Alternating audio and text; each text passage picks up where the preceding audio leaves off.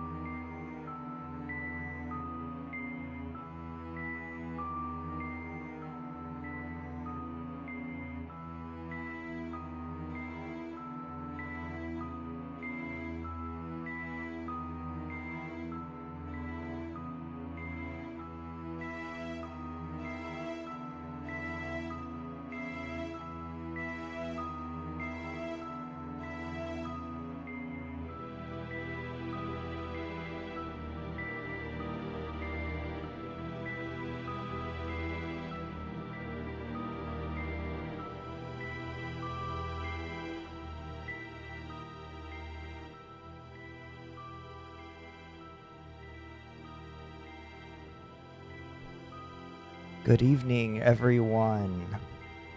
Happy Sunday, and welcome to the first ever Mythos Month.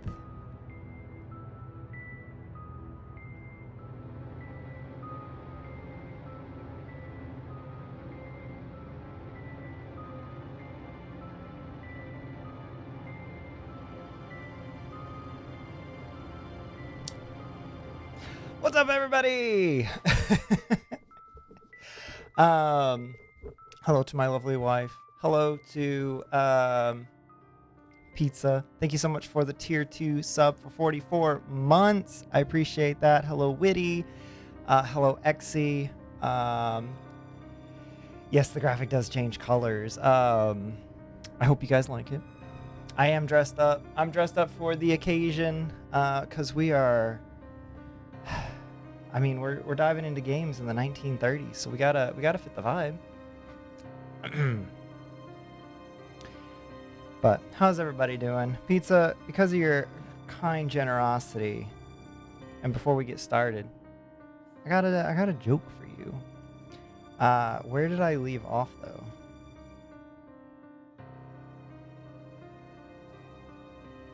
Here we go. Bakeries are a risky investment due to their high turnover rate.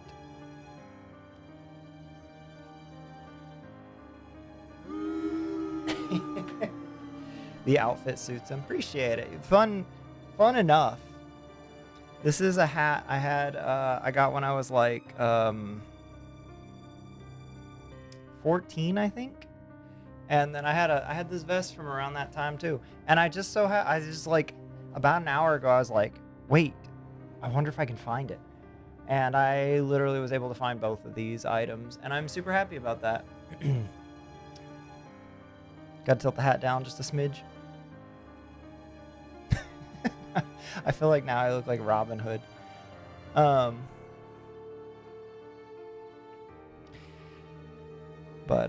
about to cook some dinner. What you cooking?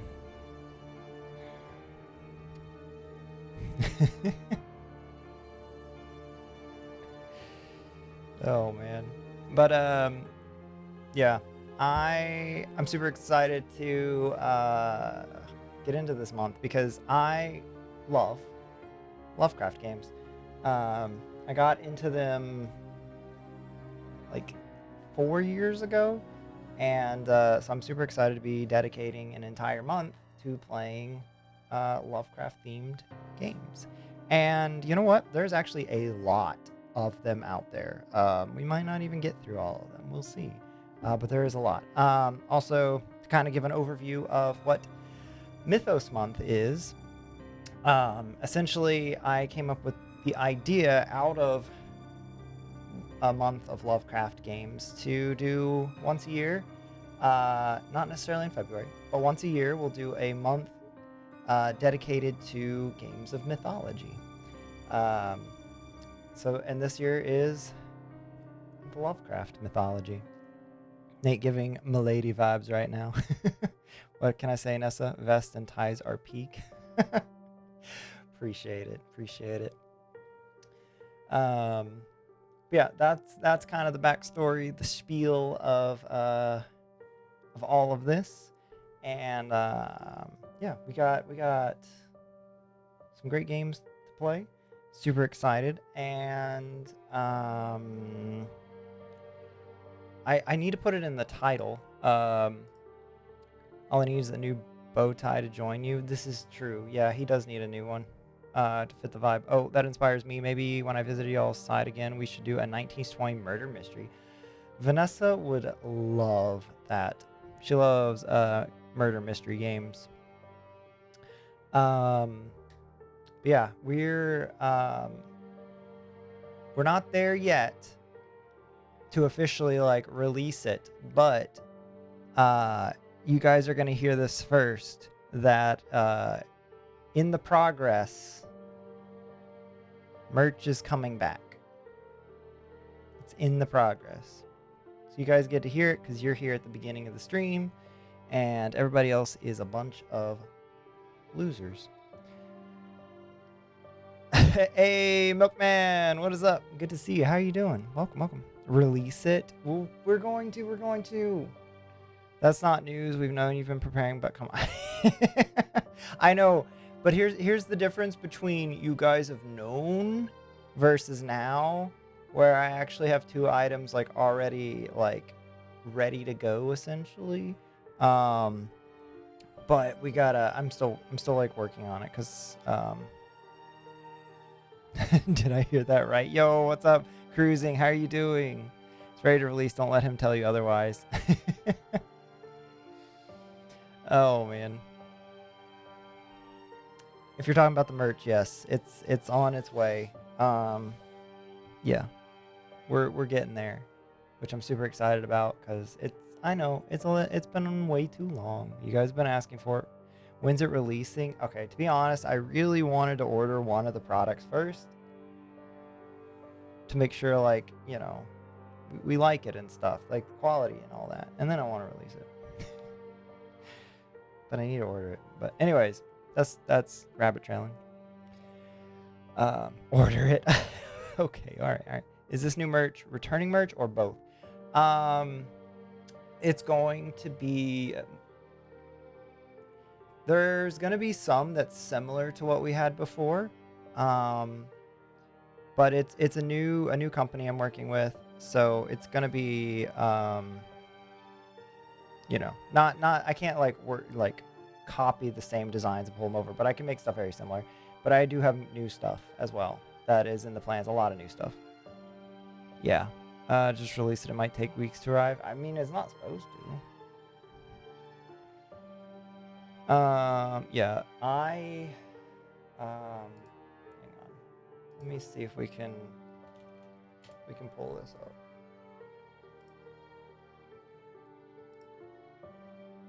Oh crap! What's my login?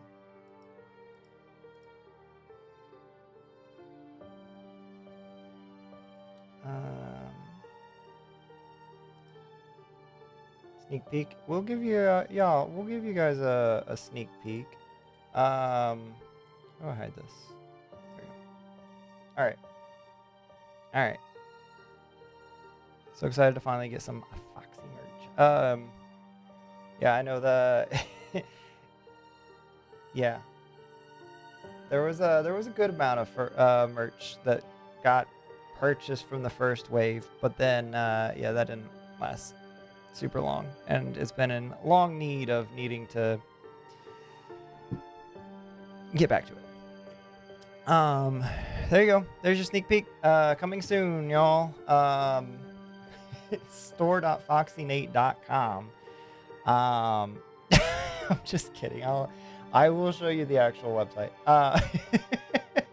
This is what you guys will see if you go to store.foxynate.com. FYI. But I will show you what will actually be seen. That's not a sneak peek. Oh man, it's just funny. All right, is this better? Is this a better? It's true. That's what you see. See? Exactly. I'm glad you gave it a try, Milkman.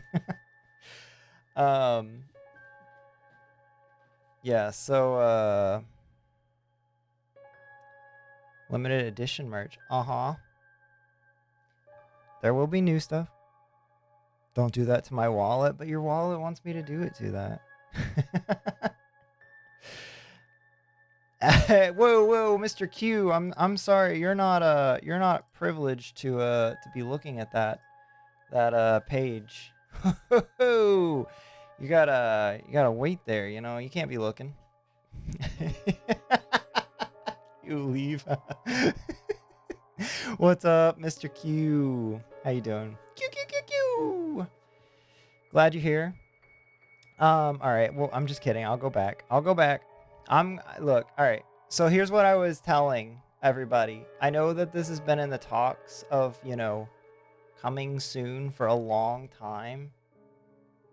Get out your band for life. But we actually have items in the shop for when it releases. So like, there's stuff actually there. So we're making progress to actually releasing merch finally. Good thing Milkman isn't a mod. Yeah.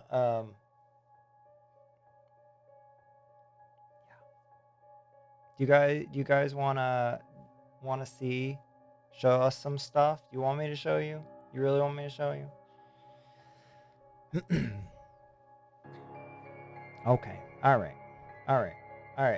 So, just show them. Here is one of the, I guess you'd say returning products. Will be the classic Foxynate mug, which my parents actually have the originals from the old store, which is really funny because we were using them when we were visiting. It's like, these things are actually around. Bought. Oh, I appreciate that. Yeah. I really do love these mugs. That's one thing. And then the other, I'm buying as soon as it comes out. I appreciate that. I really do. And then the other item is going to be, yeah, I mean, if you guys want more colors, we can do more colors too. The other item, this is going to be one of the limited edition items that will be out along with Mythos Month. It is this lovely desk mat that features Mr. Cthulhu himself, and which is our main graphic for this month. And also Lovecraft is in the air in the lower left-hand corner. Super proud on how this one turned out. This is the item I want to order. I probably should get a mug too. This is the item I want to order. I really want to see the quality of it before we announce it, because I'm just super picky. But we'll see. I may end up releasing it before I get it, just because I don't want to wait too long. This is a pretty big one. It's 31.5 by 15.5 inches. It's like about the size of the one I have currently on this desk. So it is a desk mat, and I'm super excited for this one. I know Mr. Snazzy Elk is gonna love this one. Yeah, those are currently the first 2 items that I got worked on this past week, and we're gonna do some more. So stay tuned. I might have to get that from my brother. Nice. Yeah, I do. What's up, Snazzy? Good timing. Yeah, this will be out very, very soon. I'll keep you guys posted. I forgot that I have a cup. You have a cup. My wallet is about to feel empty. We'll see how empty we can make your wallet feel. Enjoy my money, Nate? Okay. All right. I appreciate that.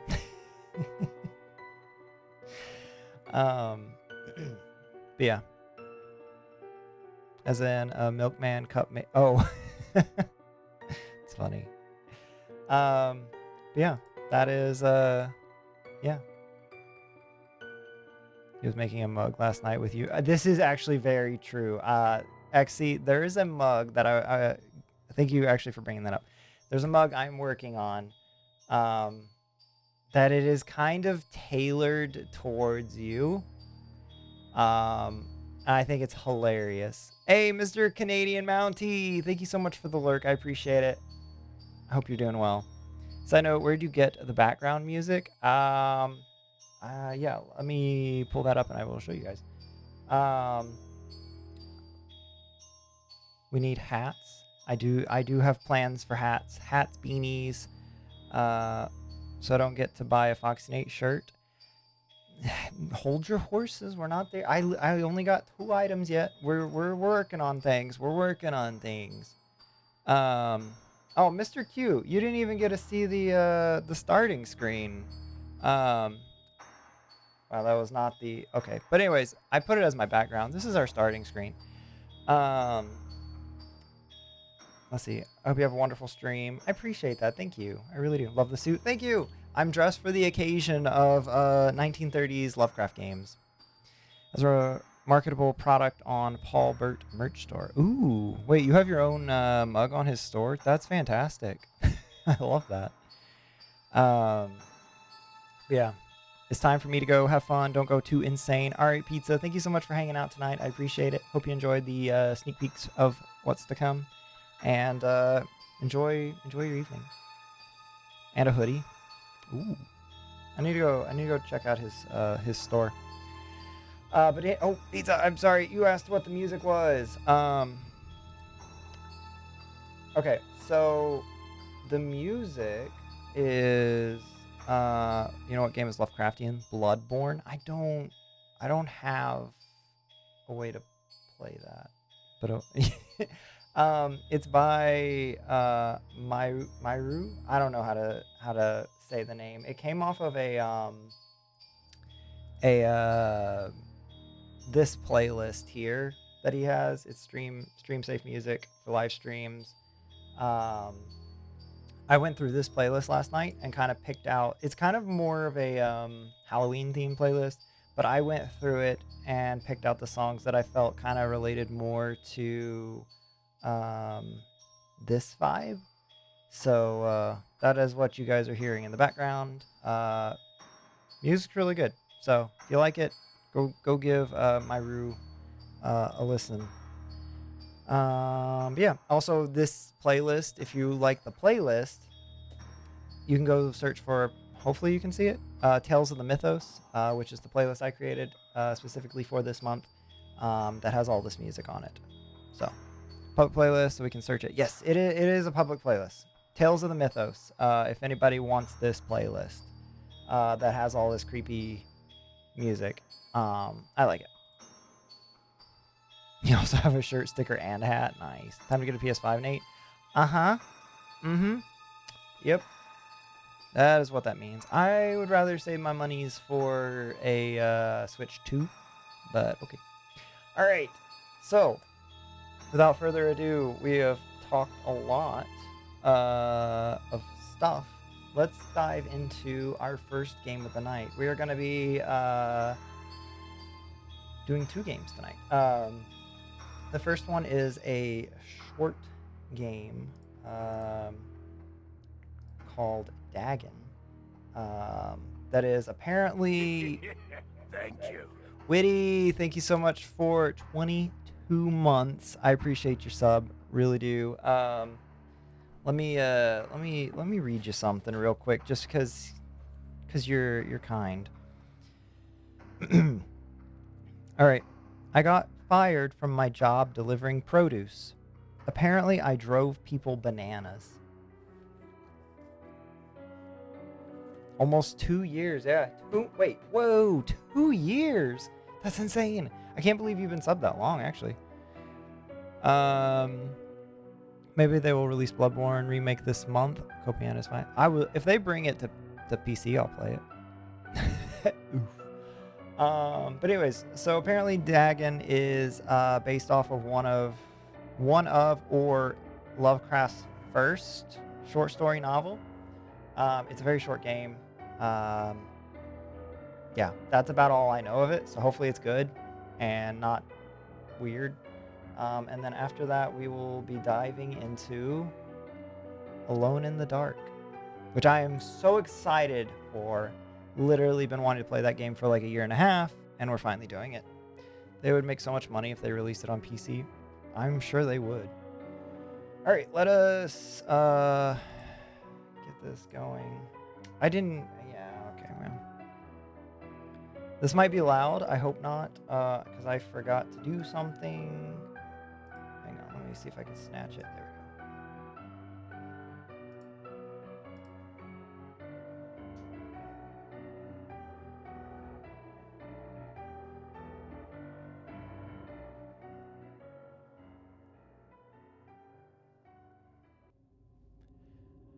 Alrighty. I don't know how many of you are familiar with Lovecraft and Cthulhu and all of that. I really wasn't super familiar until a few years ago when I started like binge watching people playing games of them on YouTube. But yeah, I also have this lovely book that my lovely wife got me a couple of years ago that I still need to open. But it's a really nice looking book. So maybe we'll open that this month in celebration of this series. That is loud, so let's turn that down. Oh, you got that book too? Nice. Yeah, apparently there's a limited edition poster in here too, but my wife didn't get it for me. Oh. Well, that's okay. Let me look at the settings. We looked at a little of this earlier. I think it should be okay.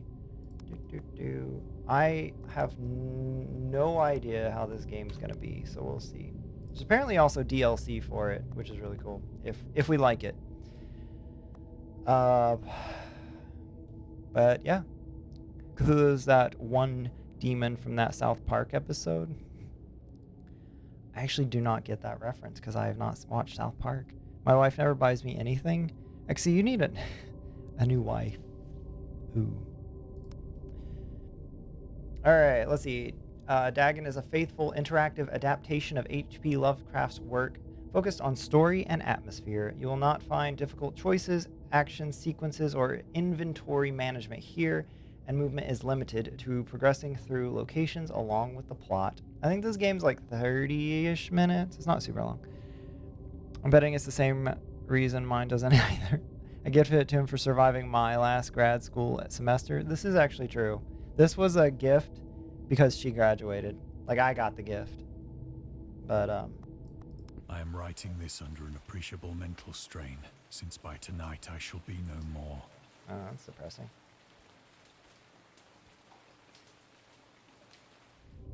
Oh, alright. During the game, you'll encounter interactive elements. Some of them will allow you to continue your journey. Others reveal interesting facts about the original short story, its historical background, and the author. Some of the trivia is hidden. In order to find those secrets, focus your eyes and look for the Elder Sign. Okay. Penniless, and at the end of my supply of the drug which alone makes life endurable, I can bear the torture no longer, and shall cast myself from this garret window into the squalid street below. Reasonable.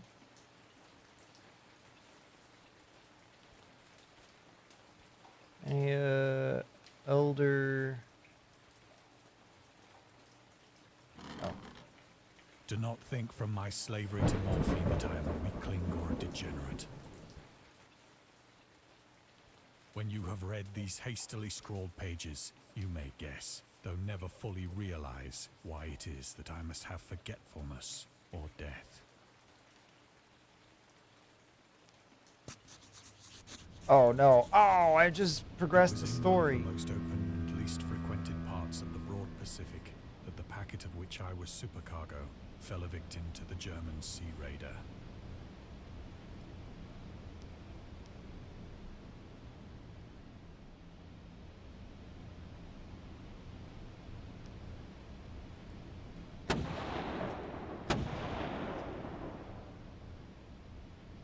The Great War was then at its very beginning, and the ocean forces of the Hun had not completely sunk to their later degradation, Hey, welcome back. so that our vessel was made a legitimate prize, whilst we of her crew were treated with all the fairness and consideration due us as naval prisoners.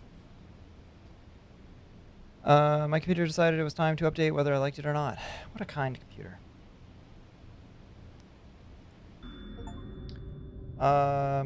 Find the first piece of trivia. Oh. The Huns were Central Asian nomads who established a dominion in Europe and invaded the Roman Empire in the 5th century AD. They were known as brutal, deadly warriors and masters of quick raids who also developed powerful composite bows, lassos, and early siege weapons.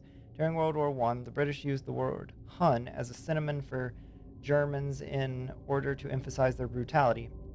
However, the term originated when the German Emperor Wilhelm II gave a speech to his troops on July 27th, 1900, before they embarked to China. Should you encounter the enemy, he will be defeated. No quarter will be given. Prisoners will not be taken. Whoever falls into your hands is forfeited. Just as 1,000 years ago, the Huns under their king Attila made a name for themselves, one that even today makes them seem mighty in history and legend. May the name German be affirmed by you in such a way in China that no Chinese will ever again dare to look cross-eyed at a German. The refusal to take prisoners was a clear breach of the laws and customs of war adopted during the First Hague Convention of 1899. You can read the discovered trivia immediately or go back to them later in the main menu. Sure, yeah. Thank you for that lurk, Mr. Q.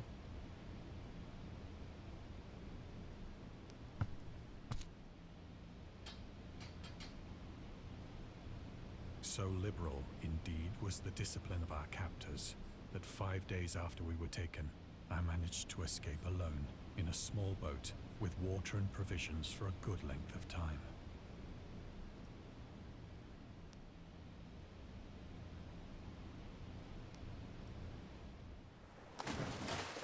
And he said, "We out."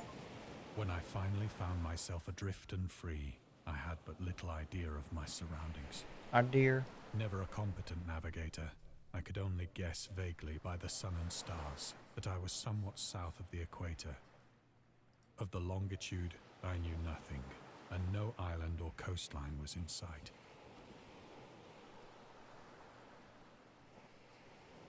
Oh, I thought that sack was a person for a second, and I got a little concerned. Hopefully there will be lots of in-game player deaths so I can count. There might be in the next game. The weather kept fair, and for uncounted days I drifted aimlessly beneath the scorching sun, waiting either for some passing ship or to be cast on the shores of some habitable land.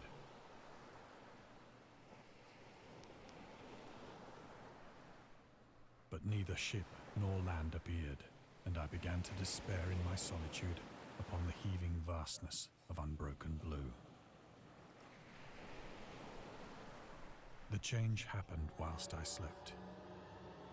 Its details I shall never know, for my slumber, though troubled and dream-infested, was continuous.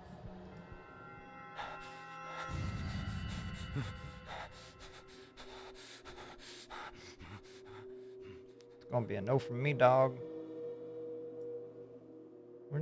For them symbols. I want to look at them symbols. When at last I awoke, it was to discover myself half sucked into a slimy expanse of hellish black mire, which extended about me in monotonous undulations as far as I could see, and in which my boat lay grounded some distance away.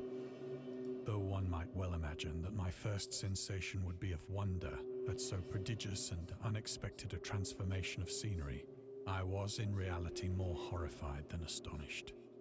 For there was in the air, and in the rotting soil, a sinister quality which chilled me to the very core.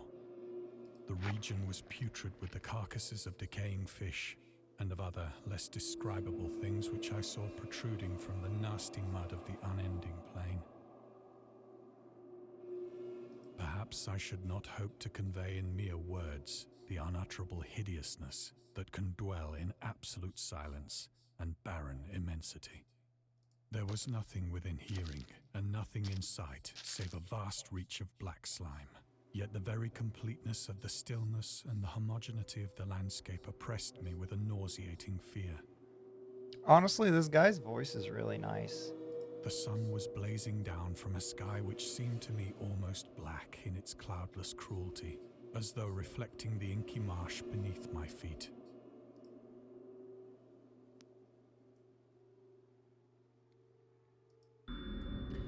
Alright, the origins of Dagon. Dagon seems to be inspired by Fishhead, a short novel by Irvin S. Cobb about unnatural affinities between a hybrid idiot and the strange fish of an isolated lake. Supernatural horror and literature. Lovecraft's dream, about a strange island emerging from the ocean and him crawling in the ooze that covered its surface. I dream that whole hideous crawl and can yet feel the ooze sucking me down. In defense of Dagon H.P. Lovecraft. Lovecraft's interest in the topic stemmed from his aversion to fish and sea smells. In his own words, I have hated fish and feared the sea and everything connected with it since I was 2 years old, but I cannot recall what earlier experience gave me such a profound and lasting aversion to the sea and seafood. The Dweller in Darkness, Lovecraft, 1927, Donald Wandre. He's talking like he's in a book. I don't like these things crawling on the ground. Wait, what's wrong with them? They're not crawling, they're just there. I don't like that. As I crawled into the stranded boat, I realized that only one theory could explain my position. Through some unprecedented volcanic upheaval, a portion of the ocean floor must have been thrown to the surface, exposing regions for which innumerable millions of years had lain hidden under unfathomable watery depths. So great was the extent of the new land which had risen beneath me that I could not detect the faintest noise of the surging ocean, straining my ears as I might. Nor were there any seafowl to prey upon the dead things.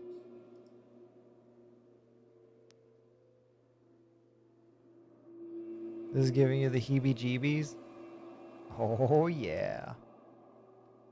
For several hours I sat thinking or brooding in the boat, which lay upon its side and afforded a slight shade as the sun moved across the heavens. As the day progressed, the ground lost some of its stickiness and seemed likely to dry sufficiently for traveling purposes in a short time.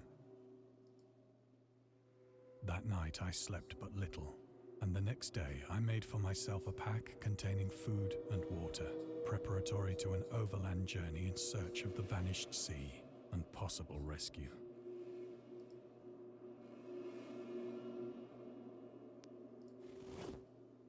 On the third morning, I found the soil dry enough to walk upon with ease.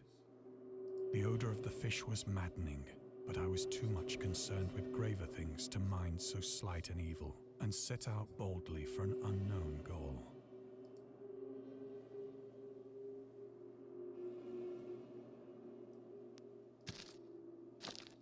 Oh, we moving.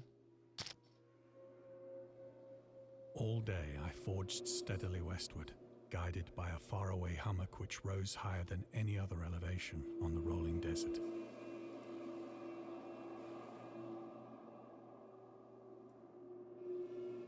What is there to look at?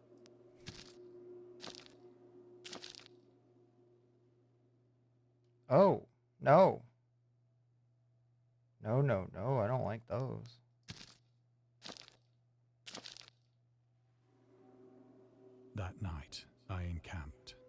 on the following day still travelled toward the hummock, though that object seemed scarcely nearer than when I had first espied it.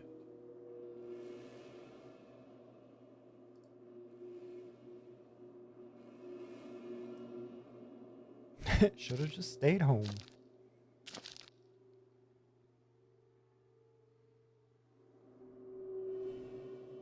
By the fourth evening, I attained the base of the mound, which turned out to be much higher than it had appeared from a distance.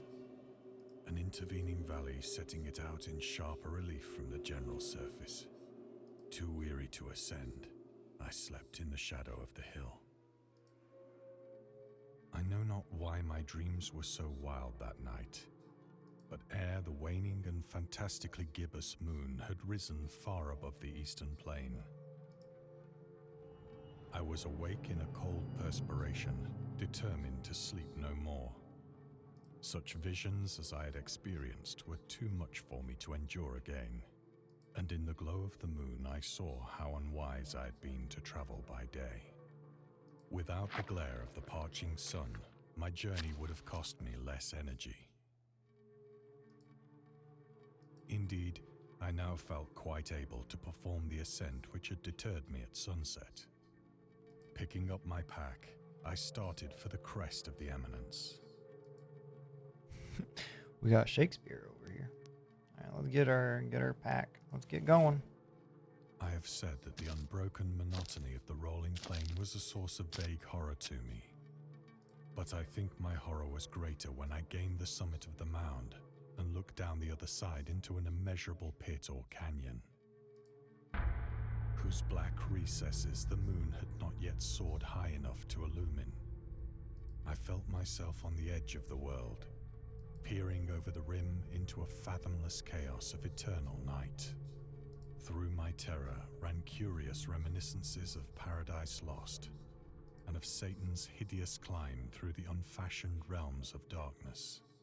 As the moon climbed higher in the sky, I began to see that the slopes of the valley were not quite so perpendicular as I had imagined.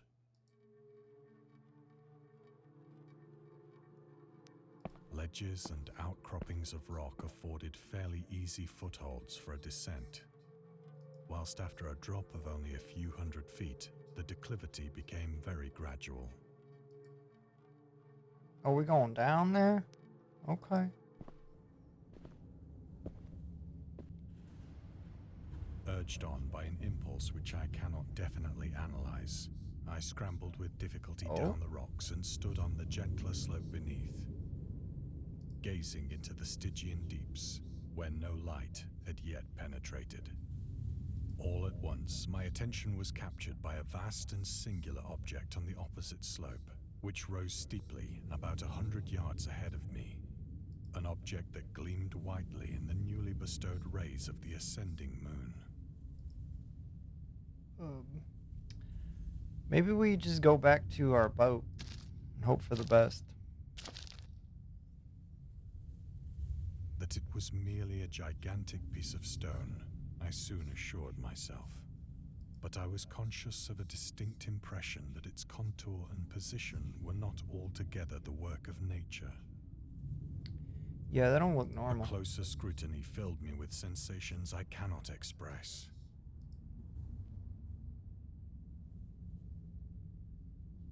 Oh, they want us to go. Oh, okay. Look at that moon. For despite its enormous magnitude and its position in an abyss which had yawned at the bottom of the sea since the world was young, I perceived beyond a doubt that the strange object was a well-shaped monolith, whose massive bulk had known the workmanship and perhaps the worship of living and thinking creatures. Dazed and frightened, yet not without a certain thrill of the scientist's or archaeologist's delight, I examined my surroundings more closely.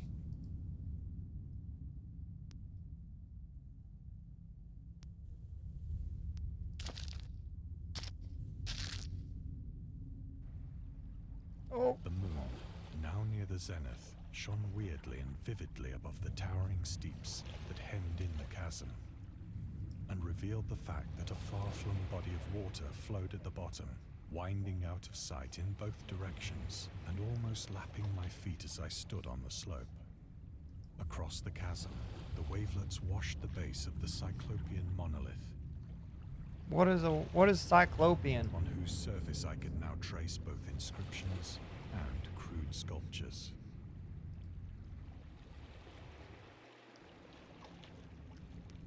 This is not going to end well. The writing was in Oh. a system of hieroglyphics unknown to me and unlike anything I'd ever seen in books, consisting for the most part of conventionalized aquatic symbols such as fishes, eels, octopi, crustaceans, mollusks, whales, and the like.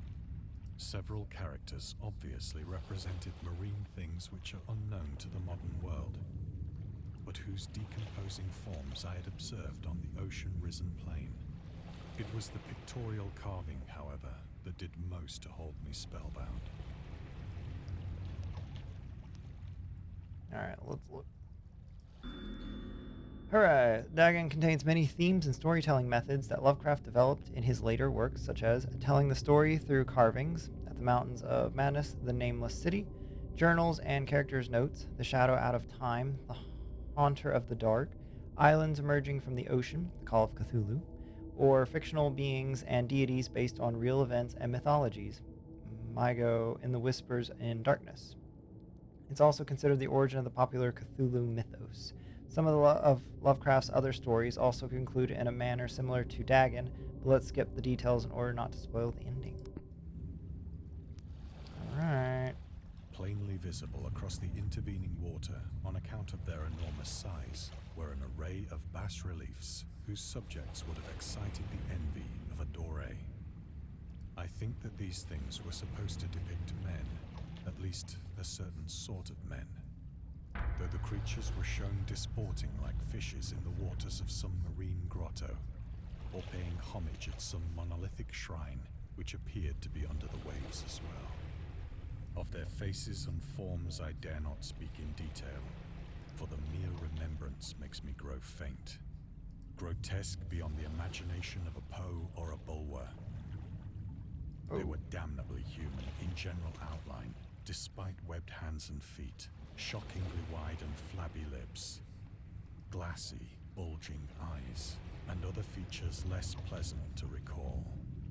Curiously enough, they seemed to have been chiseled badly out of proportion with their scenic background, for one of the creatures was shown in the act of killing a whale, represented as but little larger than himself. I remarked, as I say, their grotesqueness and strange size, but in a moment decided that they were merely the imaginary gods of some primitive fishing or seafaring tribe. Some tribe whose last descendant had perished eras before the first ancestor of the Piltdown or Neanderthal man was born. Yep. Awestruck at this unexpected glimpse into a past beyond the conception of the most daring anthropologist, I stood musing whilst the moon cast queer reflections on the silent channel before me. Then, suddenly, I saw it. With only a slight churning to mark its rise to the surface, the thing slid into view above the dark waters. Vast, perfume-like and loathsome, it darted like a stupendous monster of nightmares to the monolith, about which it flung its gigantic scaly arms, the while it bowed its hideous head and gave vent to certain measured sounds.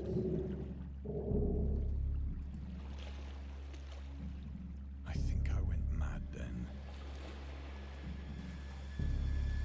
Of my frantic ascent of the sloping cliff and of my delirious journey back to the stranded boat, I remember little. Oy.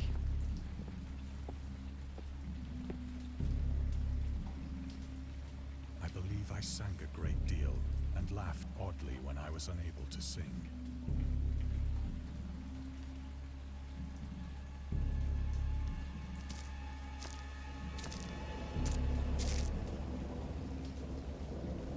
I have indistinct recollections of a great storm sometime after I reached the boat.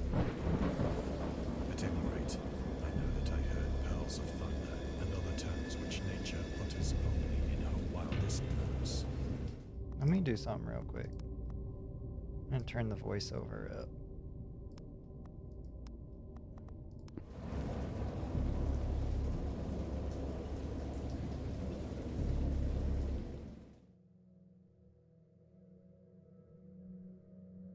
When I came out of the shadows, I was in a San Francisco hospital, brought thither by the captain of the American ship which had picked up my boat in mid-ocean. In my delirium, I had said much, but found that my words had been given scant attention.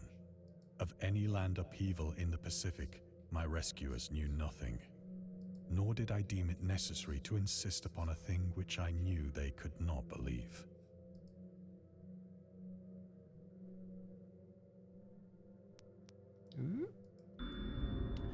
Lovecraft was a prominent figure in the world of amateur journalism. In 1915, he started publishing his own journal called The Conservative, which included political and social commentary, poetry, short stories, and literary criticism written by him and other authors. Howard was a skilled wordsmith. Oh wow, I've never actually heard his name other than H.P. Lovecraft.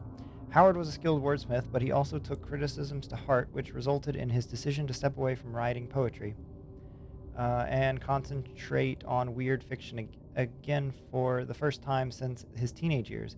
Dagon, published in 1919, is one of the short stories written during that period.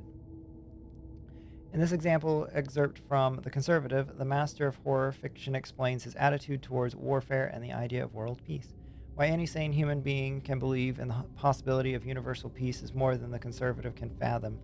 Should the entire civilized world agree to simultaneously disarm, one or more nations would undoubtedly retain secret armaments and at the proper time take advantage of their more altruistic and less astute contemporaries in a wild career of conquest against unarmed victims. No country is or ever can be above warfare until the basic impulses of the human animal shall have miraculously changed. It was all a dream? Maybe so.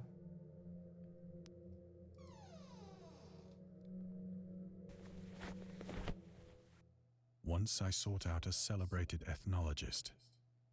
You know what I forgot to do? I forgot to update my game to Dagon. And amused him with peculiar questions regarding the ancient Philistine legend of Dagon, the fish god. Ah, Dagon. Okay, not Dagon. You know what? Let's take this opportunity to update our game. All right, there we go. Dagon was the main deity of the Philistines, worshipped throughout the Middle East as the ancient god of fertility and crops. In Hebrew, the word Dagon was a common noun for grain. Interesting. The rulers of Akkad, Mesopotamia, chose him as the patron saint of their war conquest.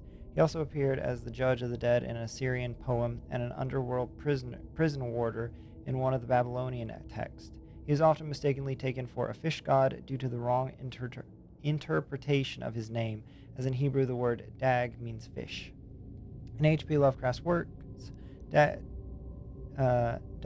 is an underwater deity ruling over the deep ones, a humanoid race with fish traits that resides in the oceans. He is worshipped by the secret cult called the Esoteric Order of Dagon. Any other little things to read?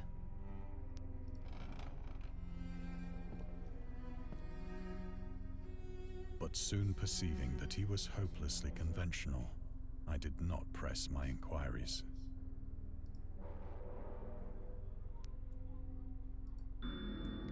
August Derleth and the Cthulhu Mythos. August Derleth was an American writer and an anthologist. He also befriended Lovecraft and published many of his works through his company, Arkham House.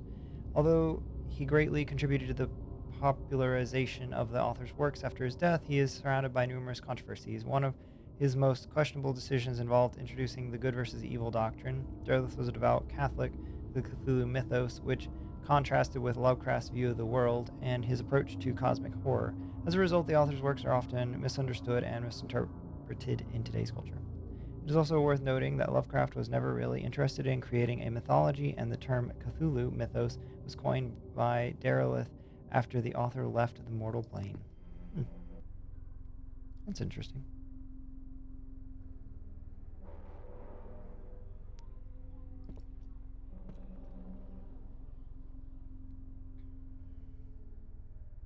I think it's actually really cool how like informative this game is. Oh.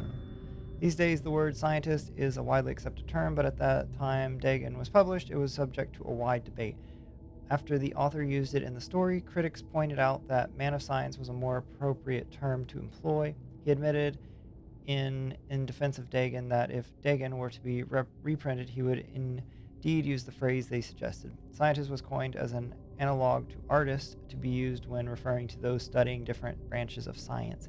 Yet in the 19th and early 20th century, scientific researchers in Great Britain and the United States were of the opinion that man of science, resembling the term man of letters, was the only proper choice. Among other things, it was gender specific, indicating that science was an endeavor to be pursued by only one sex. The term scientist became more accepted only after World War II, and man of science started fading into obscurity as an old-fashioned synonym.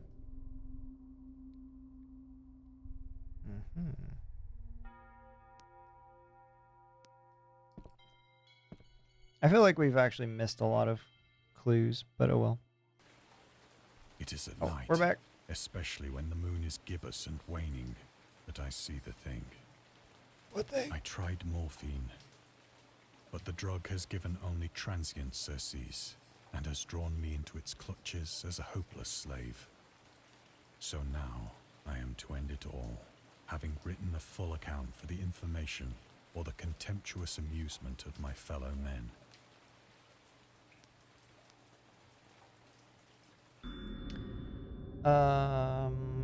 Lovecraft hated tobacco even though he used to smoke when he was 12 in order to look and feel like an adult.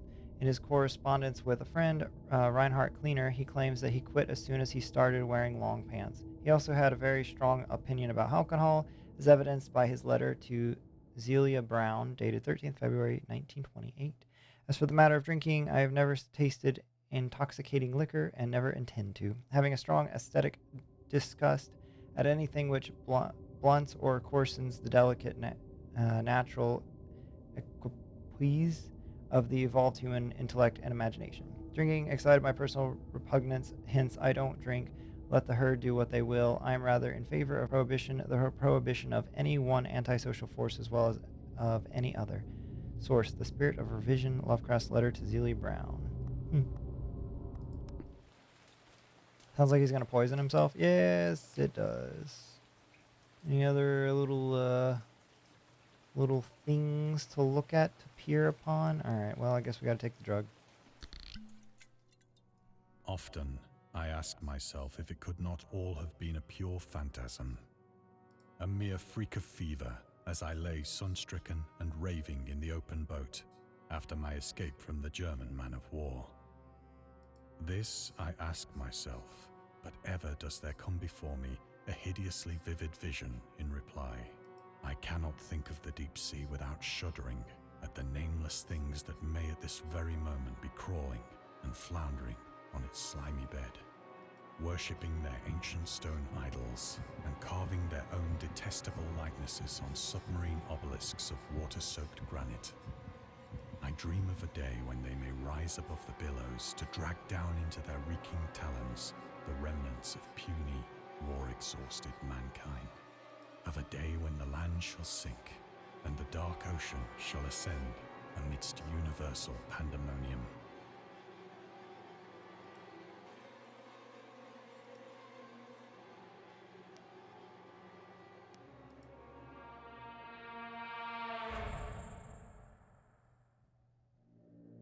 The end is near.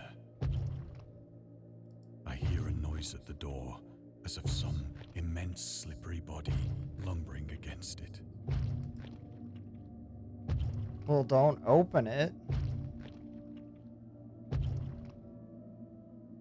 Does his death count as a rip? No, it's scripted. It shall not find me.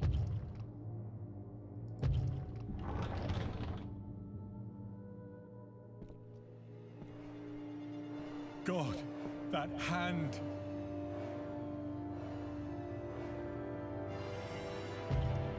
The window!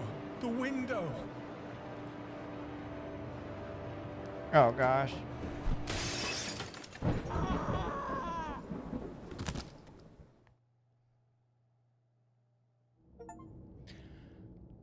We escaped the madness.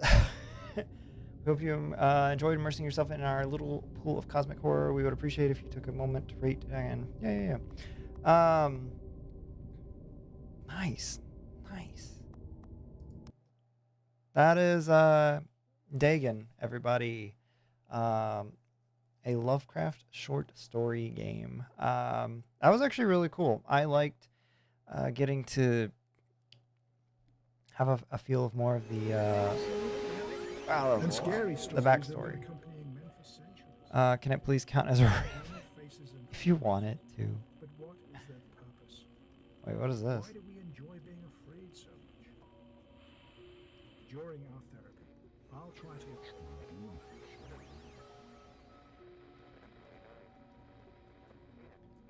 Dr. Emerson's Nocturnes. Interesting. I'll have to look up more of these games. Let's see. Oh, wow. We didn't even get like half. You can unlock all trivia this category, but you won't get associated achievements. You'll still have to find them during the game. Do you want to continue? Nah. Interesting. Yeah, so there are actually a lot. Maybe we'll go through it again sometime. Oh, so these are the DLCs. Okay. Which are, where are they? Here we are. Yeah, there's the little glass bottle, the railway horror, and Eldritch box. Okay. Yeah, that is Dagon, everybody. I hope you enjoyed this very short game. I did. I thought it was very interesting to get a little more backstory on the Lovecraft mythos. But now we are going to turn to the game that I've been waiting for forever. Yeah. Is this the only title for this? Yeah, 2024. Okay. All right, here we are, Alone in the Dark. This game features the guy that plays Jim Hopper. Hopper. I don't know. Who plays Hopper in Stranger Things? Such a good actor. I like him a lot. Also, this song is very creepy. All right, so let's get this game launched. I need to. There we go.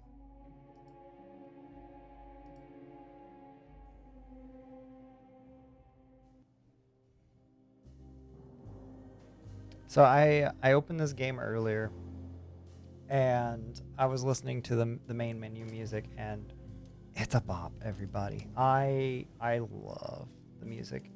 All right. Make sure our settings are all still good. Jim Hopper from Fortnite. All right. So so we played the prologue to this, I think, last January. That's about all I know about this game. I haven't seen really any gameplay, and yeah, I don't know too much about it other than it's kind of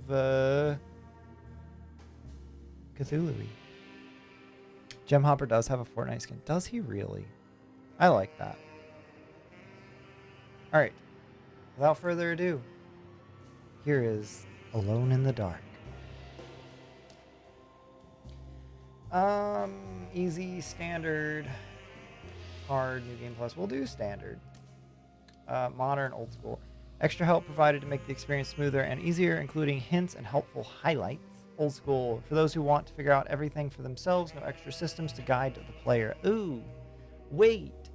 Oh, you can switch the difficulty later. It's the Hopper. Jim Hopper. I'm gonna go modern on this. Go modern, or we're gonna be here all night. Yeah. I mean, this is gonna be a two-part stream for this game. But I think that's fair. I don't want to aimlessly be wandering around.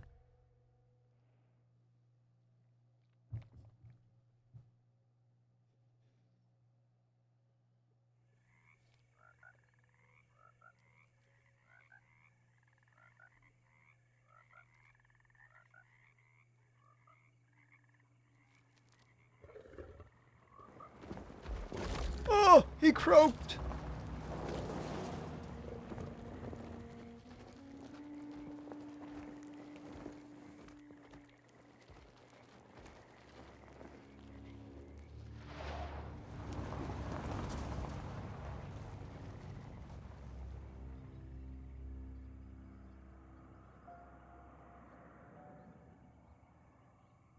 All right. So, your uncle. What's wrong with him? He's possessed. As in the devil? Something like that. He says a dark man is following him, watching him at all times. What do you make of it? It's nonsense, of course. But I'd be lying if I said it didn't bother me. You see, it runs in my family. Possession? No, detective. Deteriorating melancholy. Practically every member of the Hartwood family is driven mad before they grow old.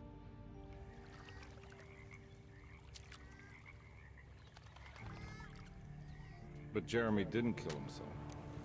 Is that why he's at your setup?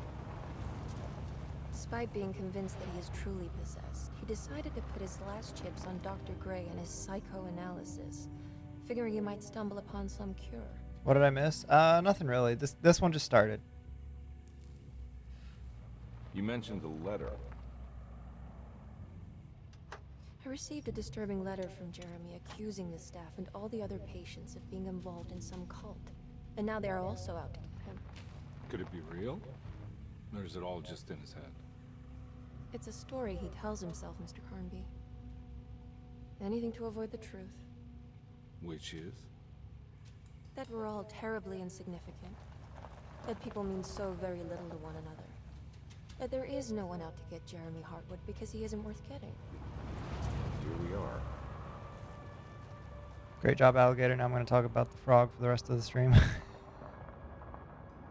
It's the hopper. My uncle's not well, Mr. Carnby. I want to make sure he's all right. Then what's my part in this? You couldn't get a cab? I just wouldn't feel safe going alone. His tie does not go with his suit. Or his outfit. Did you bring a gun? Yeah. You think it'll actually come to that? No. But you might need to wave it around depending on how agreeable the staff will be. What exactly are we gonna do when we find Jeremy? I don't know. Let's just find him first. I'm gonna have to get me some chalky milk here in a sec. Heck yeah. Choose character. Emily Hartwood, Jodie Comer, or Edward Carnby, David Harbour. We're definitely going with Hopper here. I don't actually know what the difference is. Like, I don't understand why we had to make a choice there, but alright. Is this like Resident Evil where you can choose who you start the game with?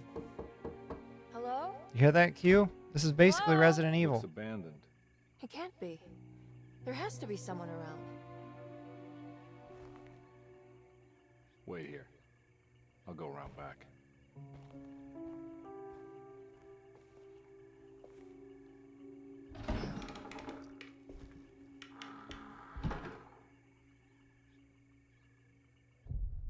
Chapter 1. It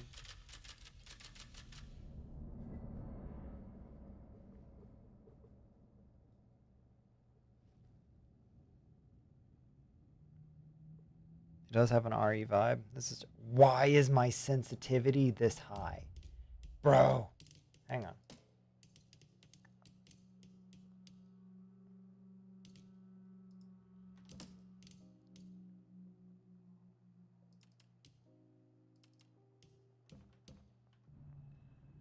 That's still pretty sensitive. Go down to 5. Oh, wait. You're supposed to be 5 as well. I mean...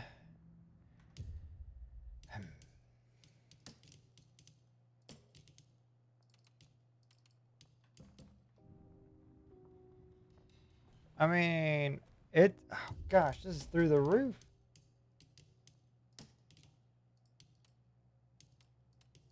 All right, let's try 1. Okay, 1's a lot better. We might have to up it a little bit. That's not bad. That's not bad. Got 6 bullets. Look for a way inside the house.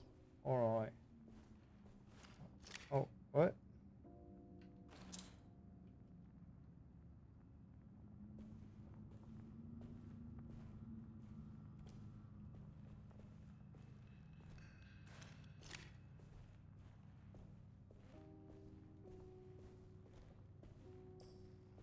What do we got here?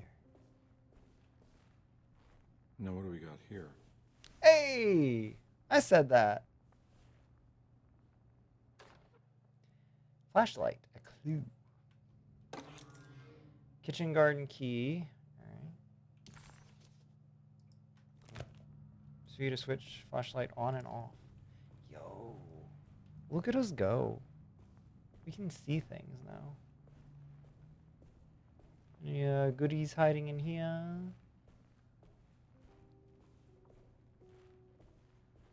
Nope. Yo, honestly, this sensitivity is still way too high for me. Already mentioned? Yeah, we're saying that basically I had to make a choice of who I guess I started the game with, and I was like, oh, this is like Resident Evil. And it does have Resident Evil vibes, TBH.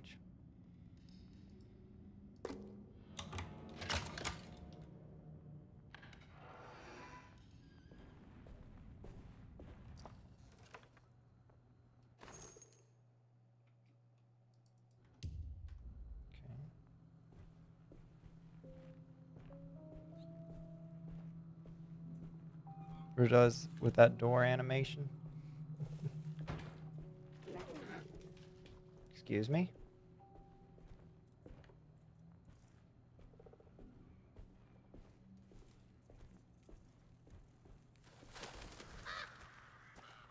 Nah, I'm not getting in there.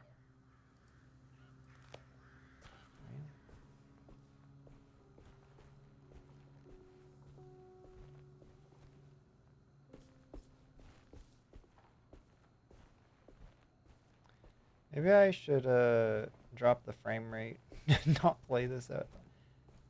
Yeah, we're gonna hang on. Display, no, video. I'm gonna go down to 60 and see if that helps things. It's struggling a little bit at what I had it. You might have to play this. Hold me over until RE9 comes out. Basically, this is RE9. Is there some screen tearing going on? Oh, wait, what?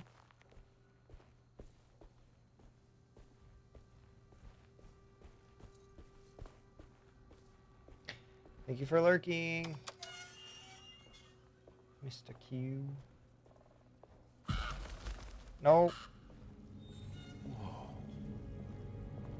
That's one big tree to fit inside a conservatory. Huh? What?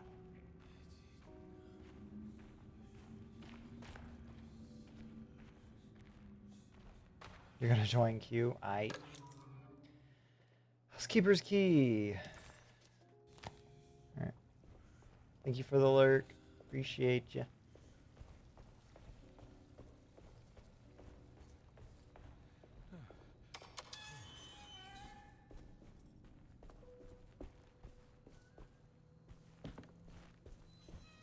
Will my housekeeper's key Nah, get me in? I'm not getting in there. Alright, so apparently not. Alright, let's go over here. I don't want to see what this is all about. Oh. Oh, okay, so I need something to be able to... Bro, there's a ladder right here.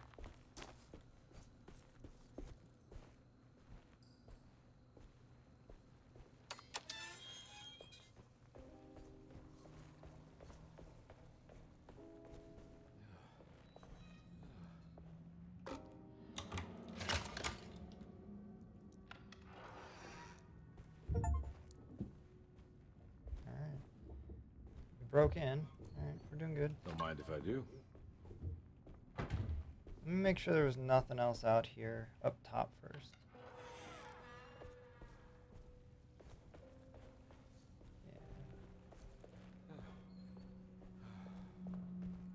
Yeah.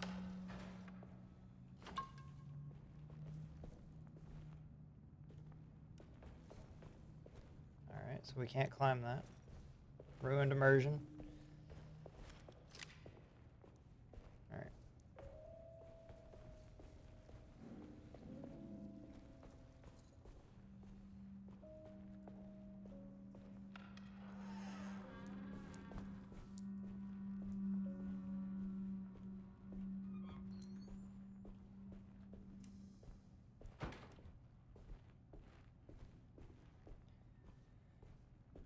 Any good items to be had?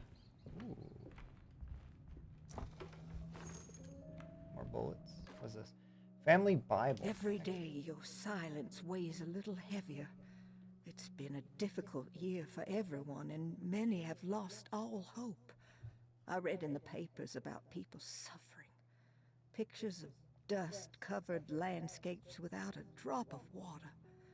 I wish I knew if you were still tending the earth, or if you had turned your back against us. I have started to look for help elsewhere. I pray you will tell me if I am going down a path that you find disagreeable. With help from Baptiste and Charlotte, I found comfort in the practice of the voodoo. I have long been skeptical of that Caribbean cult, but it's been of good use to me. It seems all harmless in my book. I say some words dreamt up by the Creoles, and I carry around a small pocket of gree-gree. Nothing of this is mentioned in the Bible, of course, but the French Quarter priestess tells me it's all connected. She says the Christian God is just one more perspective on the creator of things. That's what I like to think, but the other way around, that the spirits of her faith are just aspects of you, our Heavenly Father. I am so grateful for the words you gave Mr. Hartwood. We will sing your praises at St. John's Eve. The world will be blessed soon again. Only the sacrifices of the Old Testament compare to your demands. Let it be the truth. A mother of earth, wood, and dirt. A mother of 1,000 young. Sacred sand, $1. Black cat oil, $1.50. Why are we changing Devil voices here? shoestrings, a quarter. That makes $2.75, madame. What was that you were telling the doctor? A goat without horns. What does that mean? Ah, you must have misheard me, madame. I said no such thing. Please. I know I don't look like any of you, We've but gone I'm off the devout. rails. I'm ready to do what it takes. Do not be so eager to sacrifice the few things you have left, madame. Now please, leave my store. A goat without horns. All right. That was fun. Let me video. Oh, let me V-Sync's off. No wonder I'm getting screen tearing. Gosh. Yeah, that's better. Why was that off? Hold tab, take a closer look at your environment. Ooh. Okay, that's actually really cool.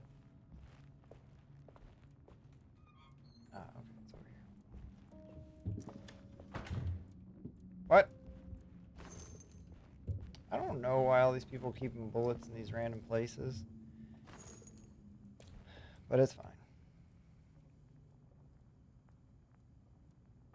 There and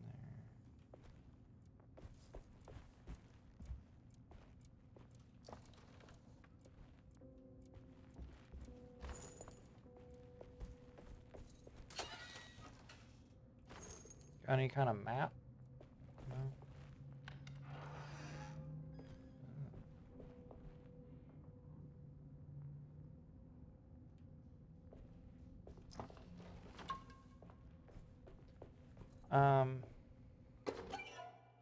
Rat poison. Okay. What am I supposed to do with that? What was that? Gosh. I was wondering the same thing. I was about to say, I feel like they're preparing us for some kind of fight with all the stuff they're giving us. Line carry over from game to game. Some sets can't even be completed without playing both Carnby's and Emily's campaign. Oh no, there's 2 campaigns? Oh no. Are we gonna have to replay this game? Oh.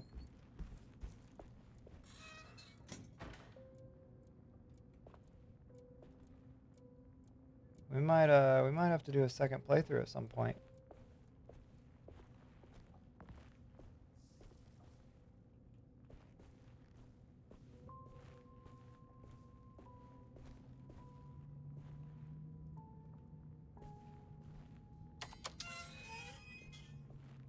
We'll go down there in a second. Let me look what's over here.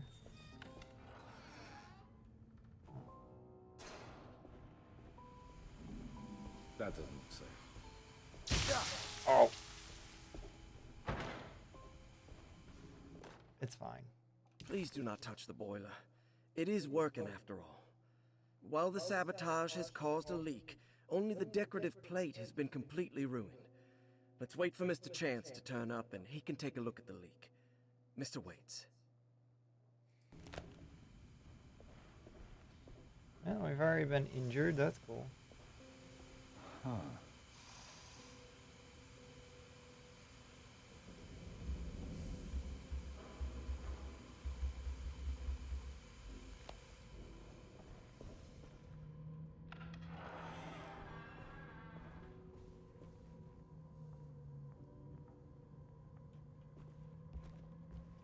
Oh, let me guess this goes, yeah, upstairs. We're gonna wait on that. Finish what we're doing down here.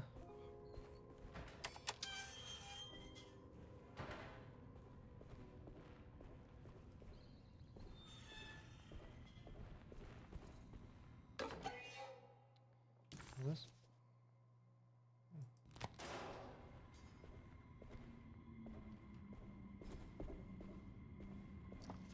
What we got? Hello?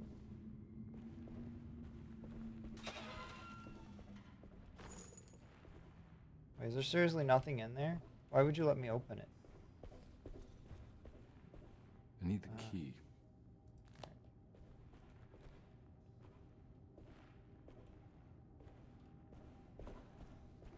Oh gosh. Alright. Don't try to run and look at the same time. Alright, so I guess we go upstairs. I think there's more to do down here. At least that I can do. Can't get around the boiler unless I shoot it.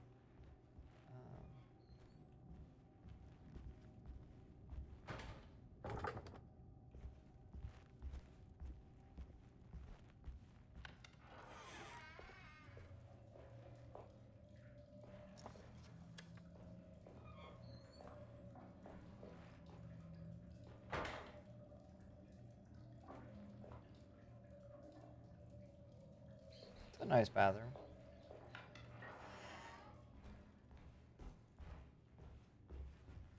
Oh, around the prayer corner.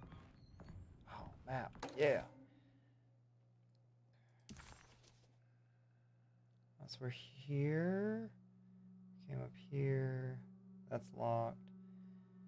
I can get into the library. I see. Oh, the conservatory. Okay. And then go further up. Oh, and a Piazza key. Okay. How do can I quickly access the map? Okay, that's not working.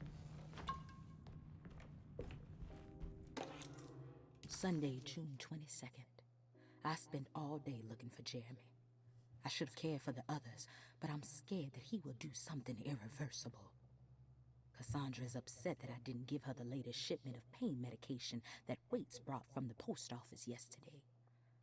I would have given it to her, but the company didn't send a new key this time around, so the box is just sitting there on my desk. They must have figured we had plenty of their gimmicky keys by now. I only remember seeing one lately. Grace was playing with it inside the grand parlor. Unless it turns up by itself, it will have to wait. I have to figure out where Jeremy is. I think Jack knew something. That dog of his found a strange rot permeating the house. She's showing us, he said. Like those blots and streaks of fetid rot was talking to him.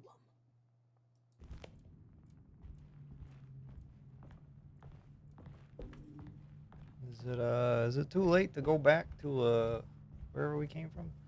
Hold hide open that.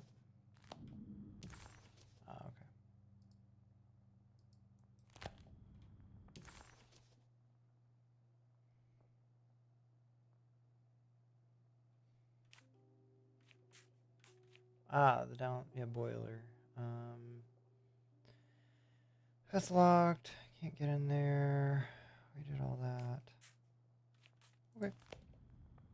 I don't like that key binding though. So maybe we will swap it out.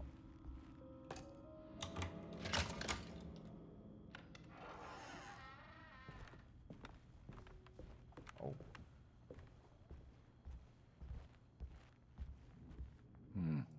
I need the key.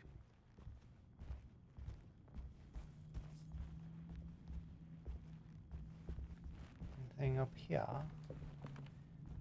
It's wedged shut.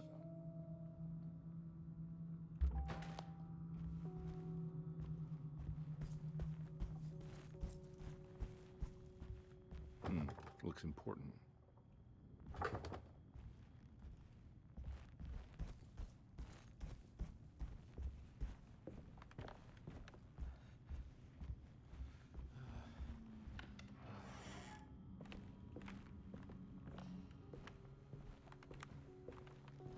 Oh, I see.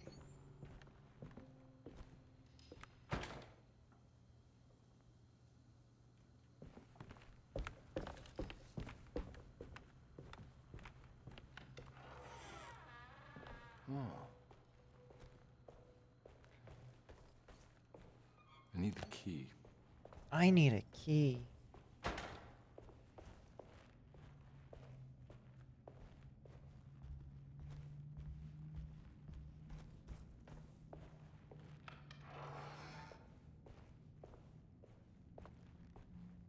She out there?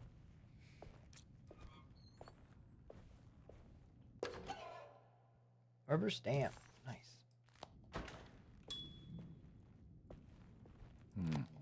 I need the key. The Great Depression. President Hoover raises tariffs on over 20,000 imported goods in an act to protect American labor. Following the collapse of the Wall Street stock market on October 24 last year, American industry has suffered greatly. Thousands of companies have gone bankrupt and left a large part of the American workforce unemployed. In an attempt to turn the tide, the Smoot-Hawley Tariff Act has been signed by President Herbert Hoover. By regulating commerce with foreign countries, the government hopes to encourage the industries of the United States to compete with cheap foreign imports. Superstition on rise. New Orleans voodoo stores and spiritual mediums see increased profit during troubled times. While the market has faced hard times ever since Black Thursday of last year, voodoo doctors and snake charmers see significant rise in number of customers. With the coming eve of St. John on the 23rd, the police expect increased cult activity around Bayou St. John, the southern shore of Lake Pontchartrain. Voodoo rituals in that area on the eve of St. John have a long tradition reaching back to the first snake worshippers brought as slaves from West Africa. During the 19th century, its practice was popularized by the legendary Marie Laveau and has since been embraced by many of the Creoles and a surviving aristocracy of the French Quarter. Author seeks There's so much asylum. news. Rumors regarding author Cassandra Beauregard making Derceto her home verified. Derceto Hospital is an old plantation building on the eastern shores of Lake Pontchartrain. While often considered an asylum for the insane, residing Dr. Elmore Lee Gray prefers to think of it as a convalescent home, a place where you can go to rest. The patient list is kept secret, but thought to include many of the black sheep of wealthy families, because at Derceto, treatment does not come for free. Local author Cassandra Beauregard has now been confirmed by her own admission. She's been lauded as a powerful Creole voice and written many successful books. Lately it was reported from Hollywood that she has finished a moving picture manuscript titled Slaughter Gulch. That film is set to hit the theaters next year. Interesting voice reading. Alright, can we get in here?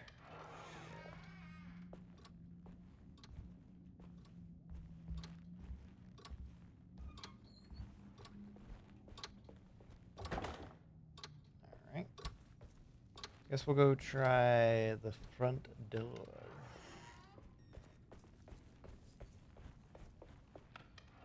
Also the staircase.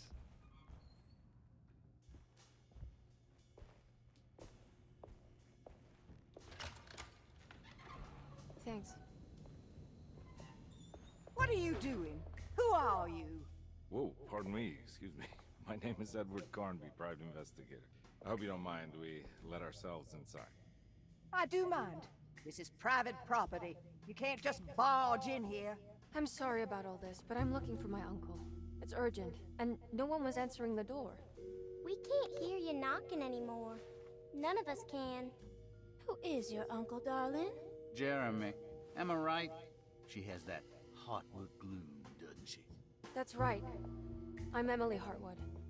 I just came to make sure my uncle is all right. Well, he is unavailable right now. You will have to come back another day. Unavailable how? Is he sleeping? We can wait. He's lost. Don't I know you from somewhere? Who's your man again, Miss Hartwood? My name's Edward Carnby, private investigator. Splendid. Enough! All of you! Get back to your rooms! McCarthy, keep your eyes on the child. And you two, please leave immediately. Look, we're not here to cause any trouble. Just let us see the old man, satisfy the curiosity of my client here, and we'll be off. Jeremy has gone missing. There's no need to worry, but it might be some time before he turns up. The whole staff is looking for him. What? He ran off? I don't have time for any of this. Please, come back tomorrow. All right, in that case, we'll just wait in his room. You don't mind, do you? It's upstairs, right? Wait, you can't. Don't worry, we'll be discreet. In the corridor. It's the first door on your left. I'll tell Dr. Gray you're here. Excellent. Thank you, madam.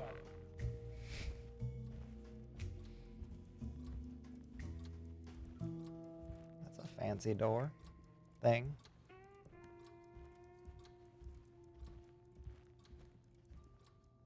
Oh. What that frame rate doing?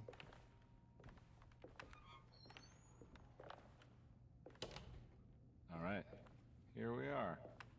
Let's look around. See if we can dig up any clues.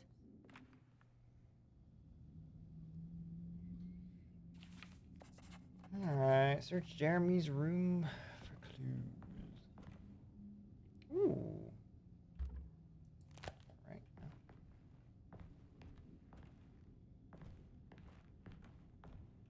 Another book. Every night the dark man stands opaque at the threshold of my room, counting the days until my spirit spills out of my tired shape. Only his pallid mask shelters my remaining sanity. Staring directly into the face of that demonic sultan would surely sunder time itself. Would he have looked the same to my father as he struggles for his life. Does his veiled face haunt my niece quite the same way? I wish so that I could rest my soul in that sunburnt convent of Tarawea. Would I find you there, Juan? Or Senora Perosi, back from the beyond? Every night I hide from him, moving from one misshapen memory to another. Scenes conjured out of fantasy and delirium. Places I struggle to even paint. I wish I understood your death, Senora. Is there anything I could do for you but bury you in that bleak necropolis? That triumphant chapel rising above the ledges and the oven vaults shall be your sepulchre, where you may rest, and I shall weep. There's 5 pages of this. Maybe we'll just read it, so we'll go faster. How did you first come to understand such things, Senora? How did you know that the battered boiler in the basement would lead me to Lafayette Cemetery, or how the old upstairs clock with its astronomical motifs would take me to that hateful mound outside of Clermont Harbor? Those are my memories, my past. Is there perhaps a chance, if ever so small, for me to see Torella? I want that more than anything. Please let my talisman take me there. Let me sit with Juan under his Bodhi tree. Despite having sold me that talisman, Miss Jackson, the voodoo priestess, revealed none of her secrets to me. That's why I had to travel to Tonker. Instead, she cruelly told Bast, my caretaker, that he would be betrayed and killed in the most awful way, that the one he loved would pierce his thigh with a sharp spear, and that he would be devoured by his own mother. What a terrible thing to say. The people of Dercito are becoming dangerous. They do not understand what they are doing. I must do something to stop them. I tried talking to Dr. Gray, but he confuses my worries. He is caught up in treating me. How can he expect evil to be cured with medicine and conversation? The orderlies, the housekeeper, and the patients are all deranged. They will call upon evil to enter this world. All will be lost, everything. Unless I can find the clerk, Mr. Waits. He seems to be a clear-thinking man. Maybe Beauregard? The dark man offered me a prison, and I accepted. I signed that miscarried contract and entered a dark pact. Everyone is safe except for me. All right. Ooh. Nice.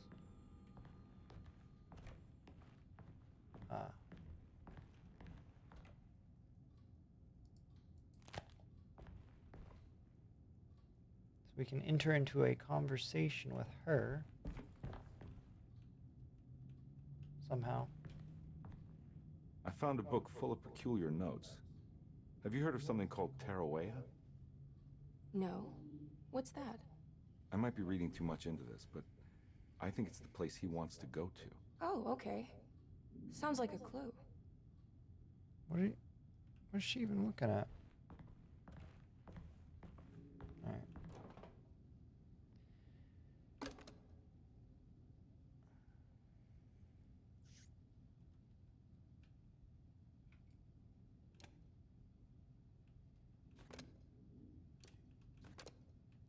Oh wow, this was easy. I love it.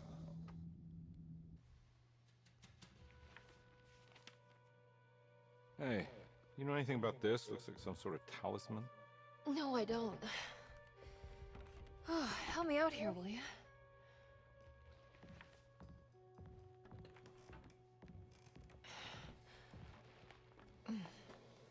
I would kill the guy, throw some of this stuff out. I'd be crazy too if I had this much junk lying around.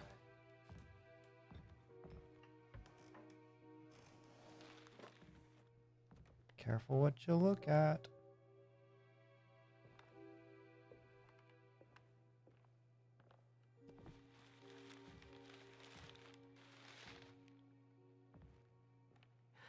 Oh, wow. That's striking. I want to save this one.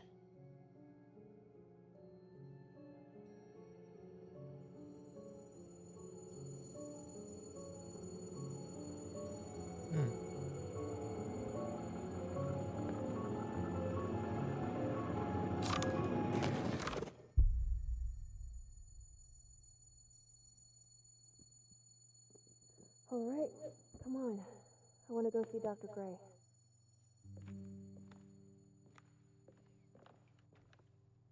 Come on, let's go.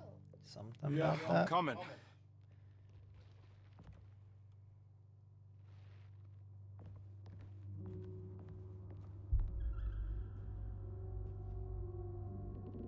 Miss Hartwood. Emily! Oh gosh.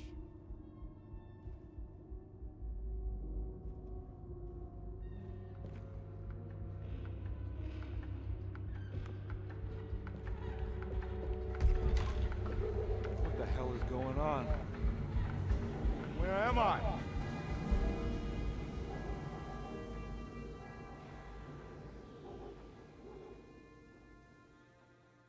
I don't think we're in Kansas anymore. Yeah, let me, I'm gonna lower the settings. Try to, there we go. We'll try high. I'm gonna try to get a little bit of a better performance out of this.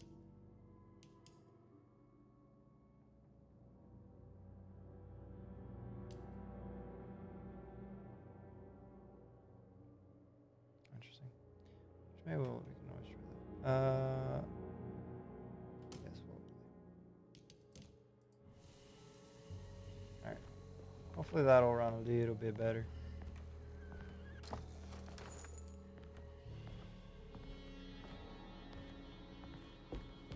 Alright, feels a little smoother. Alright, we don't have a key for that. Alright, well, so much for being a little smoother. Ooh, this music.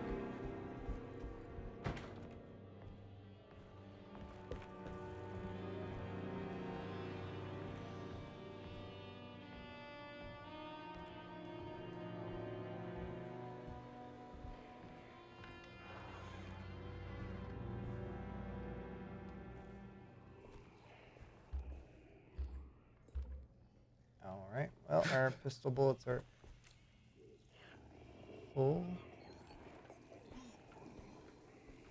I forgot I wanted Talking Milk BRB. Oh!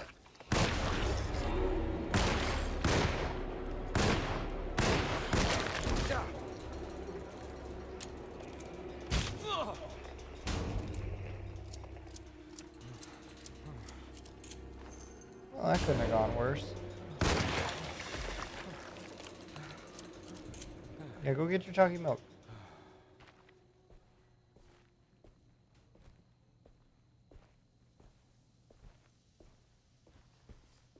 So there was 2 of those things.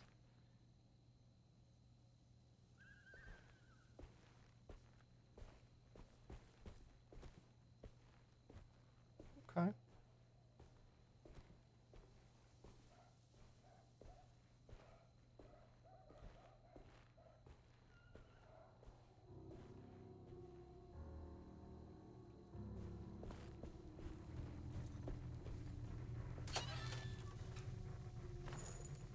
I can't go that way.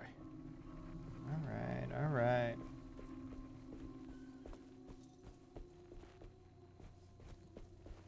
Oh, stop it. What the hell is going on? I am sprinting.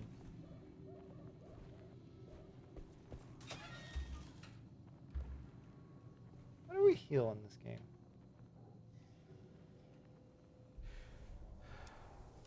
I forgot we got the little crouch. Alright. Looks like G to heal.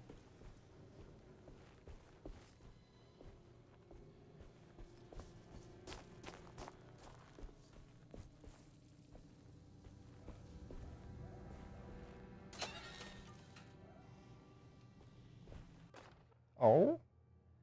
Okay. I...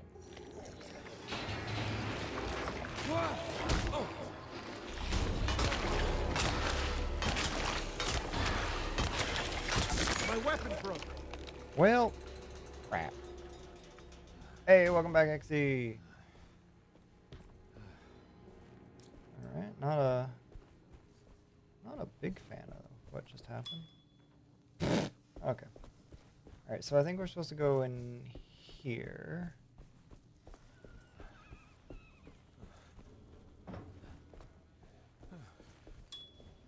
Is there like an achievement for ringing all the bells?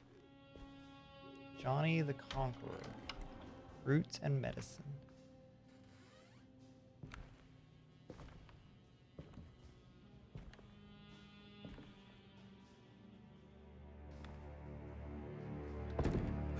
Don't let them get inside, combat.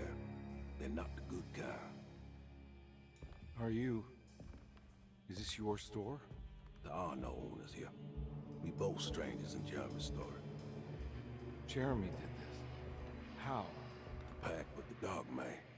Jeremy warned us, but we didn't think much of it. I'm Detective Edward Carnby. I was hired by Jeremy's niece to find him. Oh, yeah? How much she paying you? $150. She's sure getting her money's worth tonight. Are you a thinking man, compare? No, not if I can help it. You know, I think Jeremy's hiding in a way we can't find him. He has this juju necklace that guides him. The talisman? That's right. It's some magic charm he got from Miss Jackson down the street. The voodoo priestess? You know surprising things, compare. Yeah, the Mama Loa. Here, take the key. I locked the gate to save her place from all the ghouls and goblins getting inside. Maybe if you go there, you can find some clues to show you the way. Thanks. I'll have a look.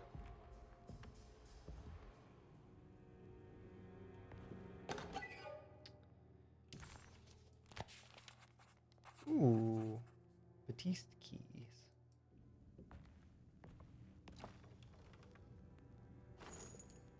I don't want to be in Jeremy's world anymore.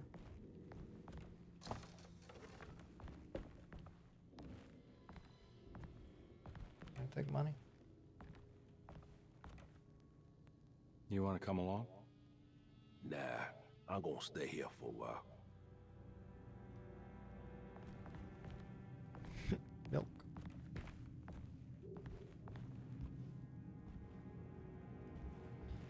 All right. I don't actually know where I'm going, but that's fine. Down the road, I think. Wait, they had red lights in 1930? Not something I ever would have comprehended, but maybe. It's a nice looking car. Items can be thrown at enemies or distract them. Compute it quickly for the item. Here's the problem. Oh.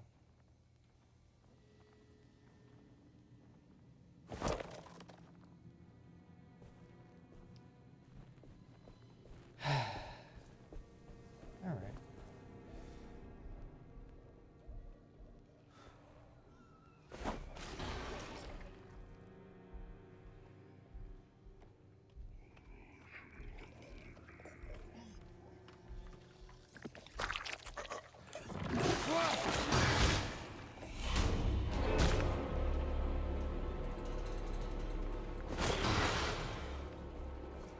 Can I shoot this thing?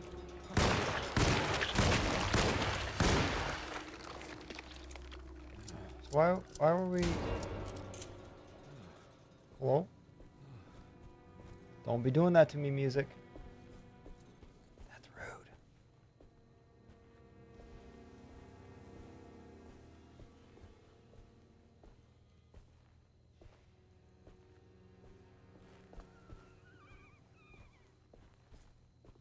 Okay, I think that's where we're going.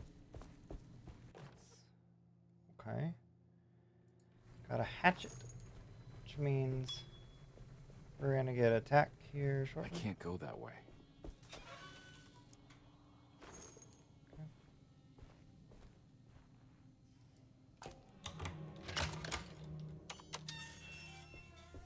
Could lock it behind us, that's fine. Oh, okay, game did not like that. Sorry, game.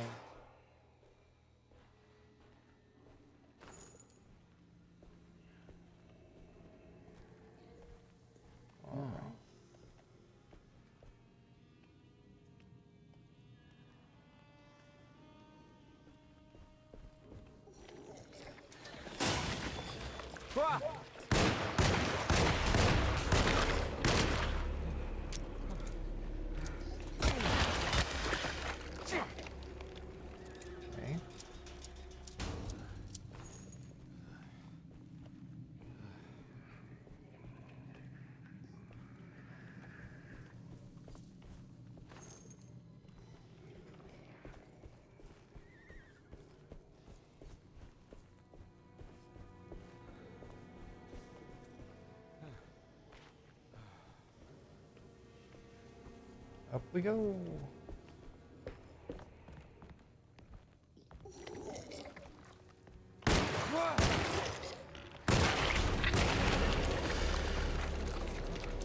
Alright, those are only 4 shots. That's not. Oh!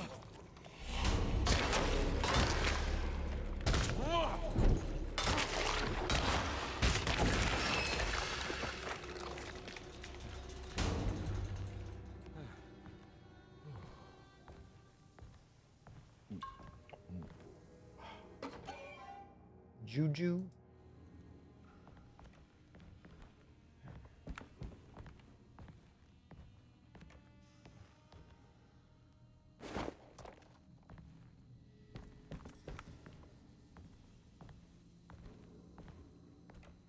Oh, my axe broke.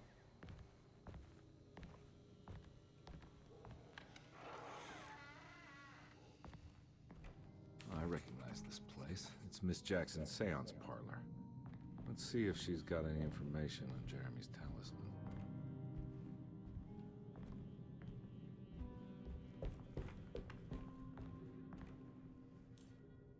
It's the talisman, like the one in the painting.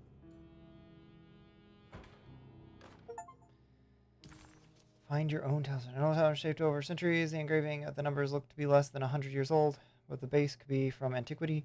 Polished black sunstone in the middle has a glass finish and occasionally gives the impression of hiding a picture within itself. Use the talisman to get back. I think it's meant for the talisman. Alright, we'll come back to that because I want to do a little bit of exploring. I think, oh, what we got here? Yeah, that's good.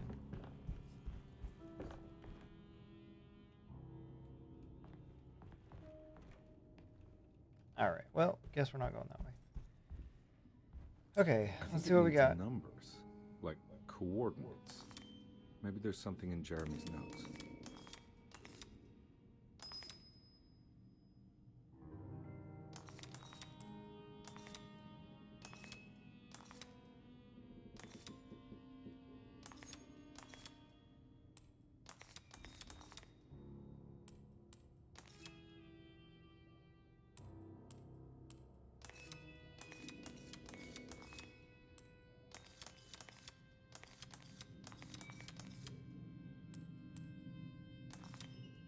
Oh, yeah, the notes.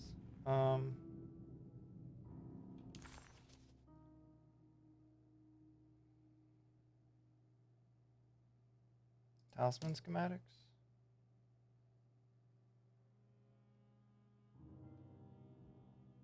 Is this what we're looking at? 358? 3... 321. 3 numbers needed to span a bridge between the scape of dream and memory, according to Stern. Not where I want to be, but it's a start. 358. Okay. 3.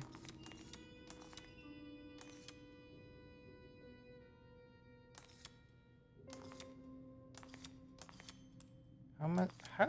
What?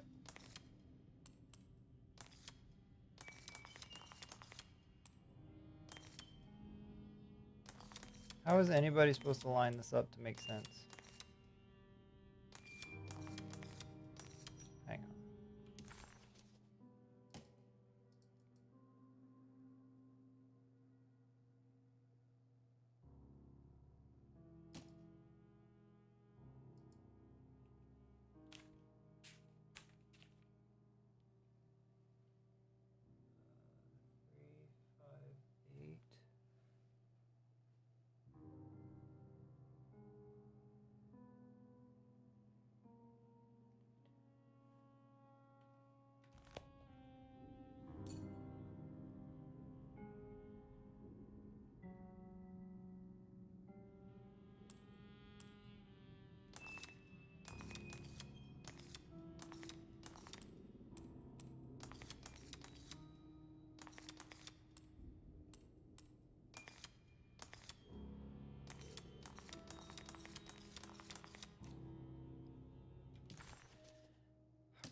This one.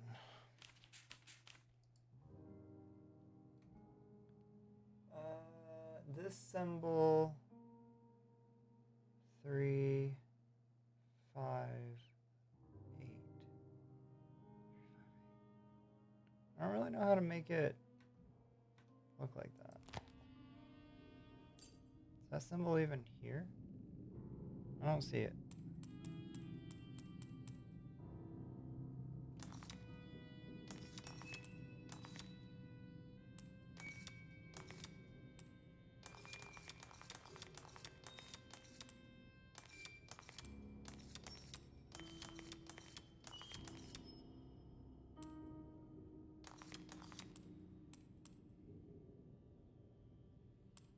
Wait, hang on. 3. Maybe I'm supposed to make the 5, 8. Yeah, I'm supposed to make the dials point to the number. Okay. All right, we're tracking. It's showing something. A place? Where is that?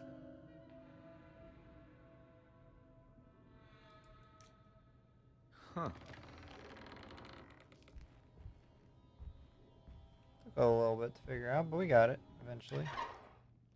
Detective, I was wondering when you were going to show up. Mrs. Thompson told me you were here. I understand you are working for Jeremy Hartwood's niece. Yeah, I guess so. I mean, you're not wrong. We came here for her uncle. I didn't expect this. You are Dr. Gray, right? That's right. You don't happen to have some identification, Detective. I'm not keen on having strangers prying into my business.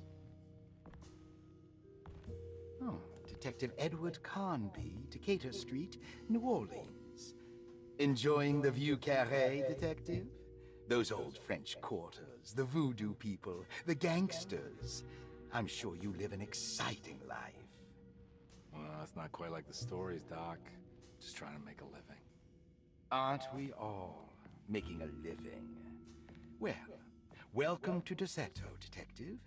I hope your time here will be useful. Now, what can I do for you? Why don't you tell me where I can find Jeremy Hartwood? Why wouldn't that make for a short visit?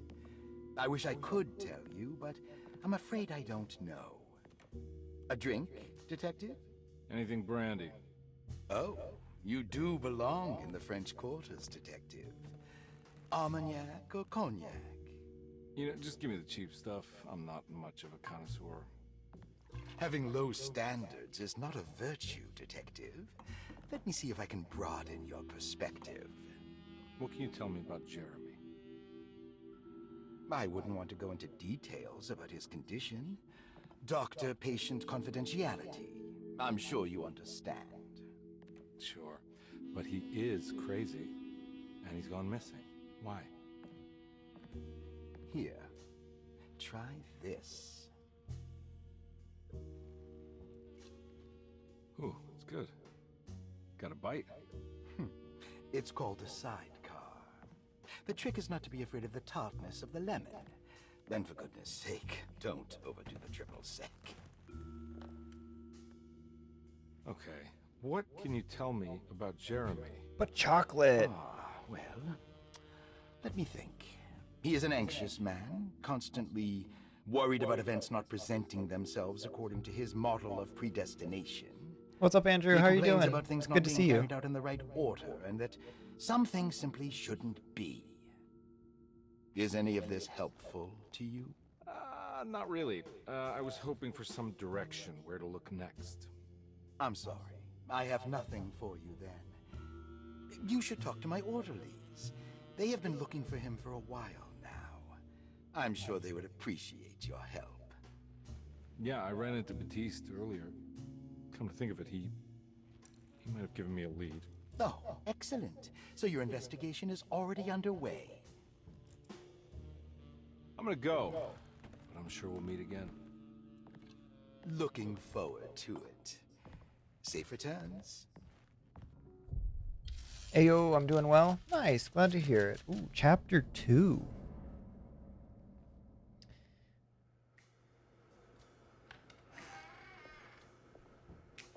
grinding out Final Fantasy VII Rebirth. Nice, nice. Is that the one that just got brought to the PC? Detective Carnby, how did you... Where did you go? I was just talking to Dr. Gray. You disappeared. No, it's not what you think. Have you found anything strange going on here? Yes. Everyone is being incredibly evasive and I can't figure out why. No, I mean something you can't explain. Paranormal, even. Detective, I really need you to get yourself together. I can't do this alone. Forget it. I'll figure it out. Do you want to come see Dr. Gray? No, I want to try something. With this talisman, I think I can follow Jeremy to the place he mentioned in the book. What was the name? Do you remember something Spanish?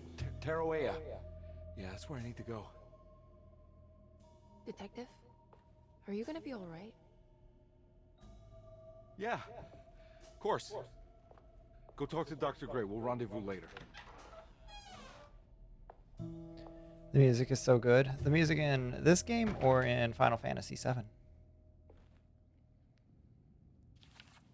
Alright, find the This astronaut clock talisman mentioned. brought me back from the French Quarter in the blink of an eye. If Jeremy can travel so easily, Final Fantasy VII. then he could be hiding anywhere, even Tarawea. If he can do it, so can I. I just need to figure out how the talisman works.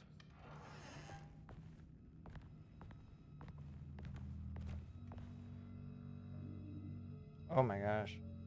Oh my gosh. Can't hear Dagon music past the Final Fantasy VII. Ah. Paul, you're right about the plates on the boiler and the clock.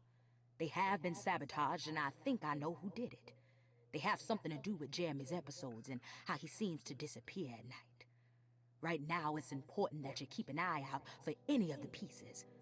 I want to find out if I can repair the plates. Let me know if you find any of them. Lottie. Tell Lottie to take a look at the well in the kitchen garden. Are you winning, son? So far, it's very, very difficult to beat Final Fantasy music. And that's after lowering it by like 75% to hear your voice. You need to change your game title, Nate. What do you mean? What are you talking about?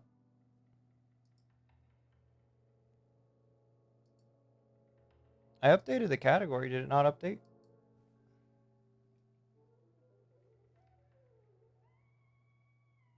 No, this is not still Dagon. All right. Oh, interesting. Hang on. So when I just now hit update, it defaulted back to Dagon. All right, try that.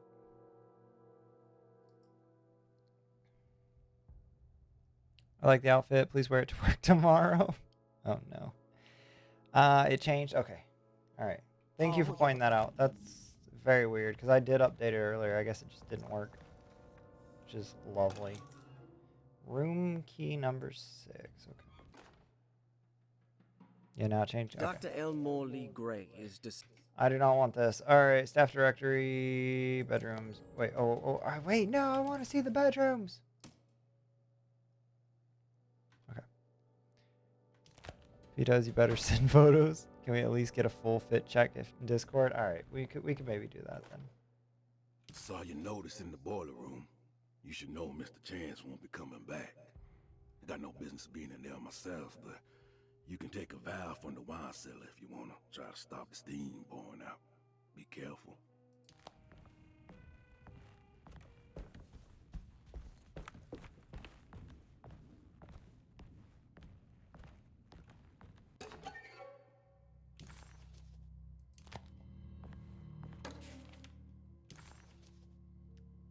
All right. Patient files. Cassandra suffers from writer's block, needs to finish removing picture script. Personal history. Grace Saunders. Mother insists on strict supervision by a proper gentleman to avoid further perversion of Grace's adolescence. Okay. Grace firmly positioned modest wealth. All right. McCarthy admitted himself to Decito, saying simply that he needs some rest. Perosi broke into Jacinto and was found wandering the grand parlor. She was confused and suffered partial amnesia. She said she belonged here and offered to pay her for her stay. Ruth's father wishes that his daughter is removed from New Orleans nightlife for the foreseeable future. He fears that her overly free spirit is tarnishing her family's reputation. Looks like all the patients are accounted for, except for Jeremy. Nate, please give me a review on this game when you finish it. I've heard things. Till then, lurk. All right. There's no way I can get into this thing. Better leave it alone. I mean, where there's a will, there's a way. I'm just going to say there's a lot of puzzles I have solved just by giving them a go. All right. I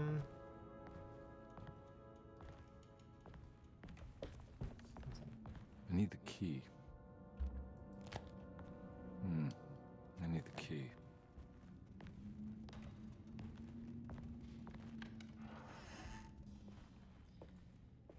All right.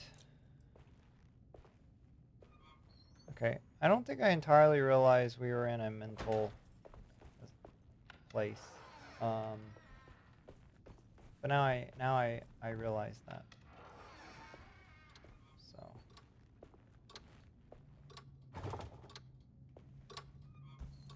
So it makes a little more sense. Kind of. Why is it always an asylum? Alright, so we need to go to room... Right, hold eye. Alright, room number 6. Clerk's office. Okay, so can't get in there. Dr. Gray's office. Grand parlor.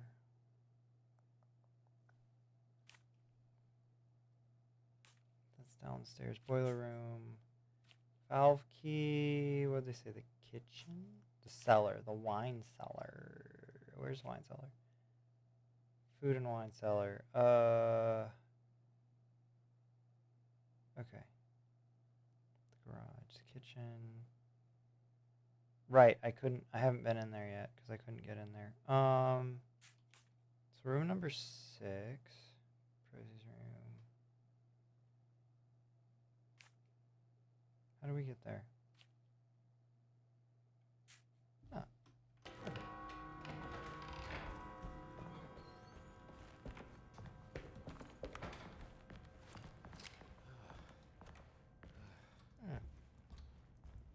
This looks interesting. Oh. This looks very familiar, if you will. What the heck? What is going on? It's stained. Looks like some kind of rot. This must be the clock that Jeremy wrote by. Looks like the plate that held the talisman in the seance room. But it's broken and missing some pieces.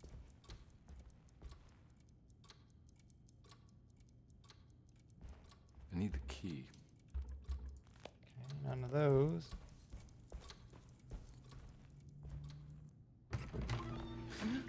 Yeah, sorry, Detective. Didn't mean to obstruct justice or anything. That's fine. You know, I'm kind of busy with my own case of a missing person. I was wondering if you've seen Grace, a girl about yay high? Can't say that I have. Why are you asking? Well, I'm looking for her. Is she in trouble? No. She's just hiding somewhere. But we can't have a rascal like that running around unchecked at a time like this, you understand? Well, I haven't seen her. Well, let me know if you find her. I'll be around.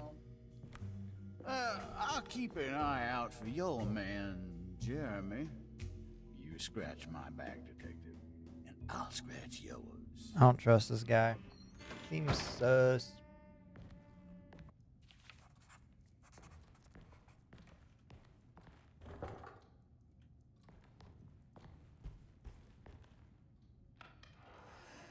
Looks like everything's back to normal here.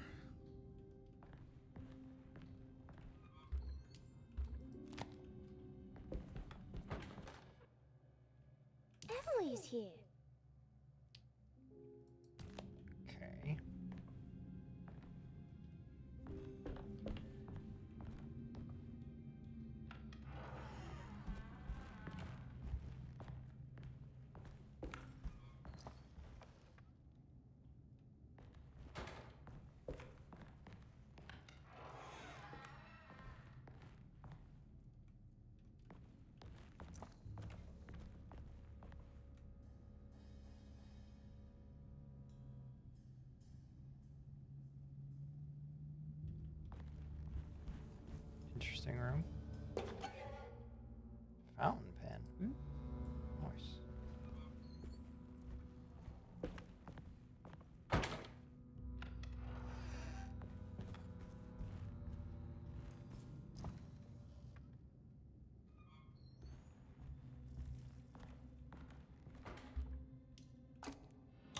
Nice.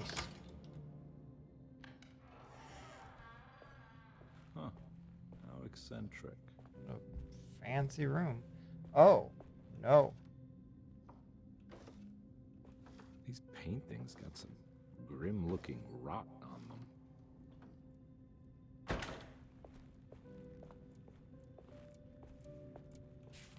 The Astarte Artist Colony. I remember hearing about their disappearance. Pizza! Must have been 15 years or more now. Thank you so much for the raid. Welcome in, Raiders. I'm Foxy Nate, and tonight we have started Mythos Month, where we are doing a month long into Lovecraft games. Welcome, welcome. How was your stream? What were you playing? Can we get a shout out for Pizza Angel? Appreciate y'all.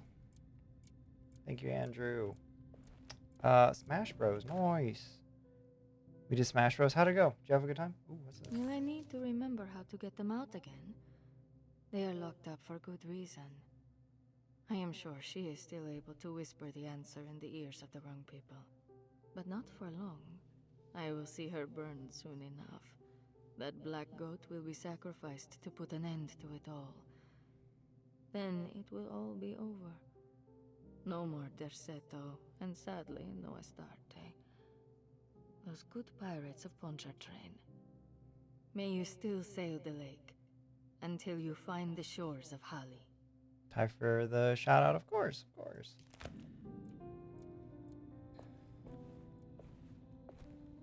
Alright. What we got? What are these symbols? Looks like alchemy or star constellations. Yeah, they're star constellations.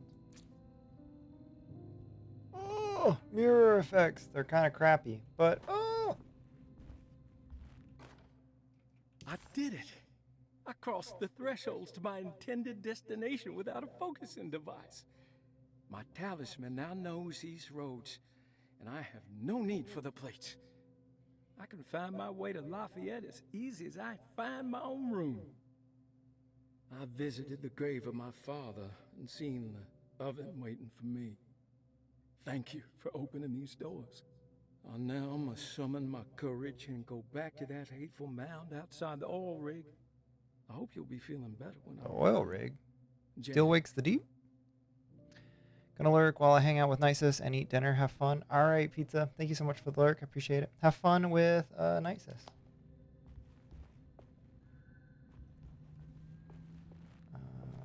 Okay.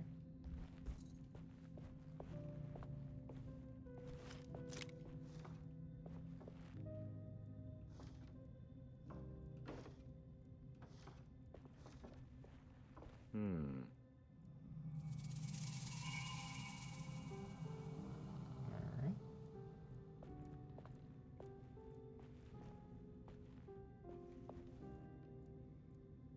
Did that do anything?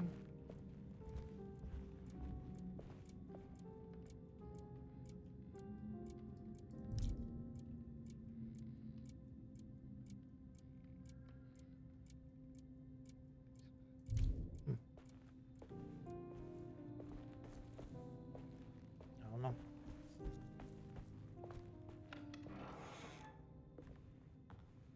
Cross-reference the names, artists to get numbers.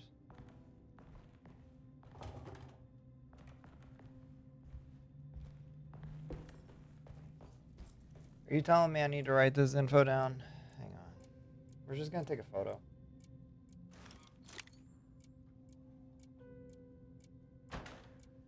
Alright. I have acquired a photo.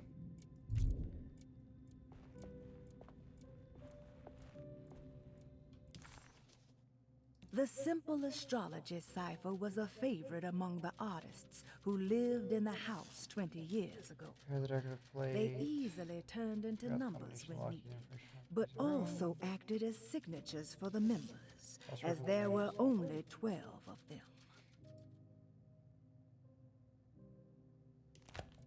Well, don't you look rather dashing? Well, why, thank you. Hi, Hallie. Good morning, good morning. All right, Mr. Q. Swooping in there, stealing my compliment. Well, well, well.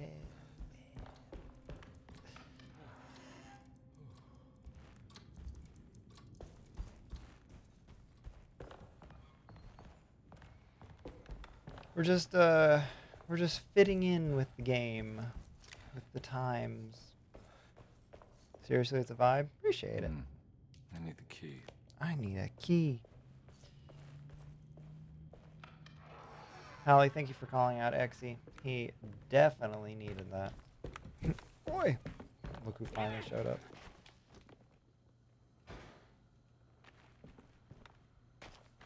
Alright, well, apparently we can't go down that way. Exy, why are you calling me out? What did I do to you? Oh? Baptiste key gets like anywhere. I'm gonna let my lunch break now. Nice, nice. Hope your day of work is going well, as well as your lunch. You know what you did. Lost Plantations of Louisiana. Thierry Briclot, 1917. Alright, I'm gonna read this one myself. Andrew has called out chat. You've called out yourself, sir. Jacinto is a small plantation on the eastern shore of Lake Pontchartrain. The land was considered difficult for industry and was sold for only $30 to Elia Pickford in 1818. Pickford employed hundreds of workers from nearby New Orleans to clear the woods and build a small plantation mansion facing the lake with a striking Greek revival temple of fake aid. Jacinto kept a modest production of tobacco and indigo that persisted up till the Civil War. During the antebellum era, Jacinto was the source of many rumors concerning voodoo and witchcraft. People who traveled the lake reported seeing people dance at night in front of bonfires, bleating and wailing. On June 17, 1862, Captain J.W. Norton of the Union Army recounts leading a raiding party from ships anchored in Lake Pontchartrain in order to seize control of Jacinto and free the slaves working there. The captain was surprised to find the workers fighting back with unprecedented zeal. Norton's account describes these men and women as enraged with fanaticism. Pickford reportedly tried to placate the raiders, but was shot in the confusion. Captain Norton left the mansion burning and retreated to his ships with his men. Jacinto was left in ruins for several decades. The ownership of the land was long disputed and returned to the Lido family in 1901. Several police reports were filed during the following years as the Lido tried to get rid of the camp of squatters on their land. The police made several visits to remove the trespassers, but the people kept returning. On November 1st, 1907, Inspector Legrasse of the police charged a deadly attack in order to save several children kidnapped by the squatters. Many were killed and even more were jailed. The following year, Lido rebuilt Jacinto, incorporating the surviving stone foundation and adding magnificent wrought iron conservatory. The farmland has been reclaimed by the surrounding woods, so it was no longer profitable to use as a plantation. Instead, the house was turned into an artist colony. The Astarte Artist Colony was a successful group of artists, including figures such as painter Heinrich Kassel and the poet Nora Keith. The group was also known for their beloved Mardi Gras cruise called the Pirates of Pontchartrain. On September 29, 1915, a tropical hurricane tore through Louisiana, causing Lake Pontchartrain to flood New Orleans due to the remote location of Jacinto. It took almost 2 weeks for outsiders to learn that the artist colony was abandoned. The 12 residing artists had all vanished without a trace. The empty mansion of Jacinto still stands on the shore of lake with much of its temple facade intact. The Lido family currently has no intention of repairing the house. That's not what we're supposed to have. Andrew, you don't need to call yourself out. We can do that for you.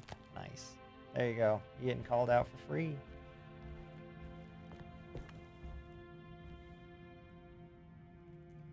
What we got in here?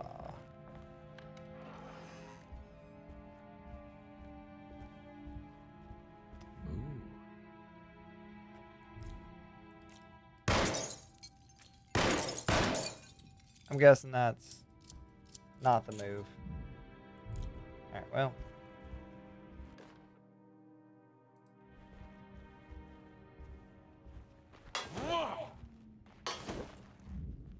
I want the gun.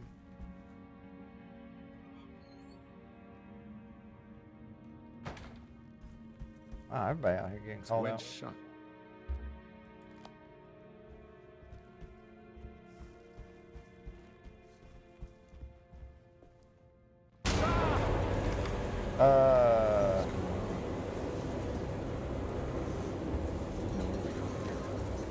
Oh.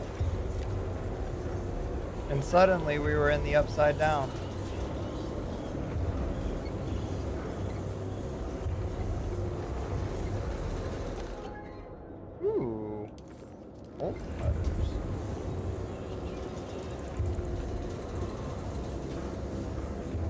Stop it. Where? I don't see you anywhere. Well, this is new. I'm gonna take this to my TV. I'll be right back. All right.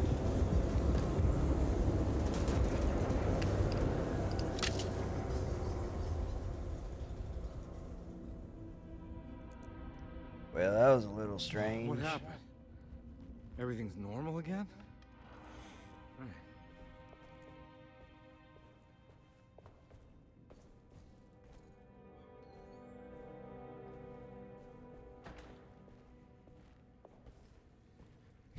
We'll make it more frequent.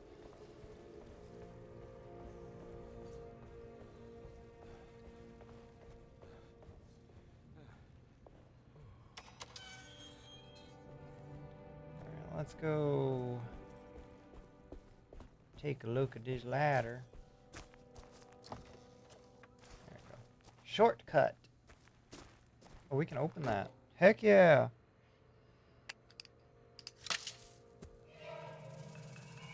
Got it. Water hose. Nice.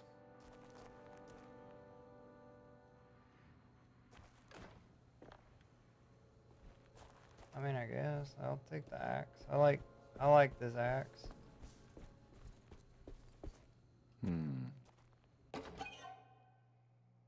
Mummified cat. This can't be real. Okay.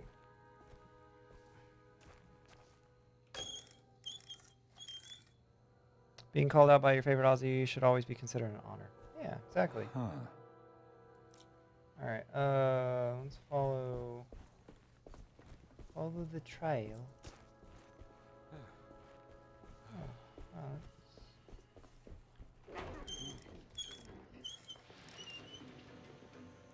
Kind of forget that they had running water back then. And hoses.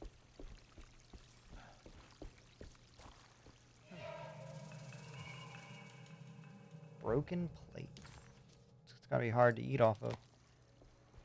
Torn between, oh, okay, I can't wait, and Rhea Ripley is here? What? Alright, that don't go. How could you forget they had running water back then, you then? Why am I being attacked for existing?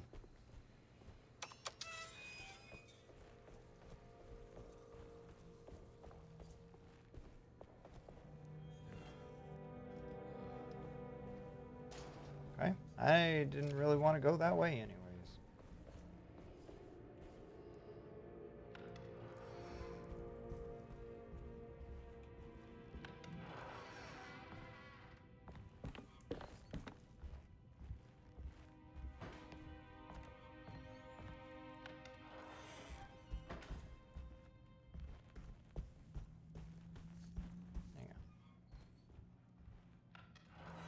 What do you mean attack? You literally have the right outfit. Alright. Fair enough.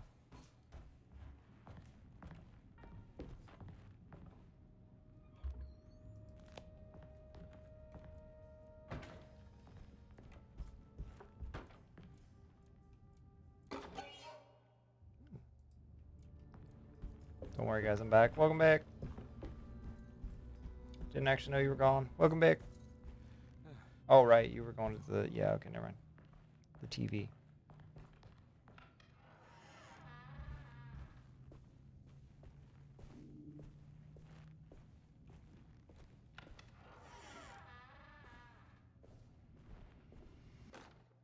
You know, Mr. Waits, I saw a piece of the plate that Liza broke. I think she's been hiding them. She's not very good at it. She just chucked it into the little room with all the tools behind the boiler. I left it there. I didn't want to embarrass her by picking it up while she was looking. We went upstairs instead and played backgammon. I let her win, because she's so unhappy. The piece looked like the one on display in Cassandra's room. You know about that one already, right? Or is your eyesight really that fuzzy? I hope you don't feel bad about your glasses. You only look stupid when you squint. Maybe if you had more eyes, you would see these things. I wish you had all the eyes you needed. Your best and favorite guest, Grace. Right. Cassandra's room, and then tools, boiler, yada yada. It's another plate for the talisman. Like the other one, it's broken and missing some pieces.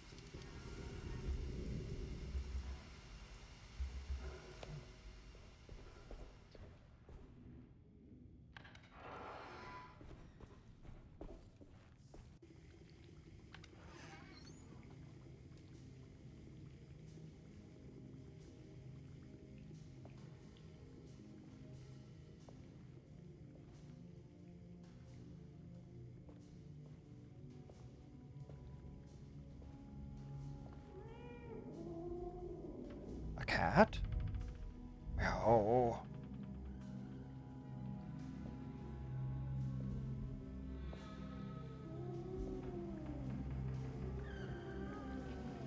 Xy's a Terminator?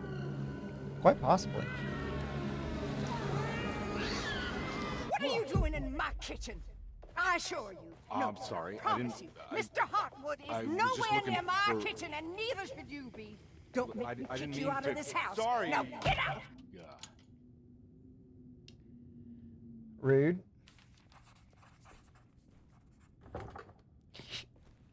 Gets threatened with knife. Tries to re-enter room.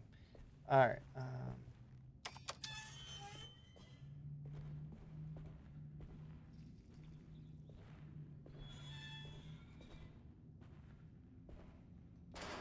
Alright, what do we need to get through here?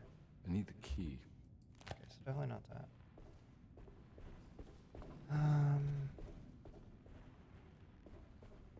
Get the job. Right actor, wrong movie. Wow. Good one, Exy. Good one.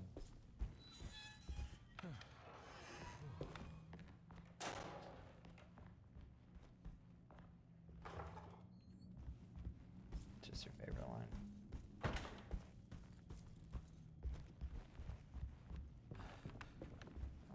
Wedged. Oh, private, right.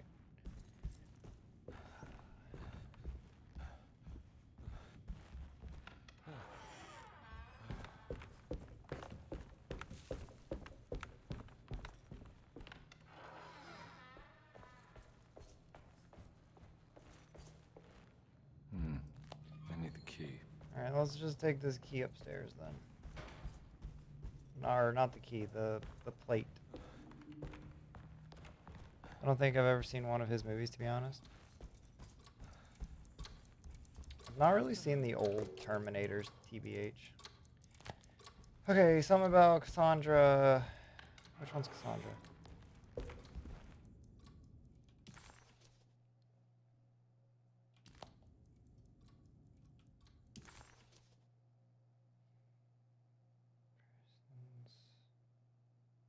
Her room, maybe? Mezzanine? Do we go in the mezzanine? Oh.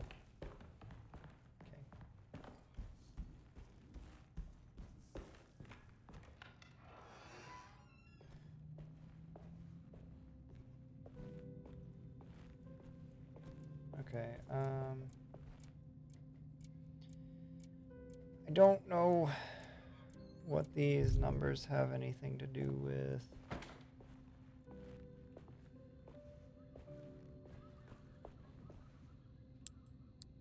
For that. Thank you for the yeah!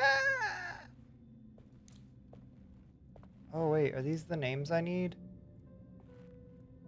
Argus, Mossig, and Keith. Argus, Mossig, and Keith. So 294? 294 is the code. Which does not correspond to that. But I think... Is that the safe? I think that's the only... 294. That's the only other number system I know of.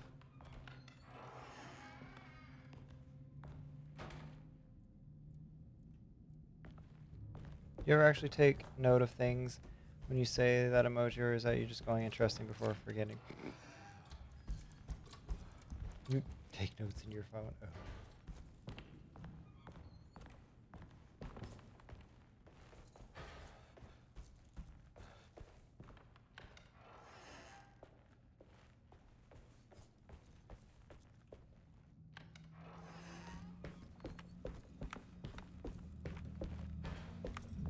There's Okay. no way I can get into this thing. Better leave it alone.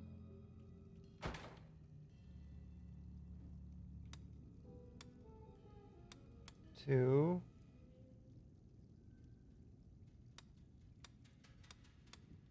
Nine. 4. Where's the... Okay. Oh, that's because oftentimes I get recommended something and respond like, oh, I'll have to check it out, and then I never check it out. Make a mental note that pops up randomly 6 months later to be deleted. Conby Objective. was in shock, but also a little embarrassed. The housekeeper was furious to find him searching through the kitchen and had run him out of the room. There was something strange going on with her, but it didn't feel connected to the case, so he decided to stay out of her way.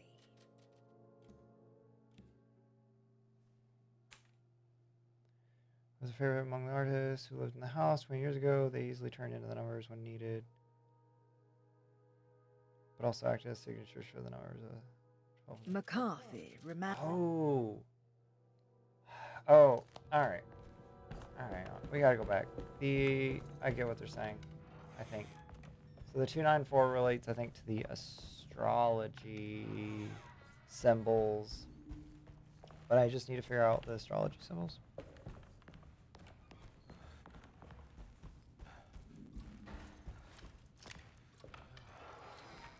Cthulhu, like what?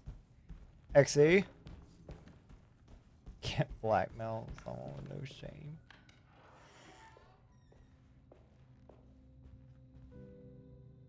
Okay, I need something. Let's return. No. Patient files. I mean, maybe.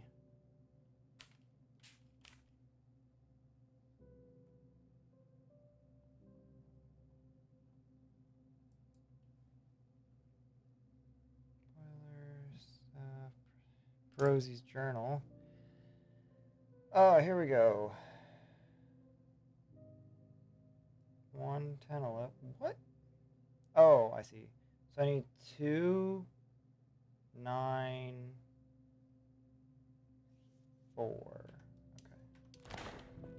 I don't actually got that. This one maybe? Yeah, 2, and then that, and then that. Crap, I already forgot.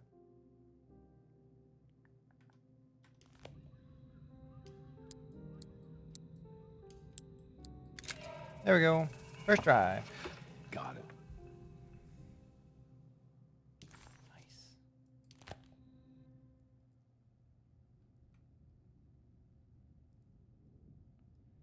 Alright, we got all these. Like, see, if you don't give me $500, I'll tell everyone about your special Wi-Fi. Alright, it's a little strange.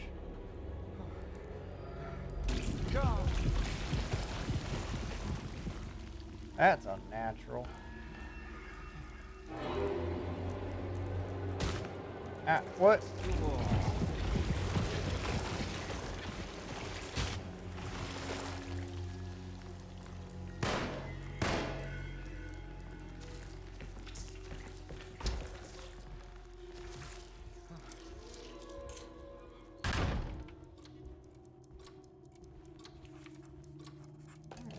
I think I've seen this somewhere. What the hell is going on?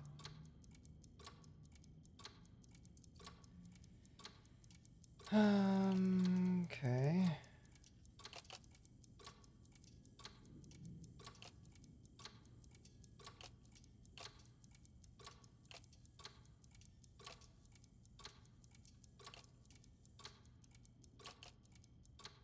You guys know me. I just do the puzzles.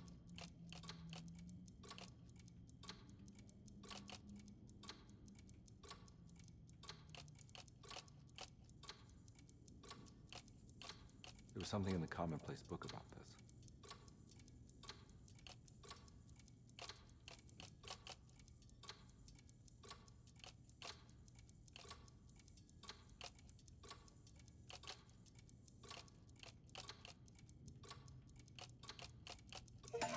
There you go. I think the clock's broke. Or maybe it just stopped at a very precise place. Oh. I'm very confused what kind of game this is. It's supposed to be. Is it supposed to be spooky? It's a Cthulhu game. I haven't seen one Cthulhu. Make sure that. Yeah, it's a Lovecraftian Cthulhu type game. I think it's kind of supposed to be spooky, kind of puzzle mystery kind of game. All right, what do we got? 6, 4, and 3. Okay. So, hang on. 6.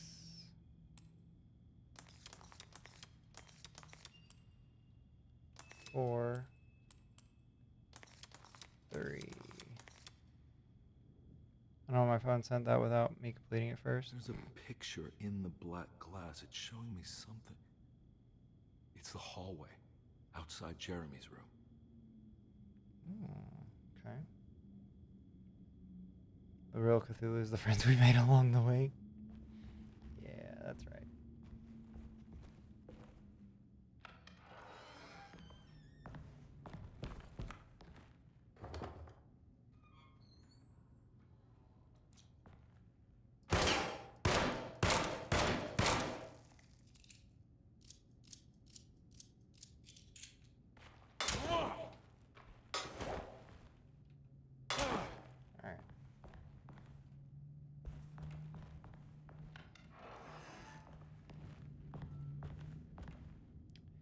You had an app on your phone that turned Cthulhu into a Tamagotchi? Of course you did.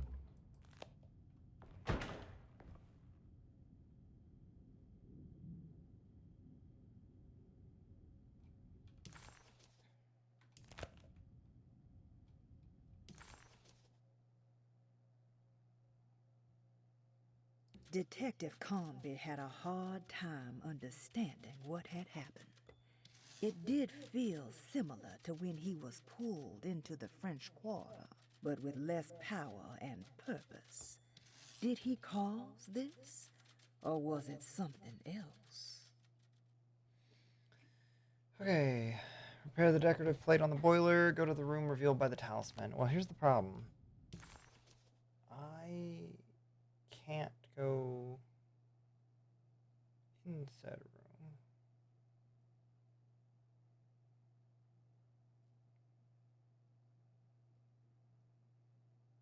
Actually, what room was revealed?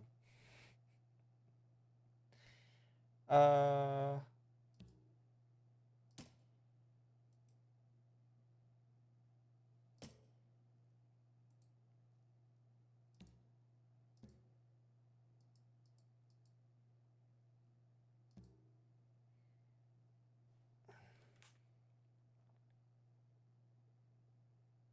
see. Lottie's room, small parlor.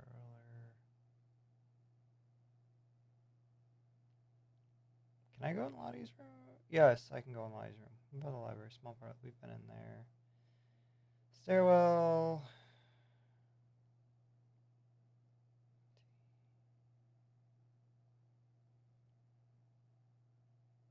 Oh, I've not been in this area yet. Have I? Wait.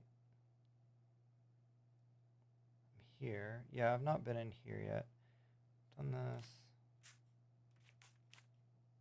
Attic. Oh. Boiler room. I need to figure out the boiler room.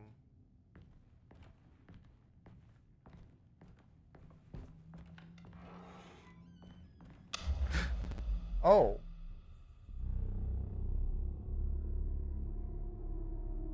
Oh, that frame rate.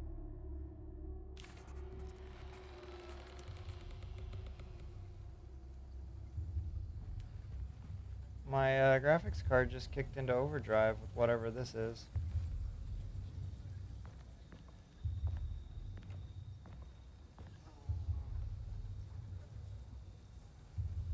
Okay. I kind of see why.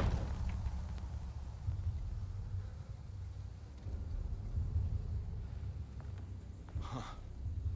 I made it. I entered another one of Jeremy's memories. Back Nisus and I are watching on the TV, so we have a big delay. Hey, welcome back, Pizza. No worries on the delay. You'll, I don't know what I'm saying. Thank you for being here. Hi, Nisus.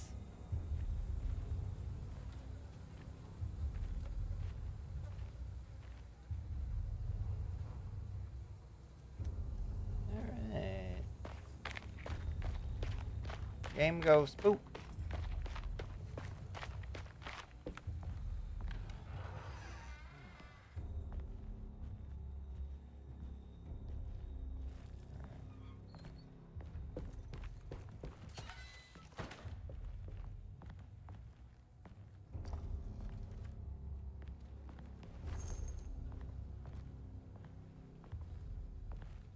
What do we have here? I am right behind Oh, no. Exy. Uncalled for, unnecessary, rude. May 1923. Alright, all okay, ready for delivery. Maintenance oil pump must be serviced. Any tampering causes large spills unless properly forestalled. Shipment delayed but delivered. Prospector reluctantly agreed to show the burial mound to Mr. Hartford, a painter who read about our finds in the papers. He means to return tomorrow and try to find a way inside. Mr. Hartford efforts delayed. Workers seem nervous about his presence. Hartford promised not to return to the compound. Instead, he is taking up an offer to by L'Officier, the riverboat captain, which means to pilot him to the site tomorrow morning. Hopefully that's the end and my work can resume. Maintenance bridge charter to the bayou has collapsed. Sabotage suspected. This is the devil that guides us now. No, don't give him a gold star for that one. I need the key. Pizza, this is essentially Nancy Drew with the amount of times he says, I need the key.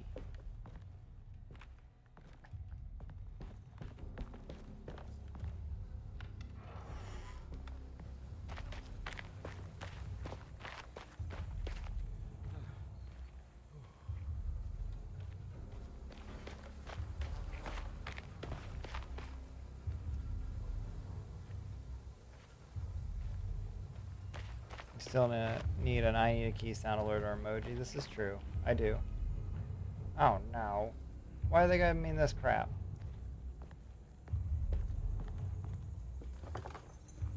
Locked. Really?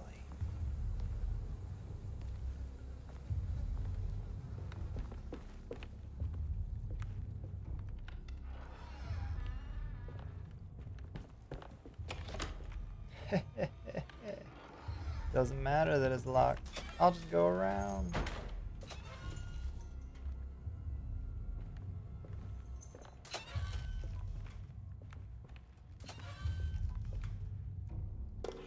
Ooh, a jetty key. Okay. Oh. Nicest. Thank you for the bits. Okay.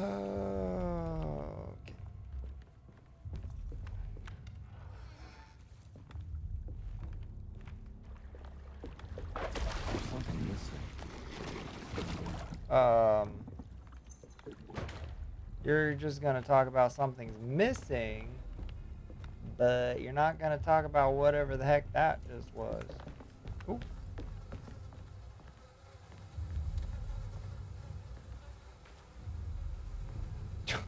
Do it again.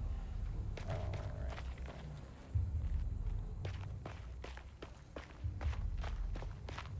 See if that gets me over here. What is that emote?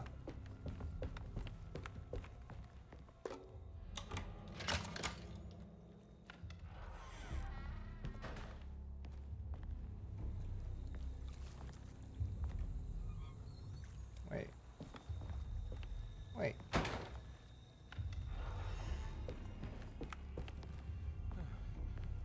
Oh, there was something in there. Please. Don't leave me in here.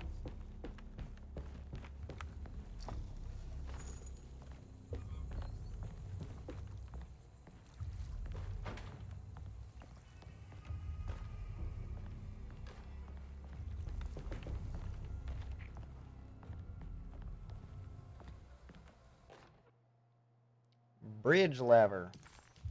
Got it.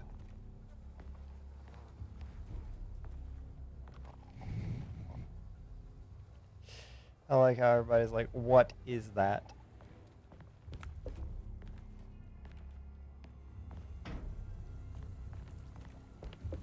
Oh no, Exy, no, no, no, no. That is not Cthulhu.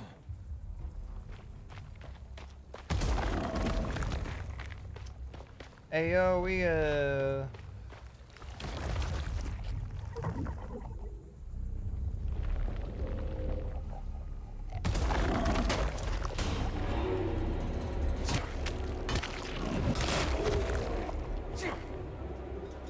Alright. It's Walmart Cthulhu. Oh no. It's just chunking. Worked. Chimkin. Oh. It's just chimkin. Oh no. We can go with chunking too, but that doesn't sound very appealing.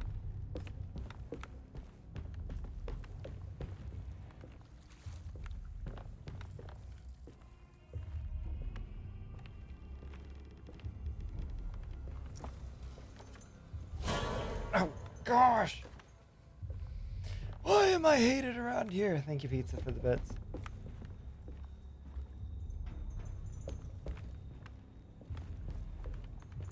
I don't know what kind of chimkin you all have there in Freedomville.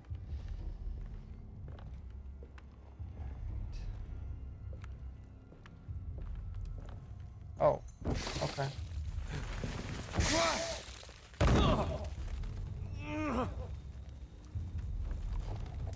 Yours do not look like that. You scare because you care. Oh, it's a big boy.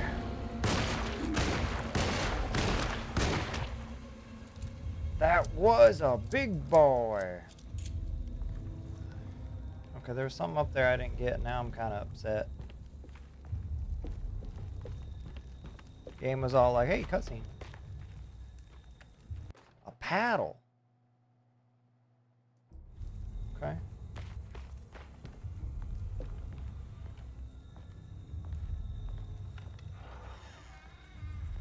Your chimkin are happy freed. Or what? A shovel. Alright, man.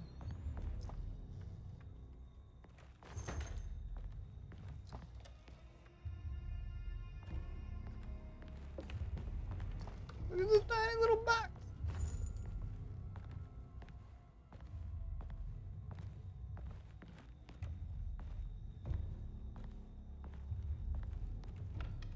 Or nor. Oh no.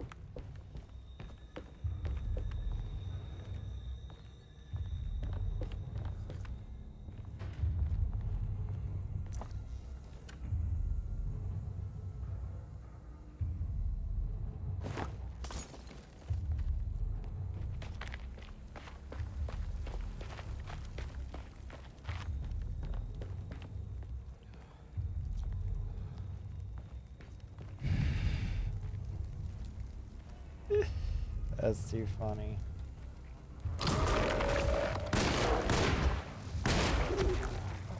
Listen here, fish boy. Ooh, a hatchet.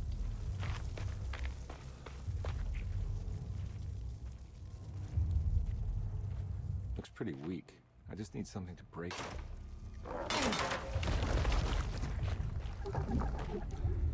No. Yeah, boy. You guys get it.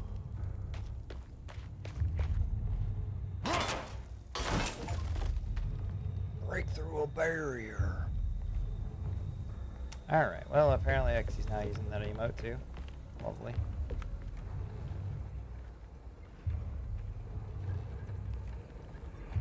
Oh no. He's here now. What's here? What's here, my boy?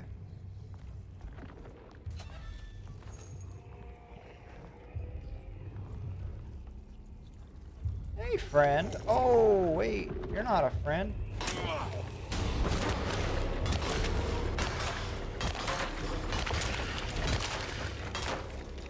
right.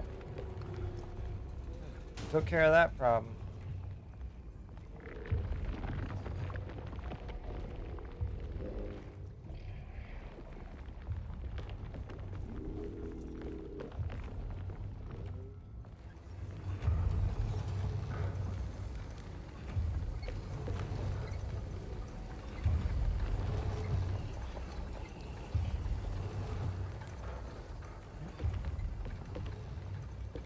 You're very proficient with that shovel. I appreciate it.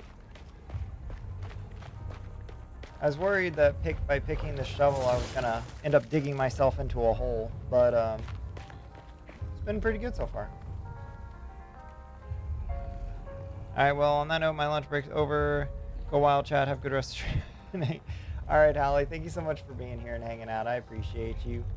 Have a wonderful rest of your day at work, and we will catch you later.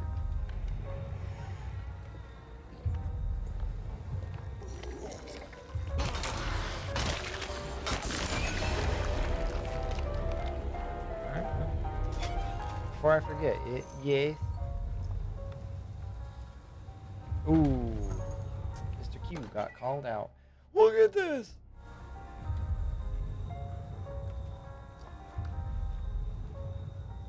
A rug.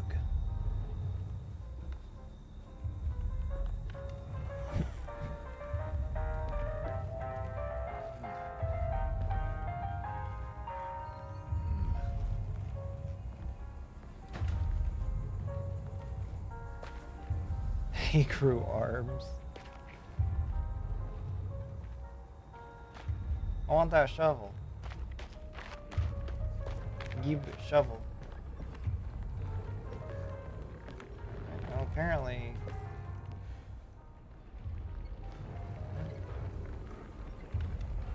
Can't walk through clothes.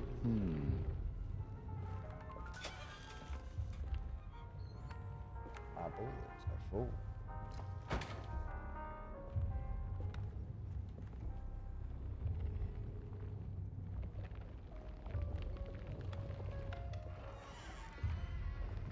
What happened to the one you had? It broke.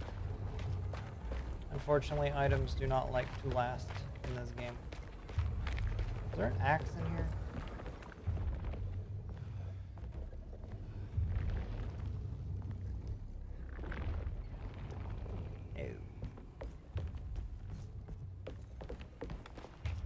No. Oi, mate. I'm honored. We got a base. Nicky. Got a... Gosh.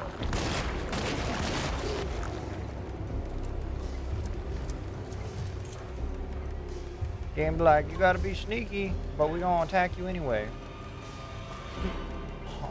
Onward. Good job.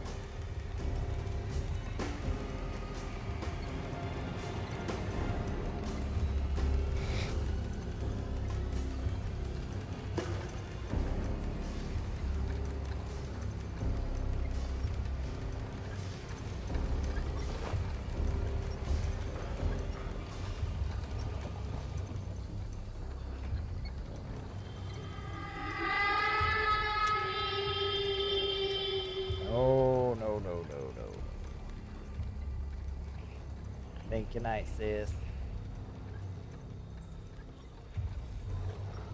What am I sneaking? Why am I? Whatever.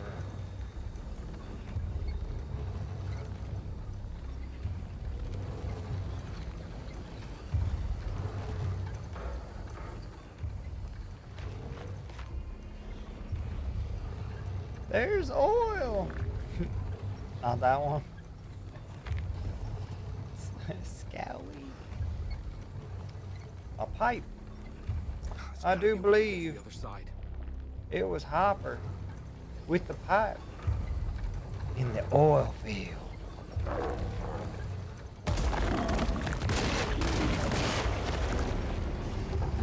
Come on, son. Come on.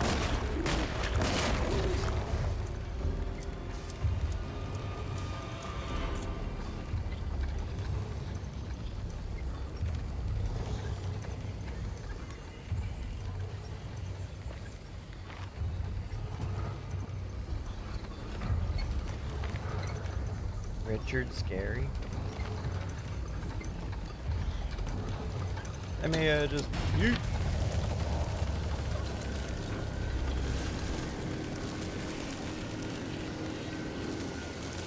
Oh.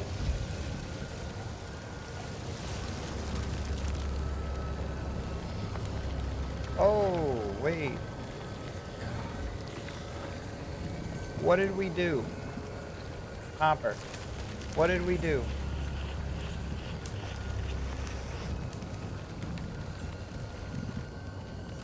What did you do?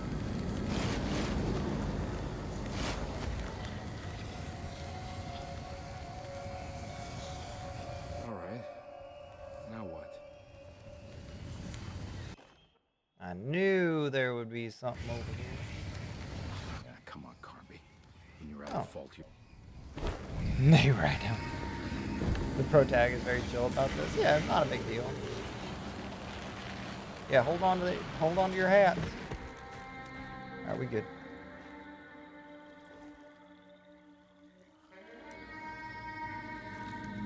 Wow.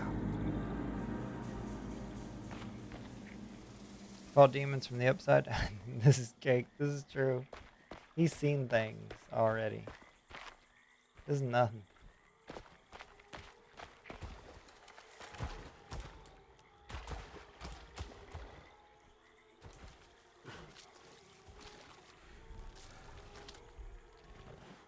Cake where? The cake is a lie. Hello! Oh!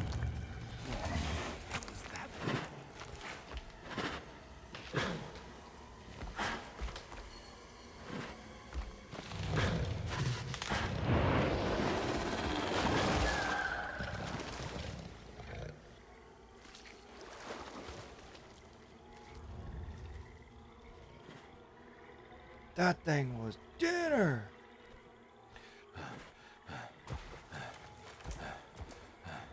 Maybe we just gonna turn our light off. Alright. Alright. You know, they talked about sneaking, and I think that's a good idea. Alright, just gonna be casual. What are you doing? That's one messed up looking dog. Puppy! Yeah. One of them hairless rat terriers. Oh. I hear Ollie barking It's the upstairs. hateful mound Jeremy talked about in his book. Oh, the frames. The frames don't like this area. I was gonna make an RE4 reference, but Nate wouldn't get it yet. I'm sorry. I'm sorry.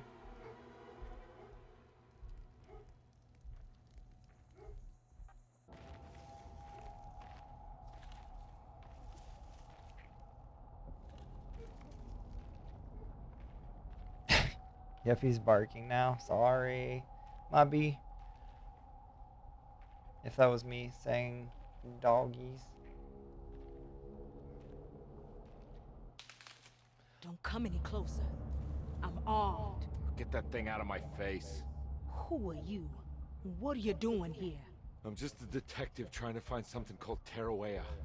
You after Jeremy too? Why? I'm working for his niece. She wants to make sure he's alright. He might be unharmed, but far from all right. He's a curse upon Deseto. Here we go again. What? Oh.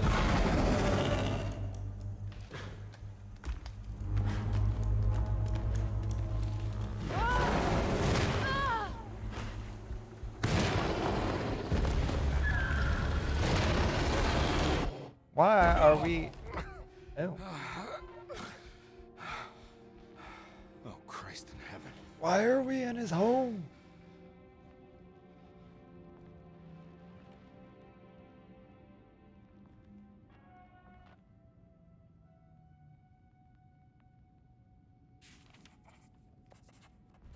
Saved by no clip.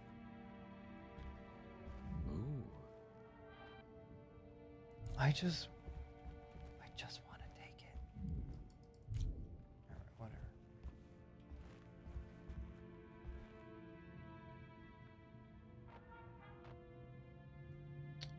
What are we doing now? It was a bust.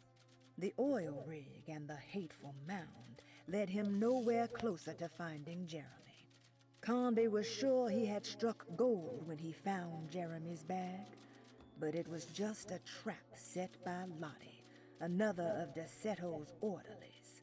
Things got out of hand real quick, but somehow Conby managed to find his way back to DeSeto, none the wiser. At least it was one item off his list. Now he had to figure out what to do with the boiler. Okay, alright. Boiler.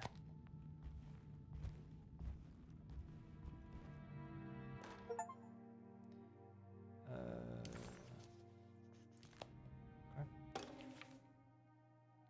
This is awesome. Hey! What is up, Drew? How you doing? Good to see you. Reflections on the power of the verb. Alright, I'm gonna read this. I don't wanna. Reflections on the power of the verb in certain text by Juan Louis Yol. To act is in itself divine. Even the slightest movement of our hand is evidence of our soul in motion. Yet our free will is so easily overwhelmed by the dullness of everyday life. Our actions become rote and rigid in spite of luxury and comfort. True divinity is found in the choice of leaving the stage where we all perform. People who discover this freedom unexpectedly will be struck by the terror of this revelation and become paralyzed, or worse, turn to suicide. However, if you are able to weather that storm, you will discover that there is a divine path beyond that fear. There is a chance to dismount your destiny and make something new, something that hasn't been planned for or predestined. There is difficulty in explaining this type of acting as it transcends our everyday choices. This isn't some banal decision choosing one career over the other, or even who I should marry. Leaving the stage, no matter how, isn't a matter of course correction. It is a rejection of the story that the creator is telling. Oh no, not the squishy boy. Sitting room key. Okay. Where's the sitting room?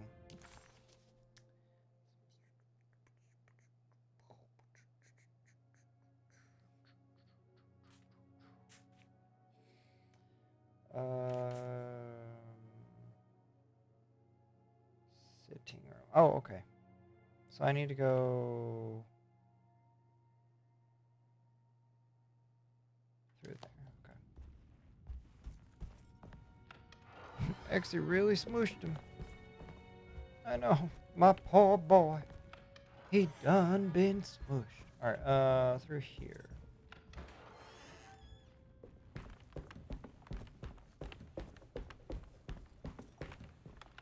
Progression. Oh gosh. That's unbearable. Oh dear.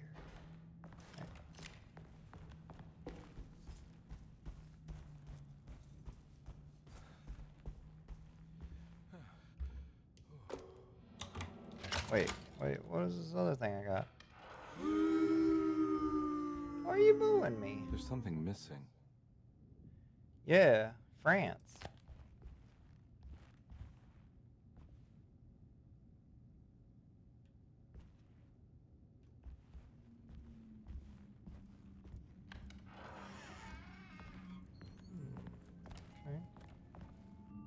This must be that kid's room. Don't you worry, Grace. Go play your game, bleat and bellow with the others. I won't be jealous. There will be more masquerades. However, I would love it if you would finish my mask for the feast. With love, Ruth. I'm glad someone else did that because it wouldn't let me do it. So it must be Nancy's ancestors. Something's missing. Yeah, this is maybe like a great uncle, grandfather.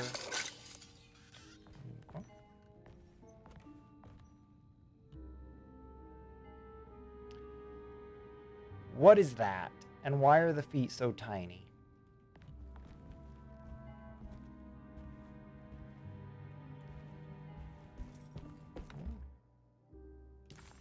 Oh, it's an object to steal. Okay.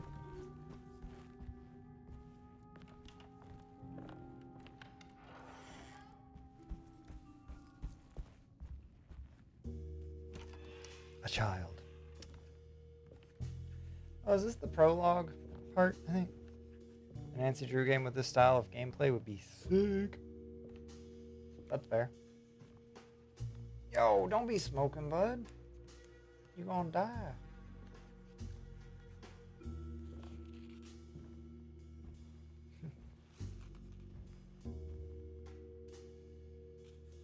you got there? You drawing something? Nothing special. I'm just bored. Do I know you from somewhere? I remember you, Mr. Conby. From where? Don't touch that. Cassandra wouldn't like it. She wouldn't like it at all. Do you know where she is? I'd rather not talk about it. It makes me upset. Besides, she'll be back after the Feast of St. John. You think? Yup. It's all on the page, Mr. Conby. And many of them that sleep in the dust of the earth shall awake, some to everlasting life, and some to shame and everlasting contempt. All right. I'm gonna go now, if that's okay. I don't like to stay too long in the same place. Mr. McCoffey might find me. Hey. Is he mean to you? Not everyone needs to be saved, Mr. Conby. You should know that by now. This child. Miss Beauregard, I picked up your medicine at the post office today. As you understand, it needs to be administered by the orderlies for your safety. I've put the box in Lottie's room for now, and I'm sure she will find you as soon as possible. Mr. Wade.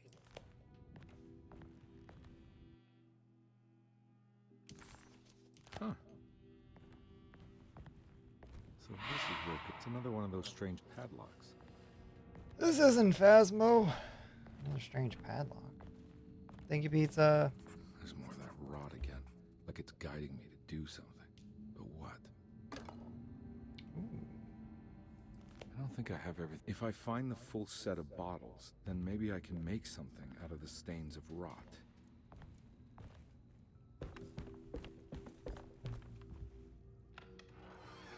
Let's go over here.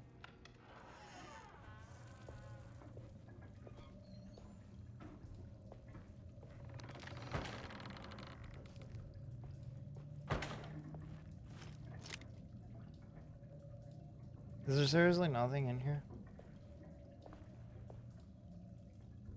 I agree, actually. They actually do have a mystery game with similar style, but it's Agatha Christie. Alright, what The over... medicine bottles had stains of rot on the labels, suggesting some greater shape. They just needed to be put in the right order. But for what purpose? Mr. Q, thank you for the drink redemption.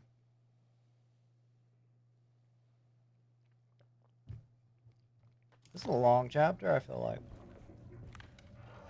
Okay, I'm out of here. Good night, everyone. All right, Mr. Q.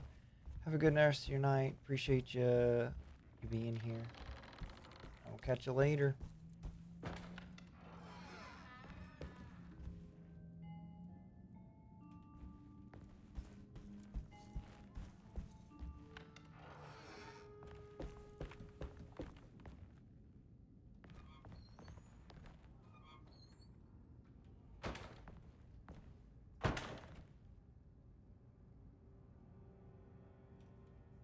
Alright, it's time I depart for the night as well. I got an early day tomorrow. Good night, everybody. Ugh, rude. Alright. Palette knife? What are we supposed to do with a palette knife? I don't think I have everything I need. Exie, I hope you have a wonderful night, and I will catch you later.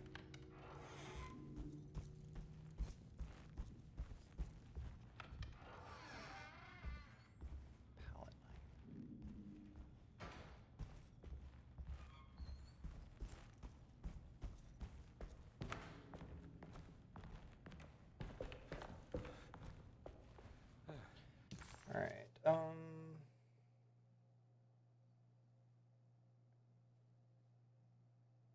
treatment room? Let's go look at the treatment room.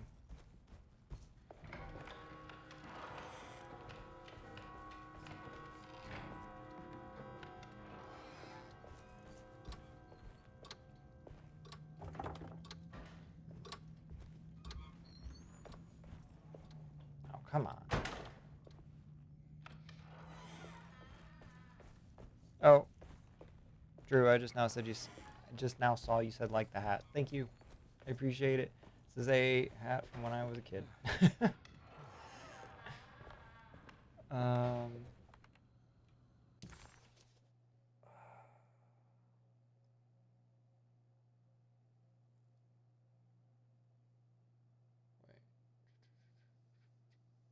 Drawing room is unlockable? Oh, okay. So we can go to the drawing room. I see. But why are we owing?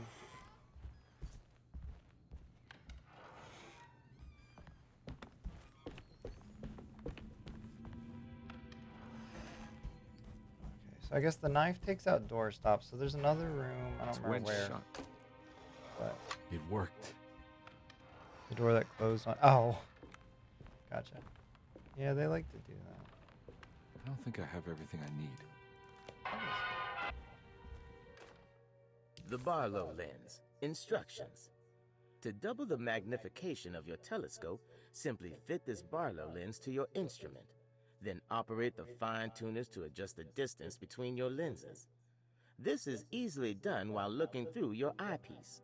Simply search for a position where your picture is clear and appears flat.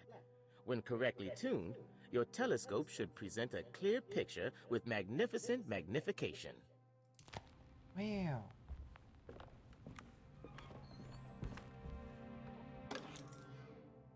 Cellar key.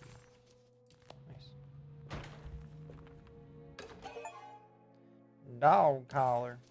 What's this? Ooh, I finished a collection.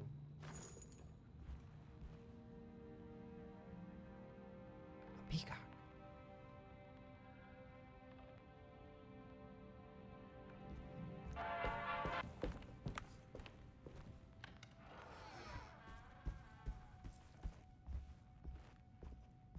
All right. Let's see. So we can go up those stairs now and down there. All right, let's go up those stairs real quick. Since that's probably closest. I bet that record player plays copyrighted music. There's a setting that you can turn off copyrighted music in this game, which I did. So I'm like curious if that's what's going on. Is trying to play in this like.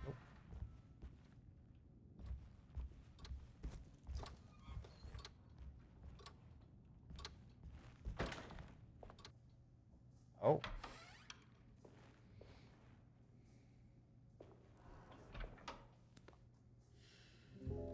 Detective Conby, how good of you to come. Let me pour you a drink. What happened here? This place looks like it was hit by a bomb. Welcome to the madhouse, Detective. Thanks. Did the ceiling just collapse? I heard it was something in the attic, something that was supposed to happen but didn't. How that could have such consequences is beyond me. The truth is, I don't know why the room looks like this. But I bet your friend Jeremy does. You know where I could find him? Oh, somewhere in his past, I suppose. He keeps going on about that mysterious dark man. I think he is hiding from him. Or maybe he's with him. I can't really keep up. I don't worry much. Take a look around this room. You may think it looks spectacularly devastated, but I just think it's finally found its stride. It fits perfectly with the state of this place and its loonies. The same goes for the nonsense with Jeremy. In my eyes, we finally managed to match the wild ride inside all of us. Well, I'm happy you find the evening so harmonious. I hope you don't mind me setting things right. Jeremy's business, that is. This room looks beyond my capabilities. Good luck, Detective. Hope to see you again soon. Yeah, evening, miss. Big time sus.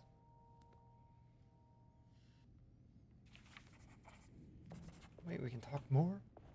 Can I get some more of that whiskey? Go ahead, Detective.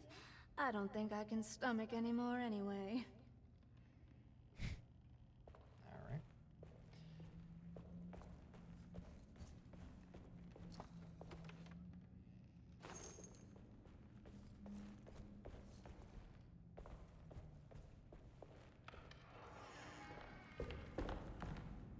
Oh.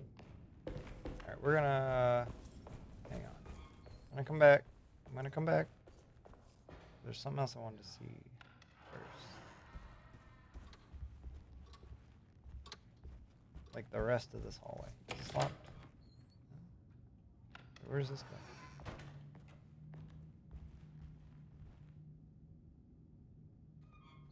Oh, okay, I know where we are.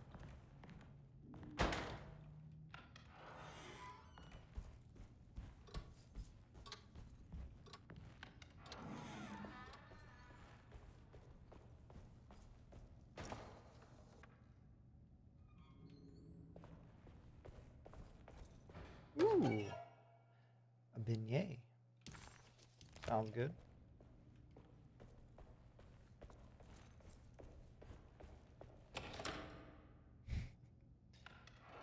Where does this go? Oh, right here. Okay. Let's look at our map. So we can go in the stairwell now. Ah, Ruth. wait. Ruth seemed like a handful. Her talk about Jeremy and the Dark Man made it sound like she might know something of importance, but ultimately it felt like a dead end. Okay, find the missing medicine bottles, investigate the small parlor. Where's the small parlor? Grand parlor.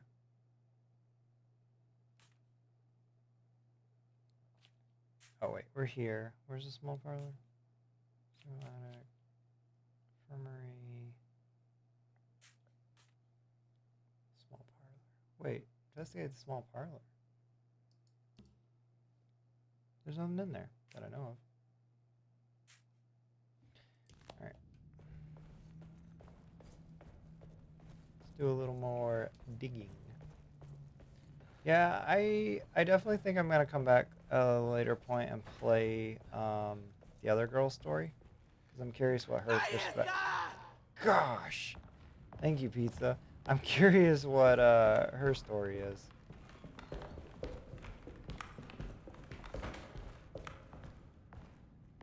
Oh.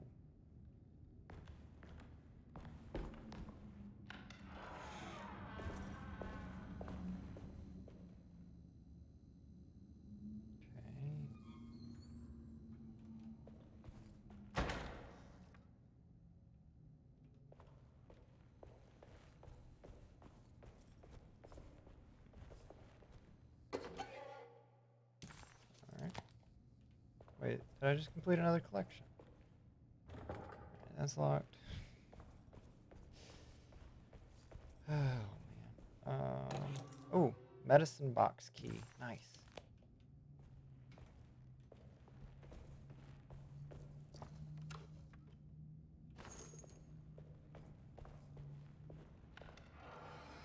Ugh. There's more of that aggressive rot. On the commonplace of evil, BRB, there lies virtue and stark irreverence, careless thoughts of luminous indifference. But blame not the beast we once were, which science so often wished to refer. Not the wicked full of sin, it is you who stand and grin. All our good intentions aside, whereupon we build our pride. Sunless solitude, follow not this corrupting light. Prophets of confidence always crashes out of sight. Hear me, for we all bear this mark. Thus we must remain alone in the dark. Oh gosh, she took so long to read that. Right.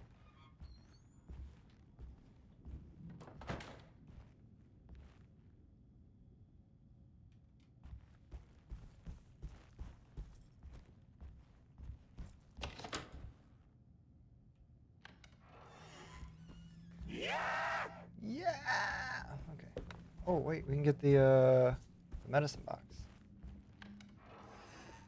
That is not where the medicine box is. It's in here.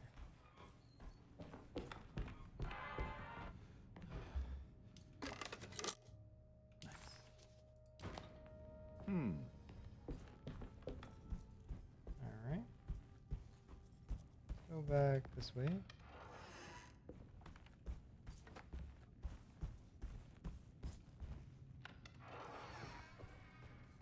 Alright. I think that's everything down here.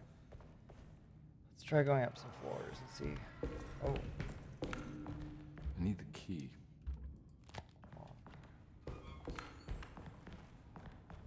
I mean, technically, you could just jump off, but okay. We'll play by the rules. Which does beg the question why there is a hole in that thing there.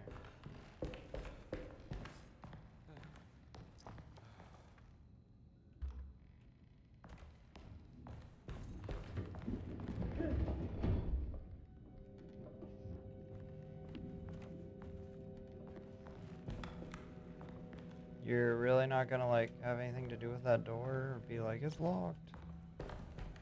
I am right behind you. Okay. Oh, alright. Thank you, nice sis. I see. It's to transport patients. Okay.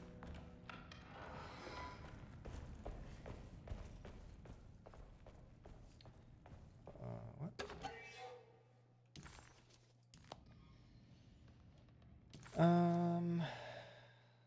Let's see. Where does puzzle? Where am I trying to get to? Objectives. Investigate the small parlor, repair the decker plate, find the combination for the lock. Oh, I found the medicine bottle.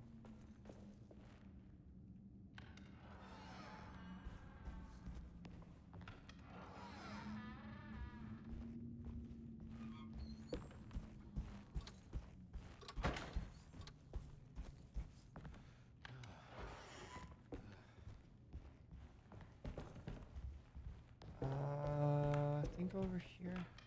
I'm trying to remember all these places.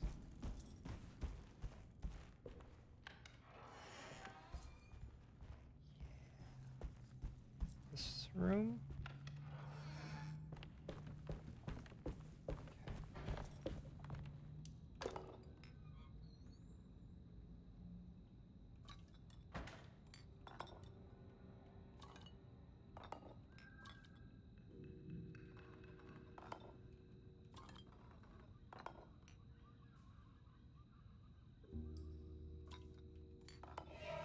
There we go. The rot made the shape of a snake. There must be something important to find here. Maybe it has something to do with the numbers on the labels.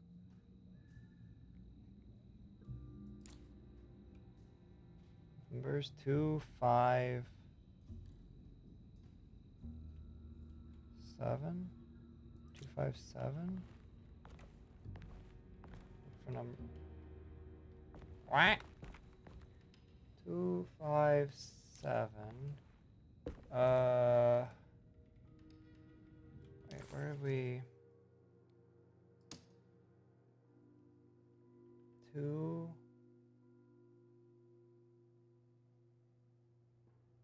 5, 7. I feel like that's not it, but we'll try.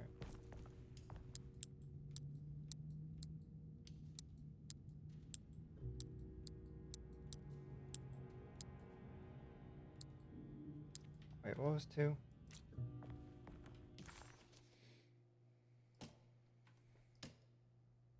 Will I need to remember? Nope.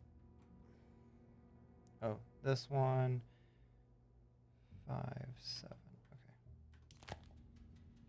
Got these backwards. Ah, okay, that was it. Nice. What do we got?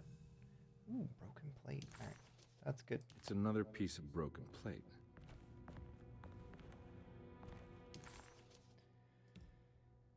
All right, investigate the small parlor. Let's go do that real quick. I want to know. I want to know.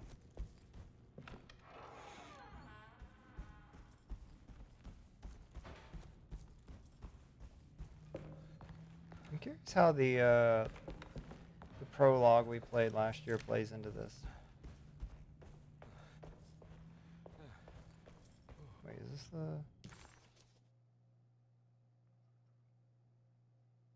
Oh, that's locked. Wait, didn't we come through there? No, we couldn't come through there because it was locked. Why was it locked? I don't know. I need the key.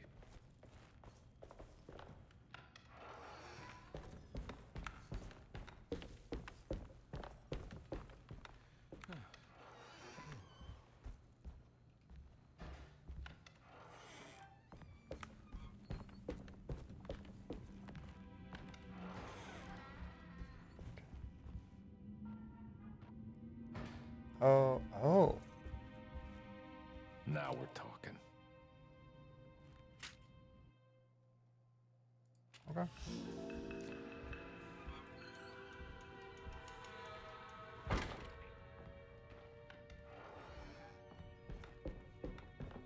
I don't know why that's open now, but I'll take it. Huh? What? Oh boy. Okay.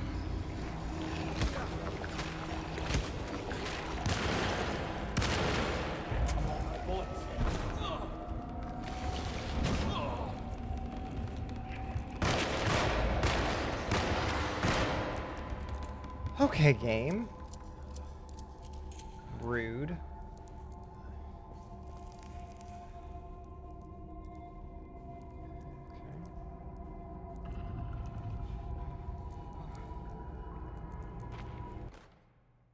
Ooh, pickaxe, nice. Alright, more shotgun shells.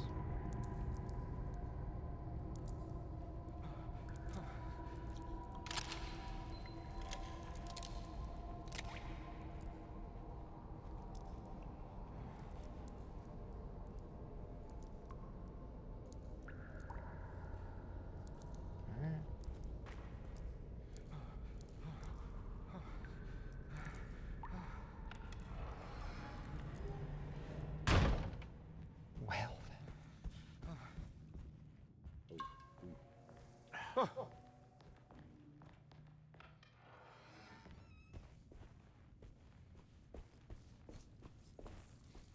We did get the other boiler piece, but let's go this way real quick.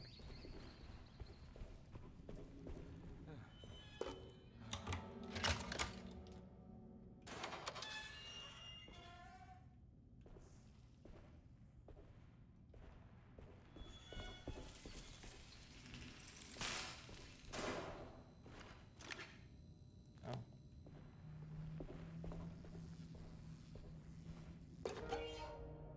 Switch. Okay.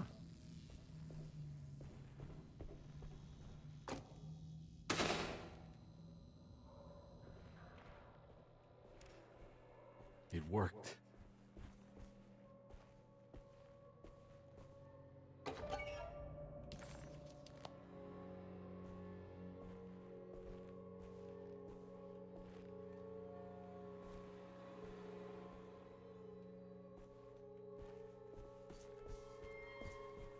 Can I turn this back on? Okay.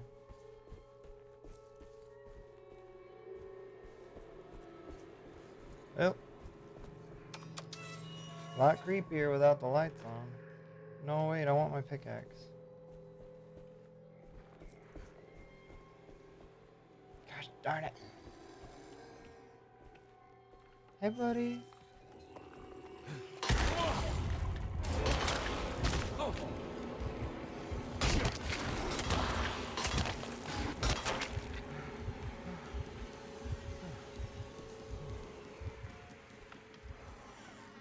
Friendly little guy.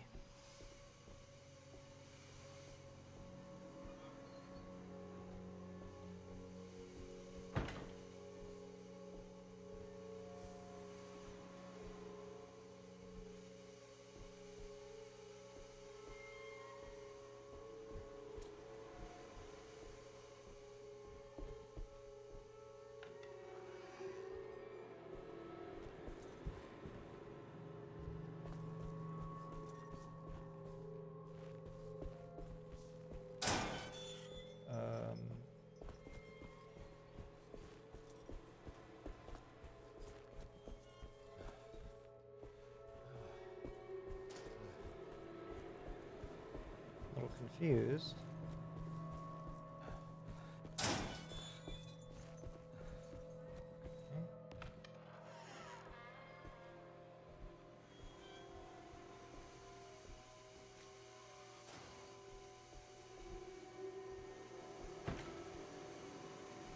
Ah, I see.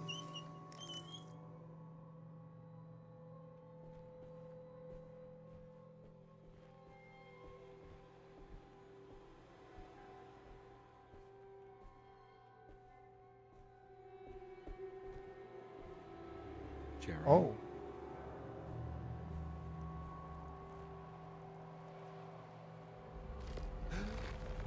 What the hell is going on?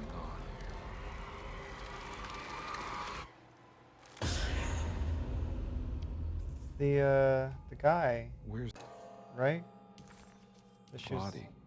Like, I wish you had more eyes or something.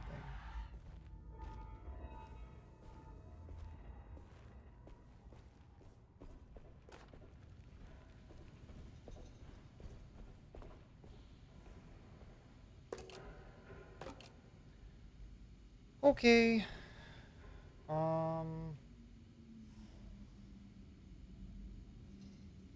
This looks a little more difficult.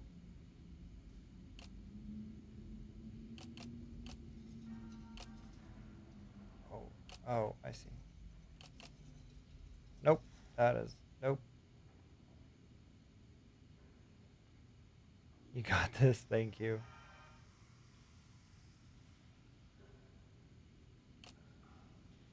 Oh, wait. These are upside down. Hang on.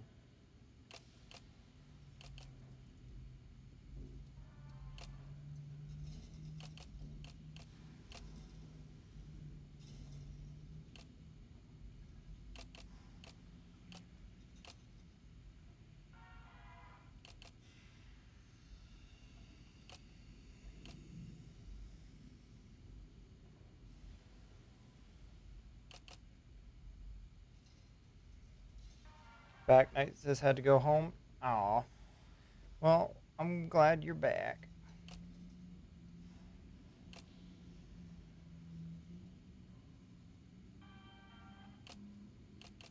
Okay, there's where that one goes.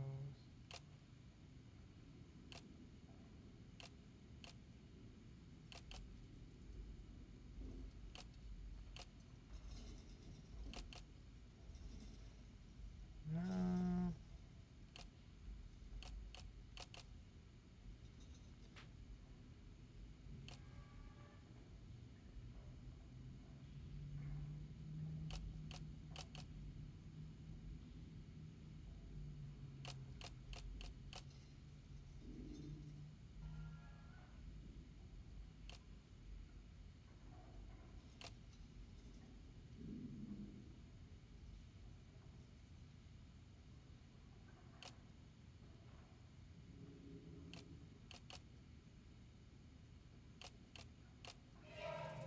Here we go.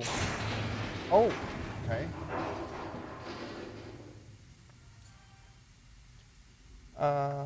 Wait.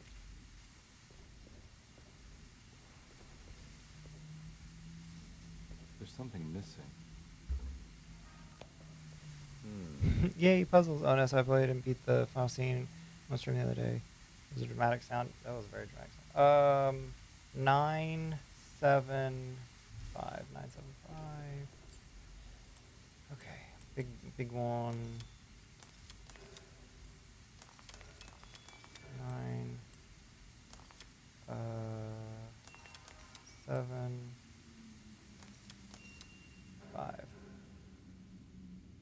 don't remember a tone for that one. Black glass is showing another room.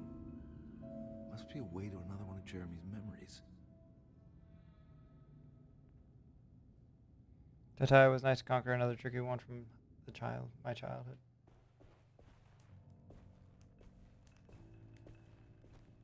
The valve is gone. Oh well.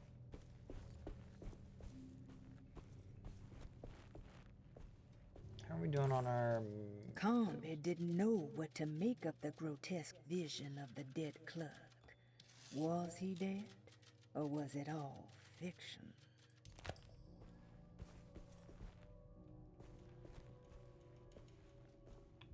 This looks a little different. Should play the oldies. Next on the list is Scarlet Hand, the first in game I never finished. Wish they were still as difficult as they were back then. Makes for more play hours. Some mom in the end game sequence didn't freak me out a little as little pizza. I knew it. I knew it would work. You're getting good at this, Carnby. Maybe a little too good at this.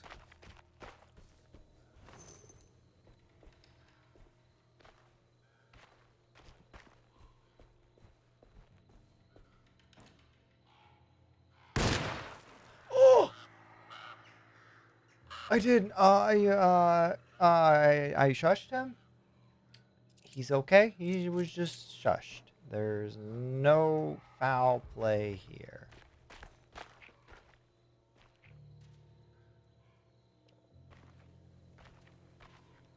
You know, most games, they don't let you do that kind of stuff.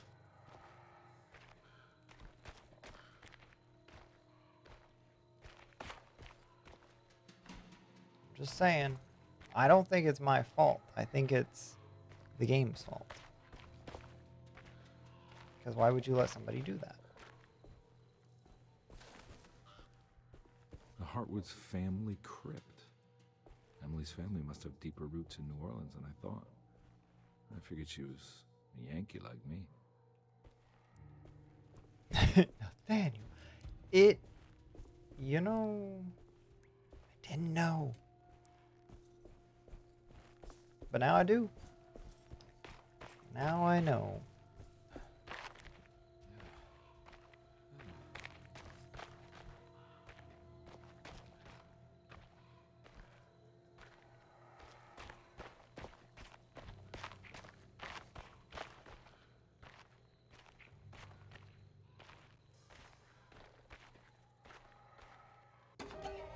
Ooh, the blessing. What's this? No, what do we got here?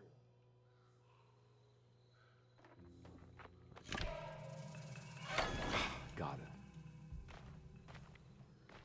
Sledgehammer. Heck yeah.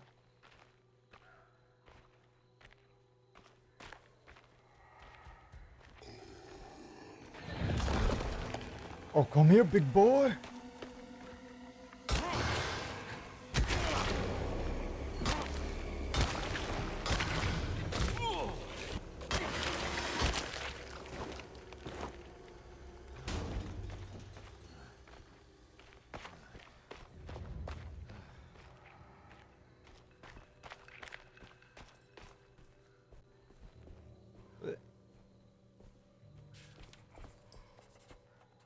It was the chapel Jeremy had mentioned in his book. With a bit of luck, soon Comby would be able to catch up with the old man. He just needed to find a way inside the chapel.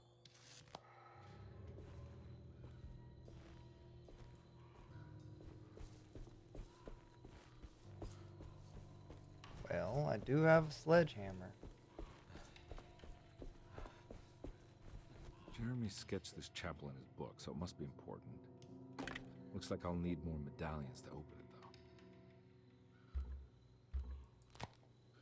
I don't think I have everything I need.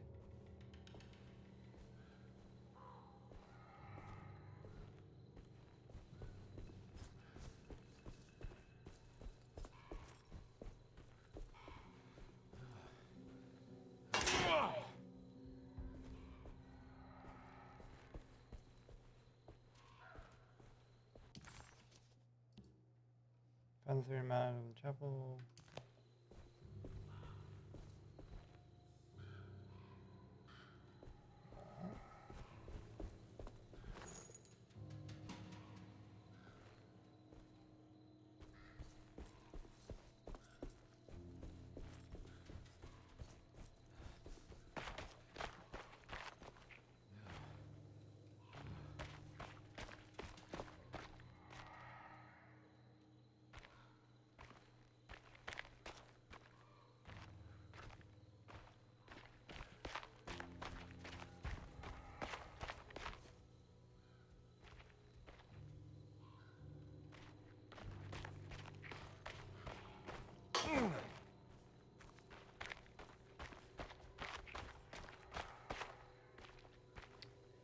So many times dropping my phone and surviving. It got me this time. Shattered my phone screen. Oh no. Well, that's not good. All right.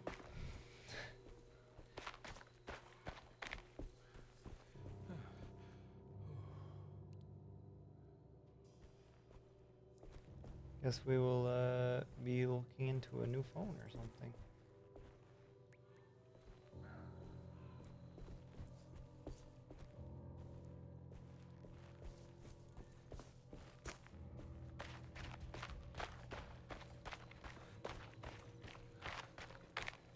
You got one of the medallions?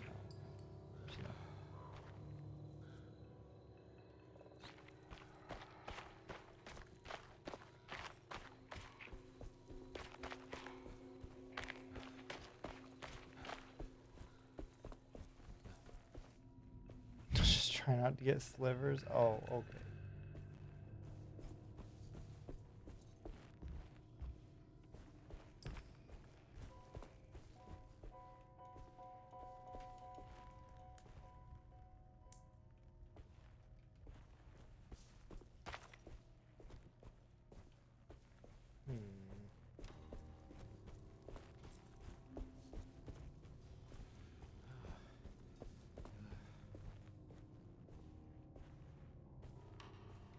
Where am I supposed to find these other medallions?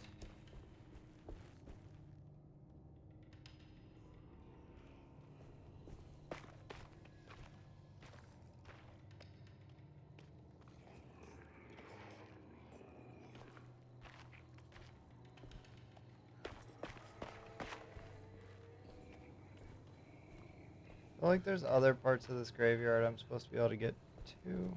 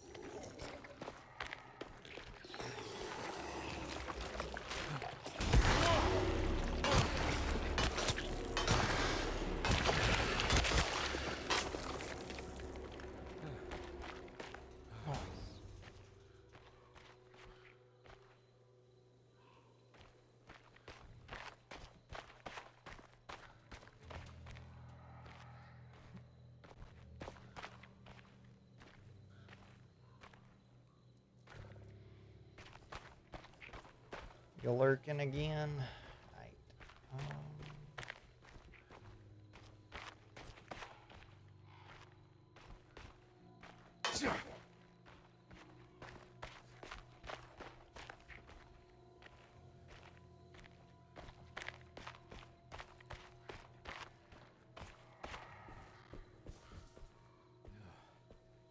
Oh.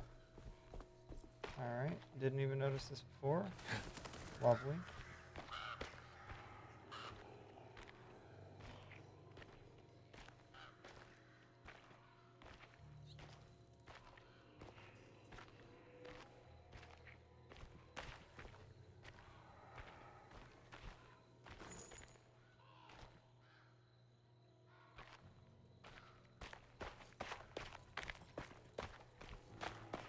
Oh, there we go.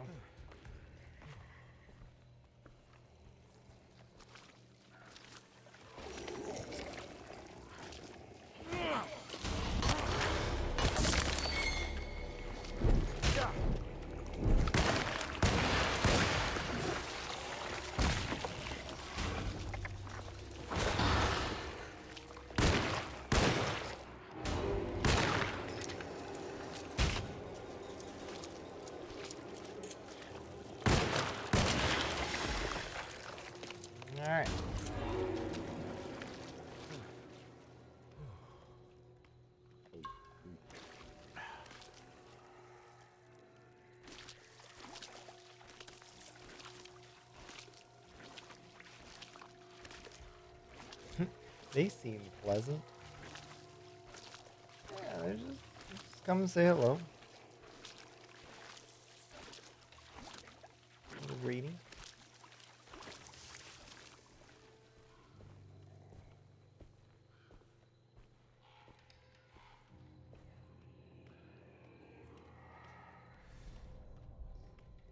I'm guessing they want me to sneak.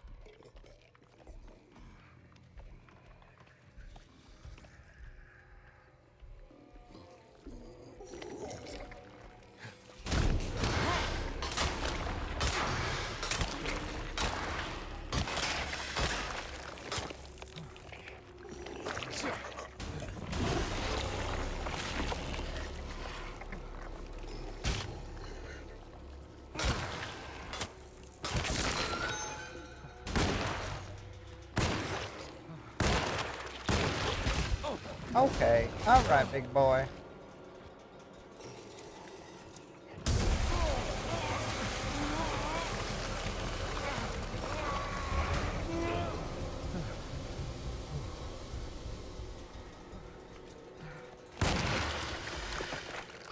Well, that was unpleasant.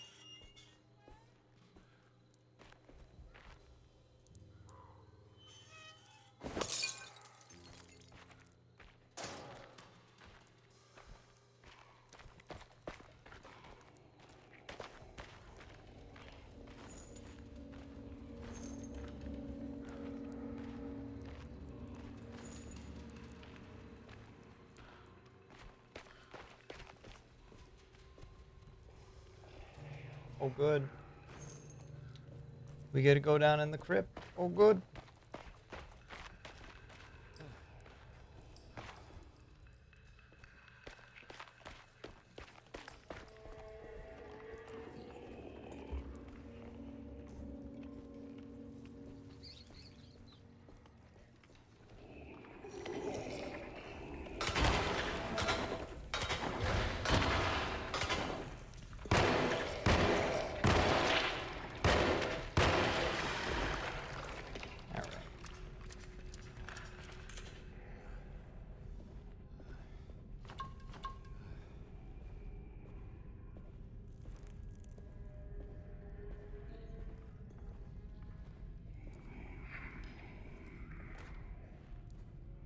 Do like that sledgehammer. Hey, buddy.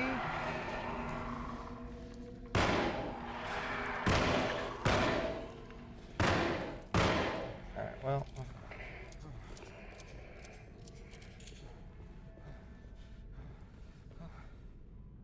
Don't mind if I take that.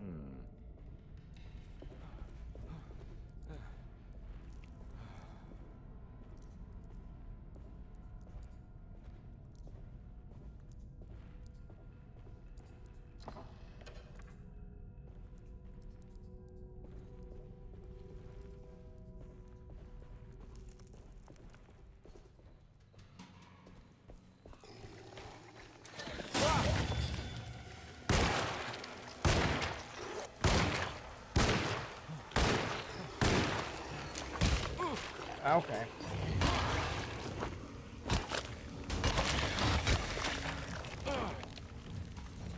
Oh, there's another one.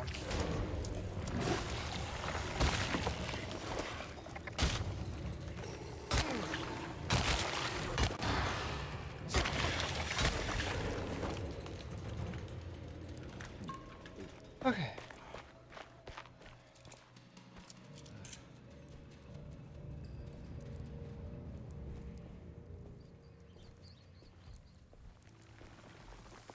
Ooh, fun.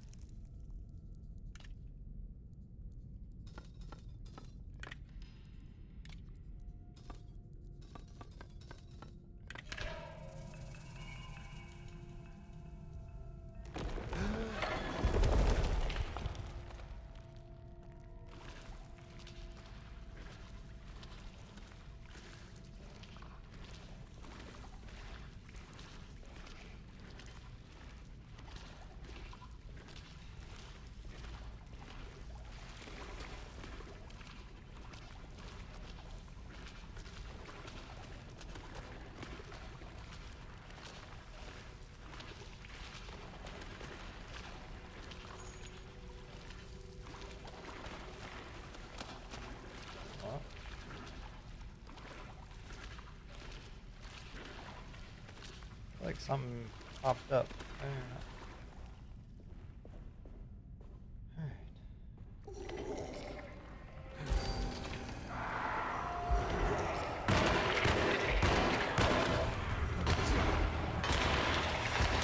Oh!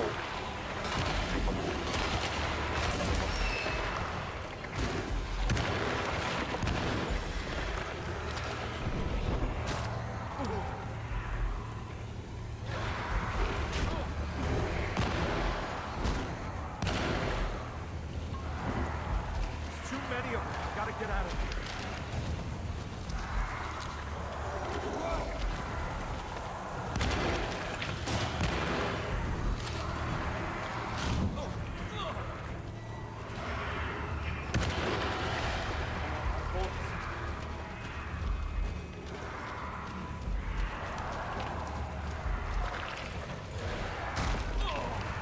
I'm in a bad place right now.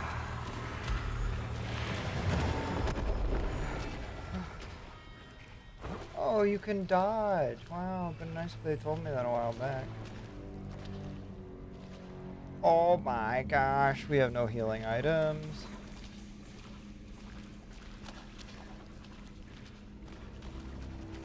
Wow. Thanks, Gabe.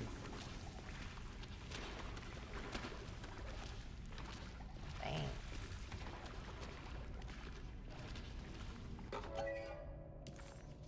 Now what do we got here?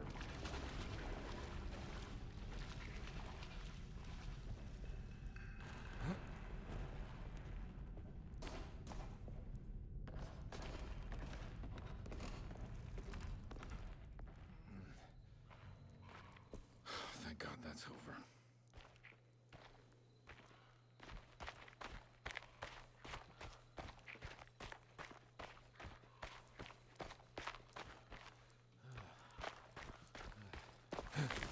Oh my gosh, those birds scared me.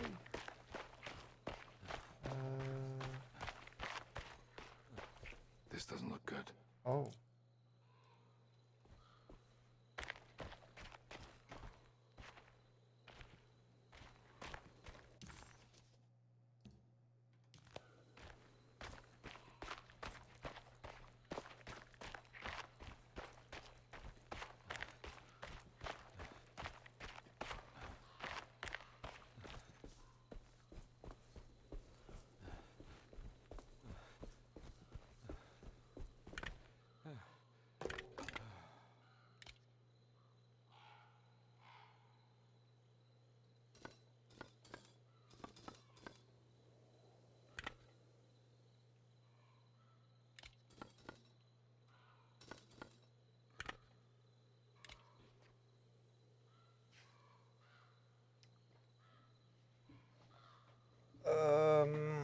Why are they swappable?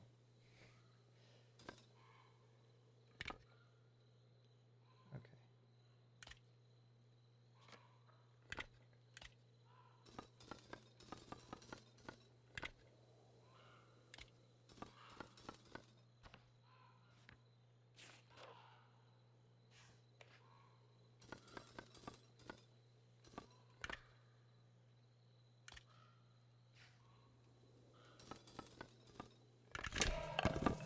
Okay.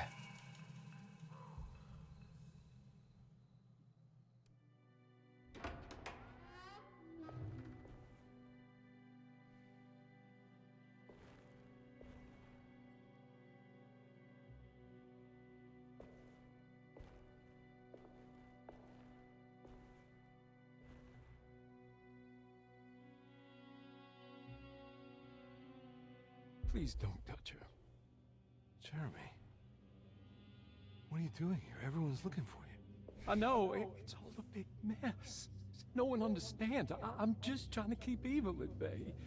Just for a little while longer. You've got to come back with me. Your niece is waiting at Tercetto. Emily? Why would you... My letter. Keep making it worse. What is going on, Jeremy? How is any of this happening?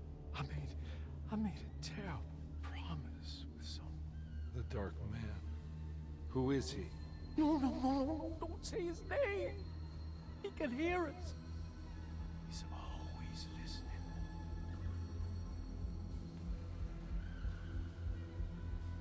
Jeremy, I need to understand what is going on. I promised him everything. When the sun rises, I will be chained in his sunken desert temple for an eternity. But at least the evil about to awaken in Tercetto won't harm anyone outside of that cursed place. You're acting crazy, Jeremy. I want to help. There's nothing you can do. Then what's all the business about Teruea? Why did you want to go there? Well, I can't go there. Not allowed. But you wanted to. Can I go? Tell me, will it help me to break your pact? Is there something there that would help? Why would you give me hope? That's so cruel. Okay. Sounds like we're onto something here. What should I... Look out! Behind you! Run! Don't let it take you! Oh. Thanks, dude.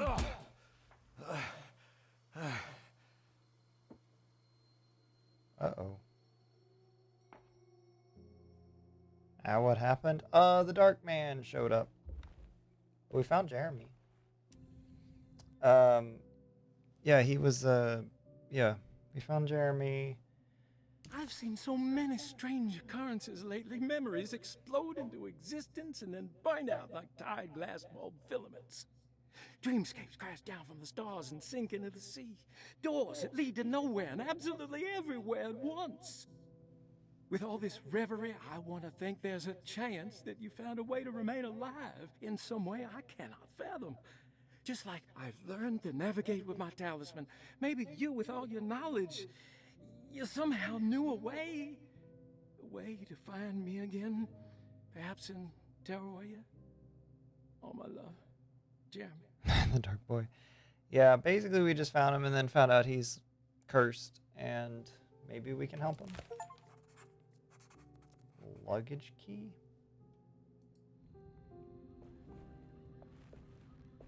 Unlock Jeremy's steamer trunk. She okay? She's dead. No matter how she died, she looks peaceful now.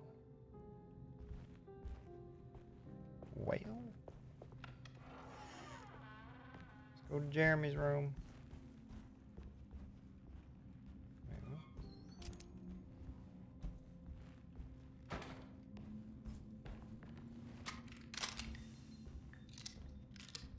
I don't think she's okay, Nate. She's just a little tired. I get that way sometimes too. Oh, the lens. We can go look at the cosmos. Telescope lens. Why would he lock that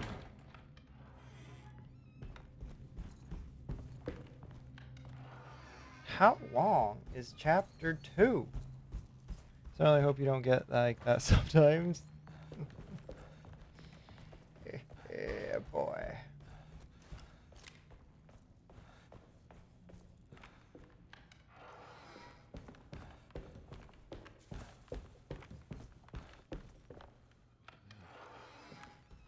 Alright, I'm slowly memorizing the navigation of this home. Whereas I gotta get a heart attack every time Nate takes a nap.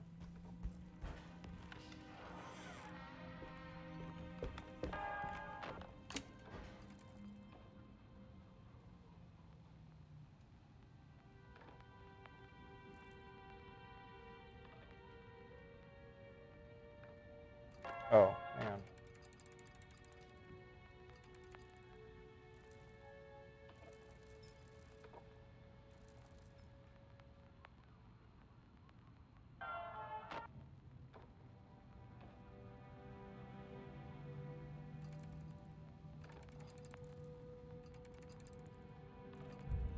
There it is. He's always tired though. Whoa. Oh. Oh, boy. I love all these puzzles. What are you? Okay. Alright. This is super easy. I can't rotate. So that's good news.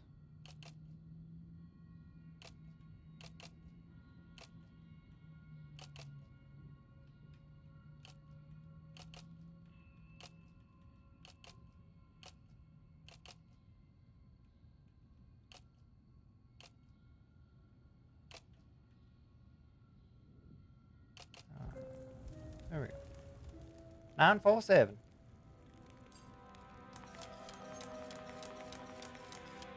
Whoa, what's going on? It's dialing in something all on its own and it's showing the way to another memory? Where is that? Looks like the dining room.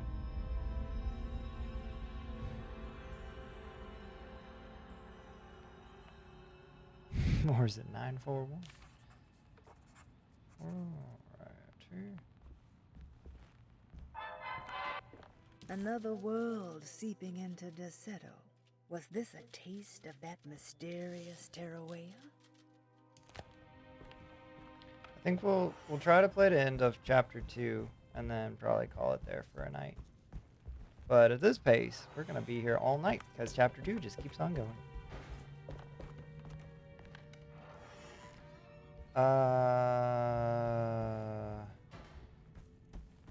Dining room. Ah. But I'm coming in a minute. Okay. Alright. Here we go.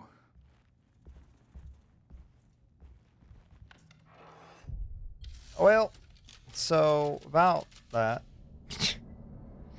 All-nighter, let's go. Let's not.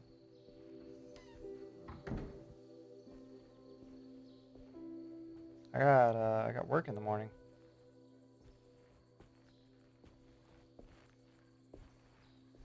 Not to mention I am hungry. You were Duolingoing? I'm glad to see you made it. I had my doubts, but the hope you instilled has yet abandoned me.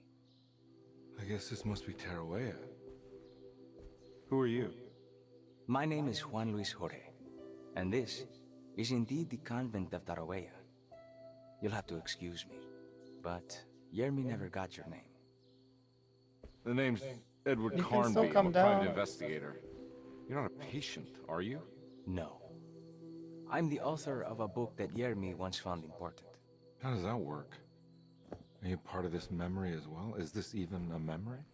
I think calling me a manifestation of Yermi's subconscious would be more correct. And so is the convent of Terrawea.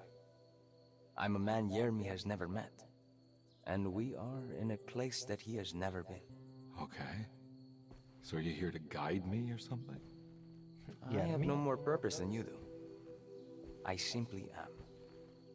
I will happily help you, of course, if I'm able.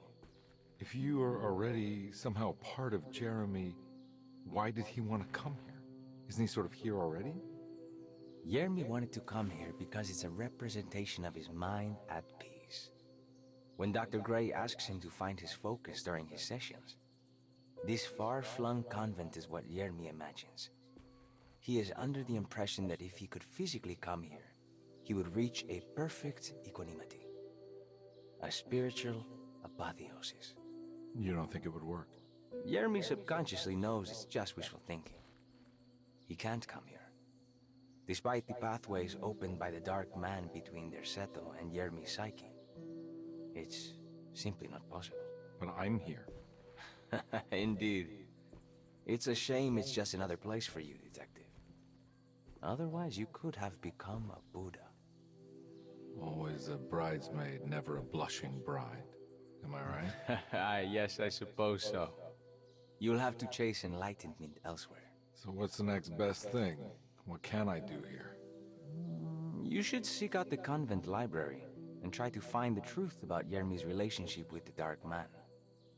It's the sort of knowledge he represses and is unable to reflect on. Will it tell me how to break the pact? Perhaps. At least you'll have something to confront Jeremy with. Wait, why can't you just tell me? I don't know such things.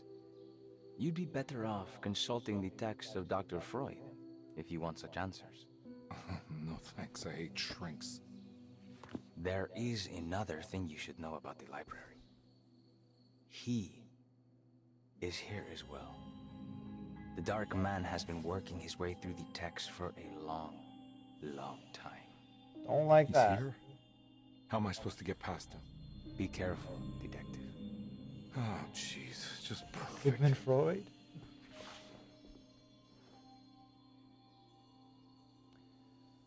I don't like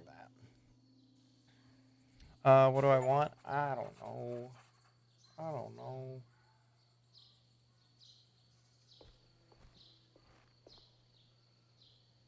You have any advice on how to deal with the Dark Man? I suppose suppression could work. Try not to pay him any attention.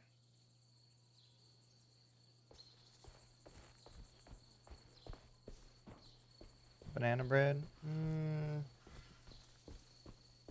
I'll do cereal.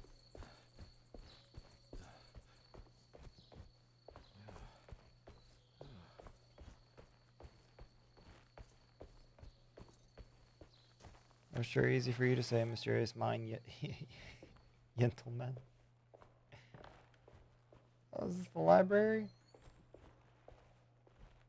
I don't mind if I do take that right there.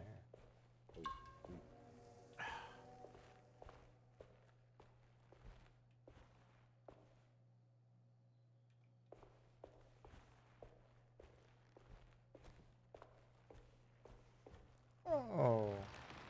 Yeah. Okay. Banana bread for you, pretty please.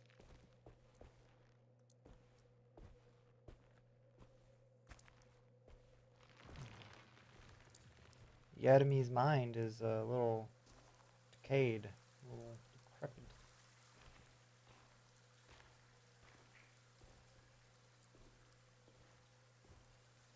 The banana bread is good indeed, can confirm.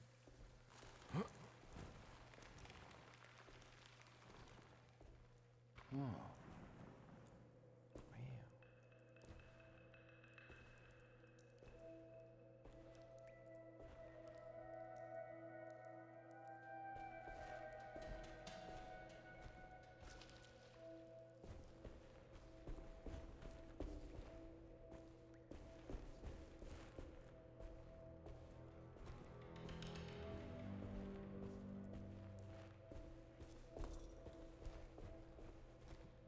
What do we have here? There's something missing.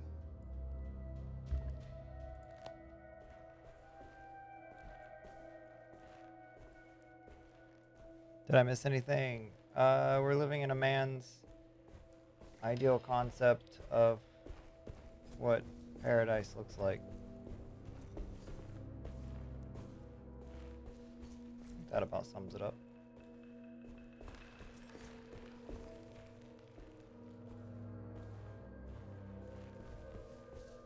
And yes, welcome back. The Great Library. Was it? All right. Was endless, beautiful, and terrible, and a Akashic record for the universe inside the mind of Jeremy Hartwood, now corrupted by a story forced upon him, told by a maniacal liar, an evil conjured by science and secrecy. I will suspend a room and lock away the foundation of his character. Its key will be left to the librarian, the only thing invisible to the prowler. You miss Nate looking at a dead woman and saying, "Is she okay?" I get like that sometimes. Yeah. Paradise has creepy, weeping angel-looking monks. Ah, yes, a dirty library. Ah, yes, of course, of course.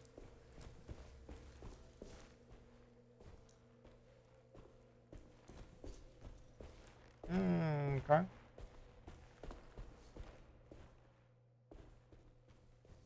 She just needs to walk it off, yeah.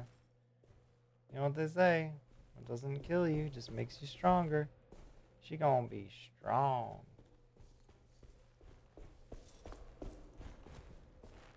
This is a tall library, y'all. Woo, woo.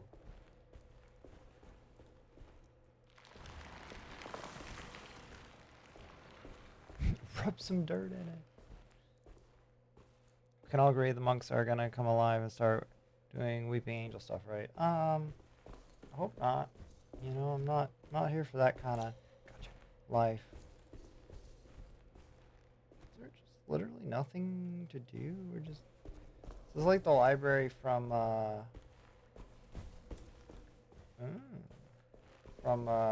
Metro 2033.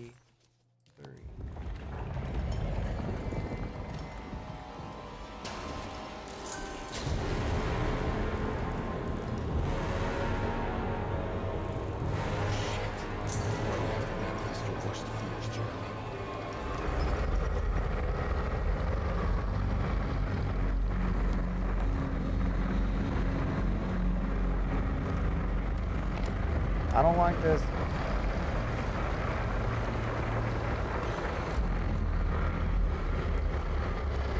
Whew, you could have told her a joke. Laughter's the best medicine.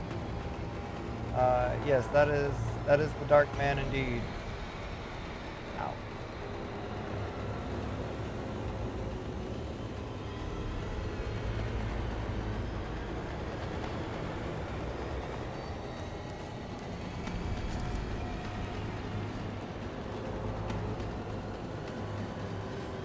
Are you kidding me?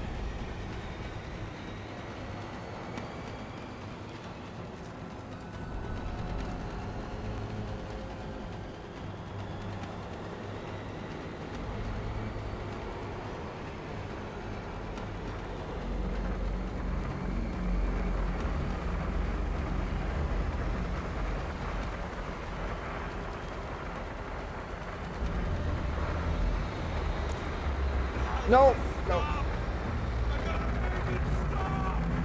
Oh,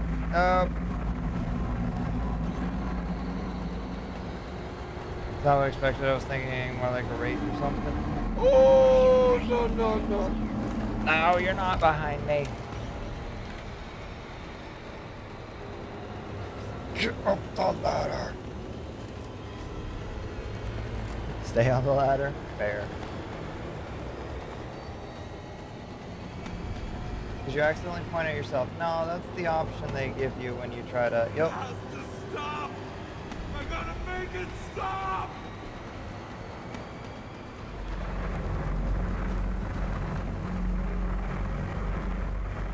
Oh, no, no, no, no, no, nine.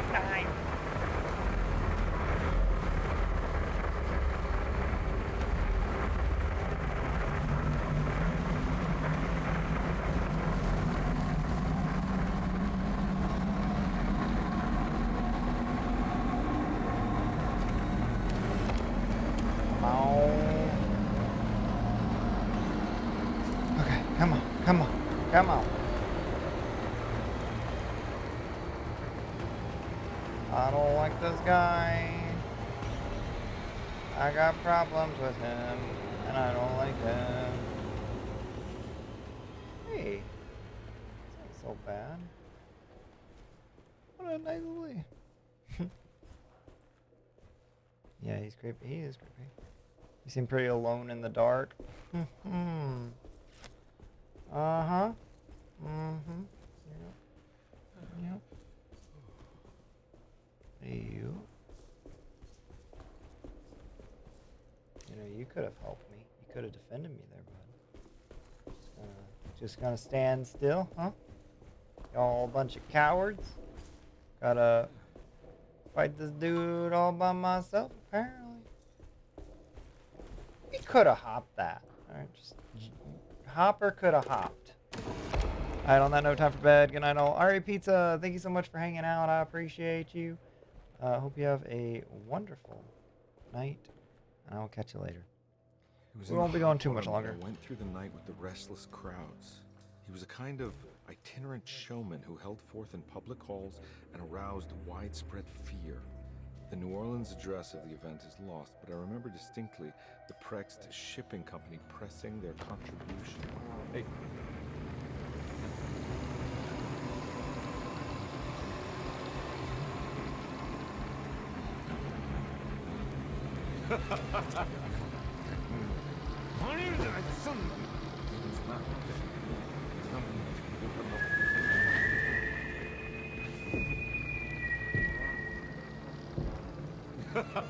Detective!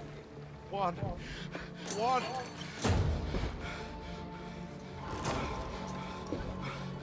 I hope you found what you were looking for. I fear there is no going back.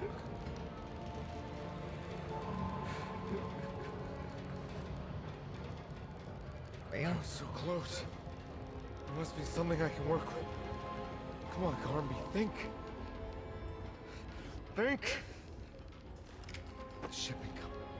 Prext. Right. Good luck, detective.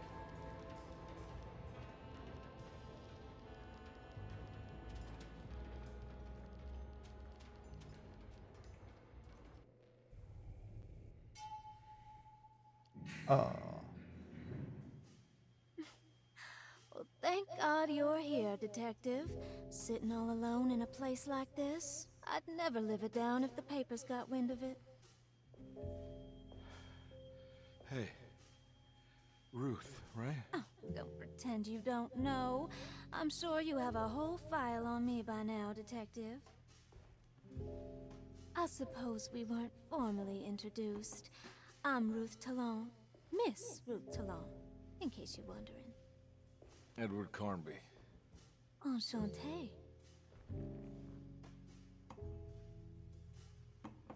Are you sure?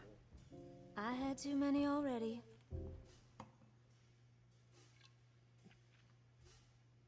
Nice.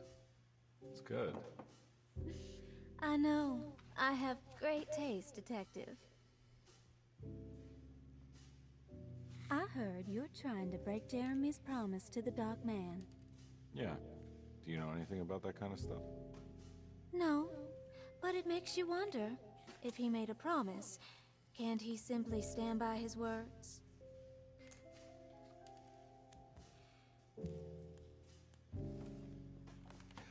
Look, I'm just trying to get Jeremy out of a bad deal, so he'll come back with us to New Orleans.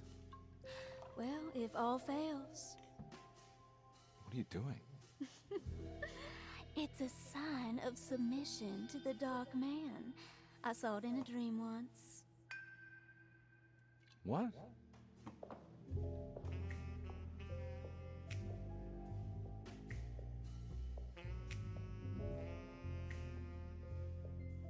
You don't know the Prext Shipping Company by any chance? I do. They made big money during the war. Their waterfront office is just over there. How did you do that? Do what, Detective? Bonne chance. Hey, have you seen Emily Hartwood anywhere? Are you trying to make me jealous, Detective? No, I haven't seen your doll anywhere.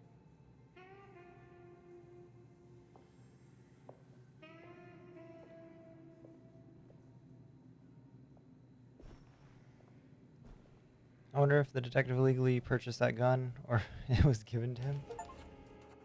True, true, true.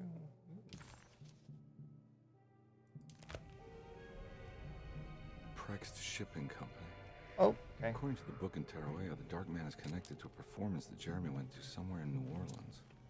I'm sure I can find the address inside.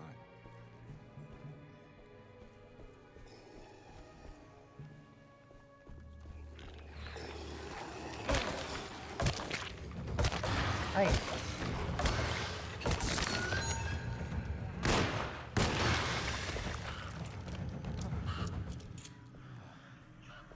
I broke my oar. Hello, sorry, I'm like, hey, Gertfred. Oh, you good? You good? Welcome, welcome. How you doing? How's your weekend been? Let's see, can we get in here? It's locked from the other side. Of course it is.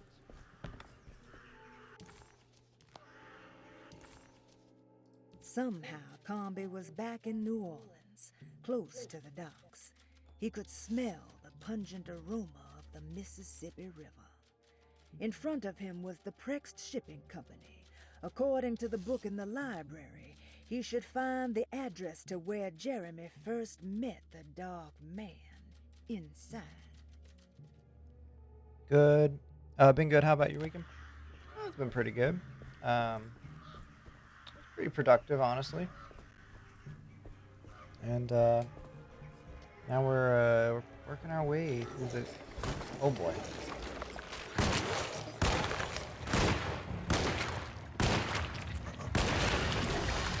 We're working our way through Cthulhu games.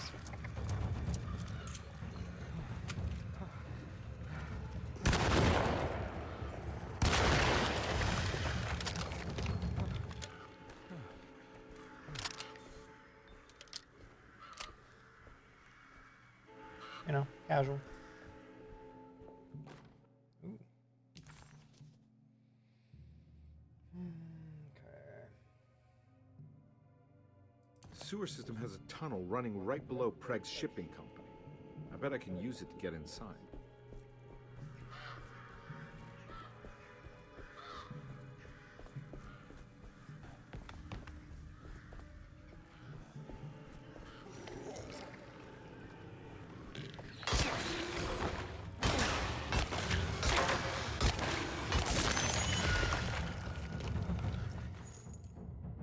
Machine gun cartridge.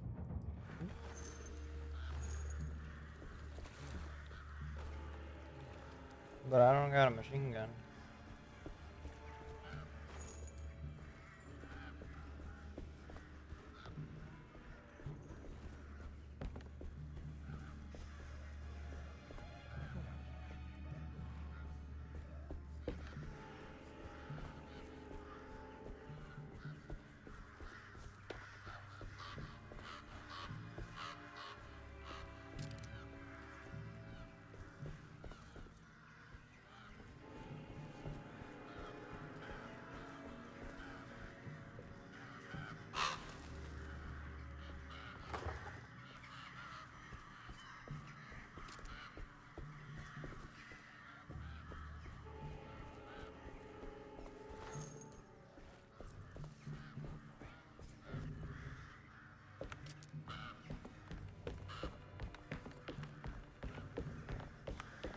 I feel like I should be worried about the amount of ammo they're giving me right now.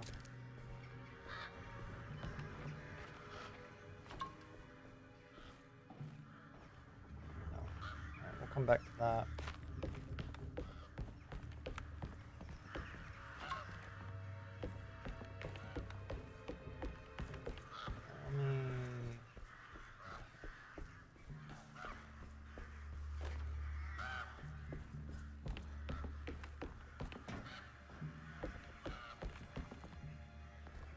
Ellie.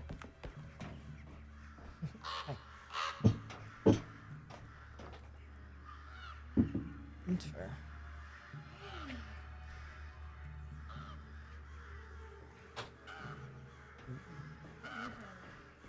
Just for you. Oh, I should make it a widescreen. No? That button. I think it's this one. No, it's not the right button. This button? Nope. You're gonna get Hang on. Oh my gosh. There it is. But you're like, There we go. you gotta screw this way in general. Ollie, hi. Ollie's here too. Ali. Now we're playing in style. We got. Yeah. Yeah, so I can. Oh, okay. Well, apparently my buttons don't work. That's fine. Yeah. I don't care.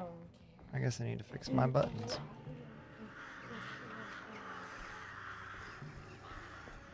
Oh, hello.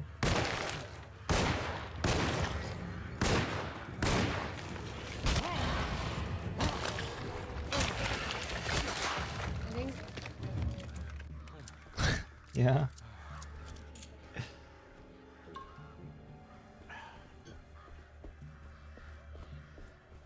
Could be. Could be, yeah.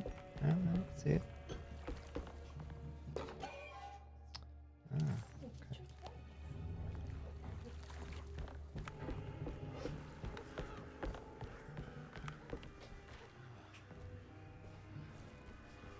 No way I can get this out of the way with my bare hands. But if I get that crane going, that should do it.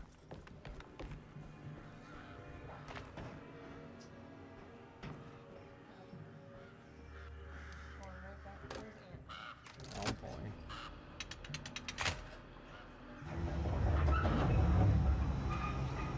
Not this way. All finished. I thought you did.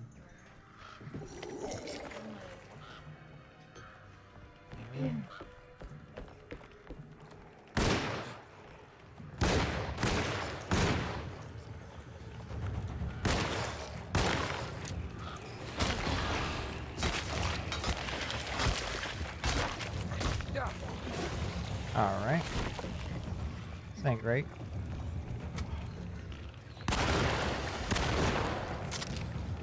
Ow.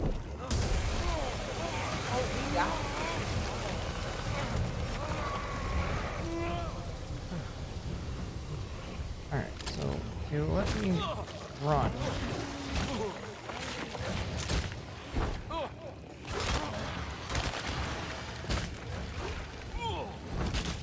Can you reload?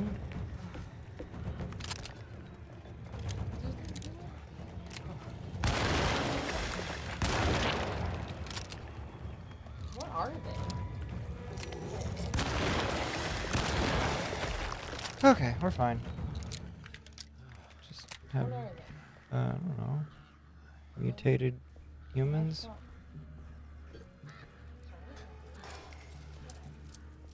I got nothing to heal with again. The game hates me.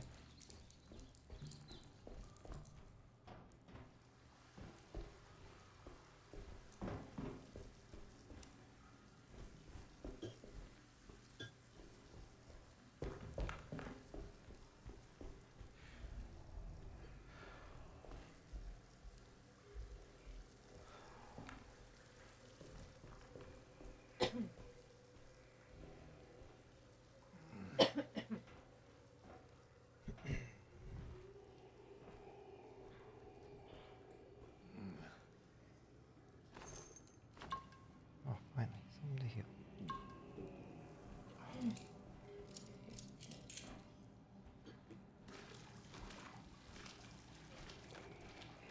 All right, buddy.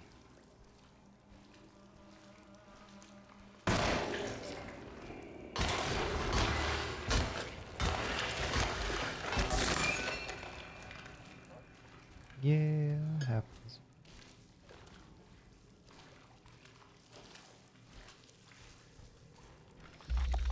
Oh no, no, no, no.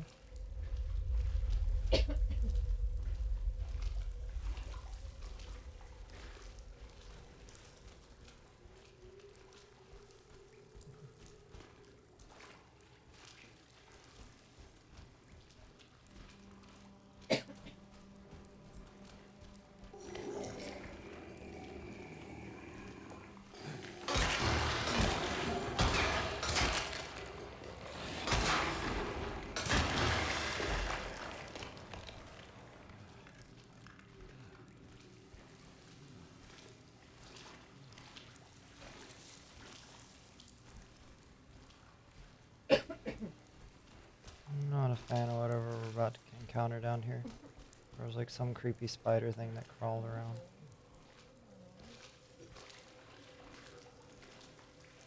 What? An exit? Oh yeah.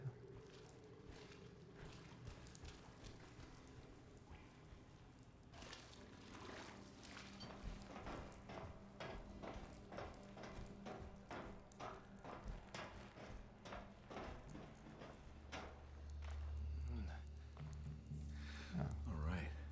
Made it inside the warehouse. The office must be upstairs.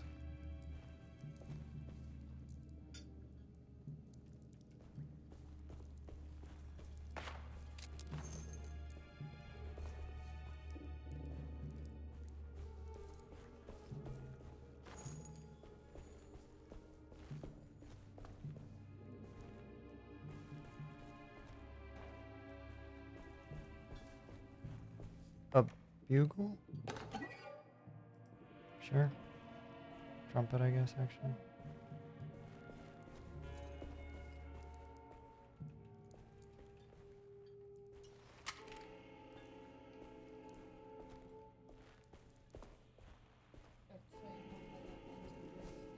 Mm-hmm. Definitely that.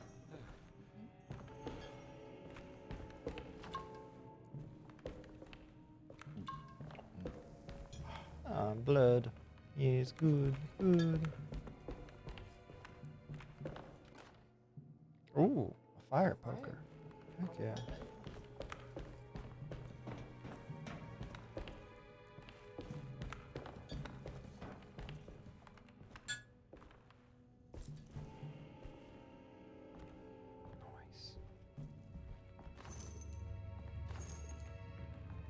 Ooh. Yeah, I always wanted to try one of these. A Tommy gun.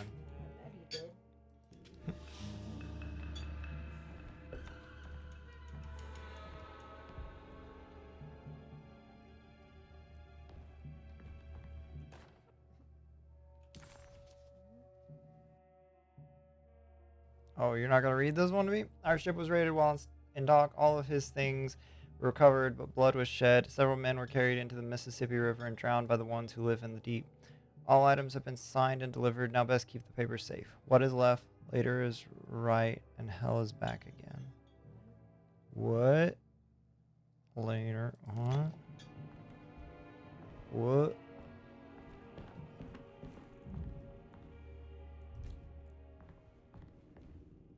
Okay, how do we...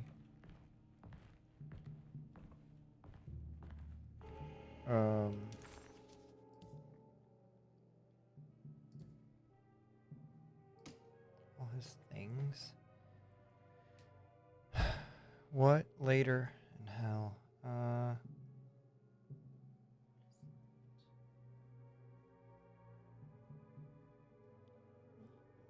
don't know if it has to do with this or something else in the room.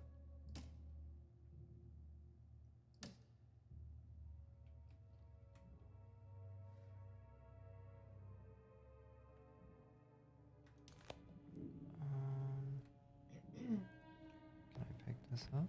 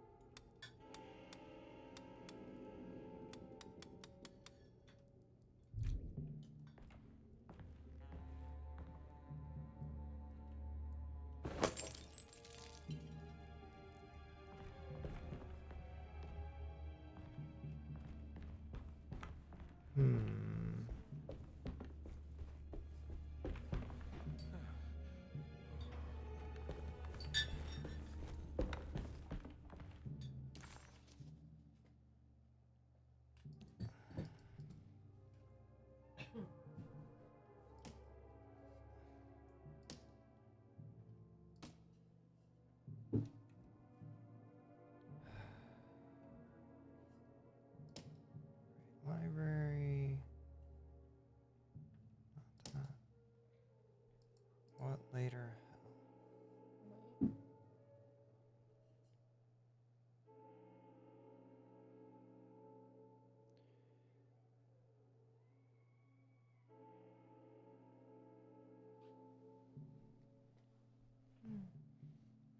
feel like there's gotta be something else.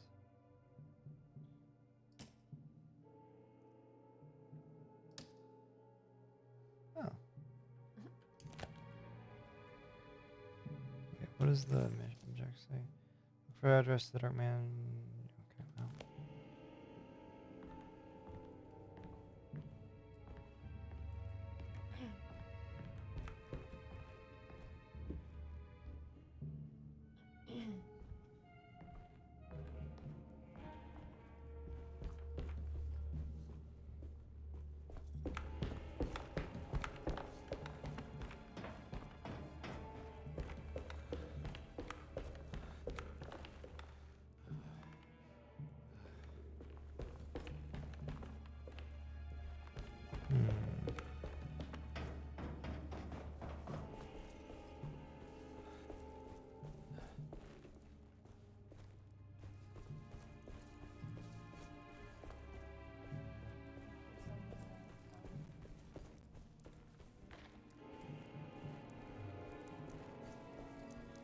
Could be.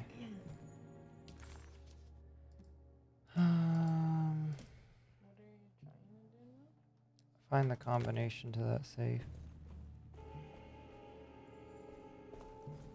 And this is the hint. Right here. Like what left, right, and then back again. But it's like, what are these? The number of letters?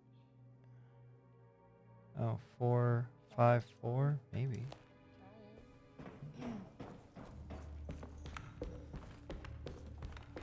Probably not.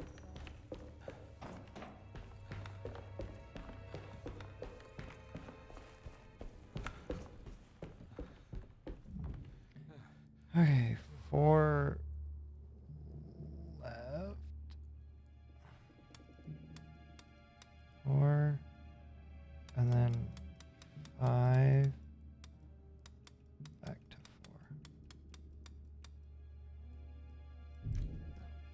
4. Unless I did that wrong.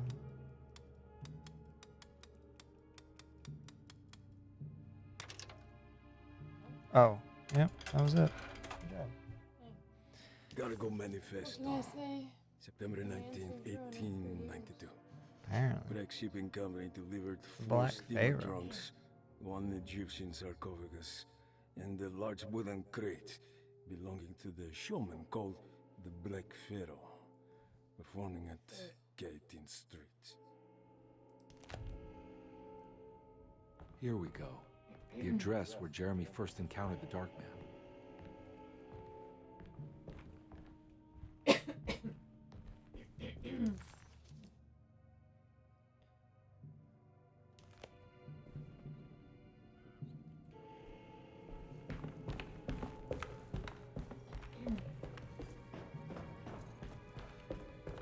Alright. I think we're good to yeet ourselves out of here. Oh boy. It's not back that way. Oh gosh!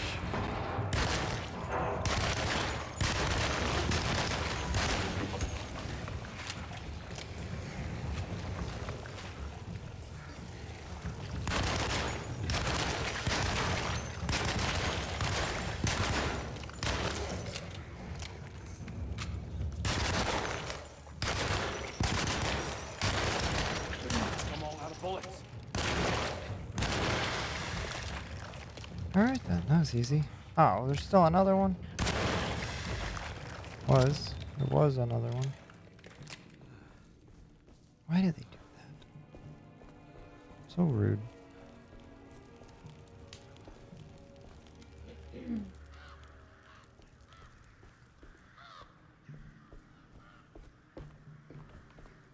Looks like the fog cleared up.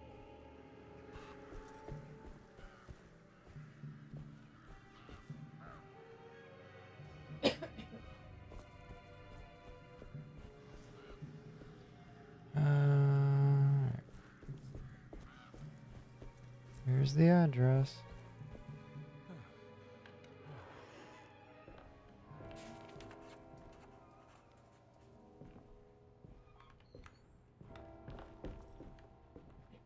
Oh, that's nice. I think those little masks.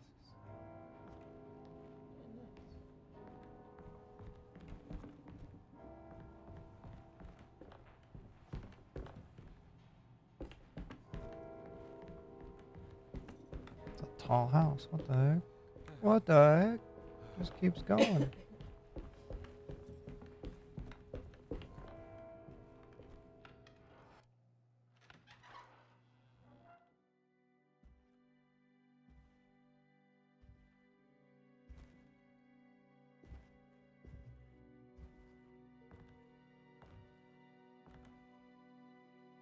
You want to tell me what this is all about?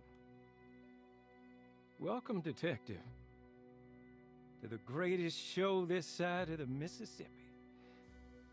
Nyarlathotep, the Black Pharaoh, the ancient magician who lived 1,000 lives and wore 1,000 masks.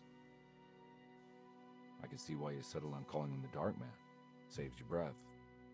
So, you got scared by a stage magician, and now he's living inside your head.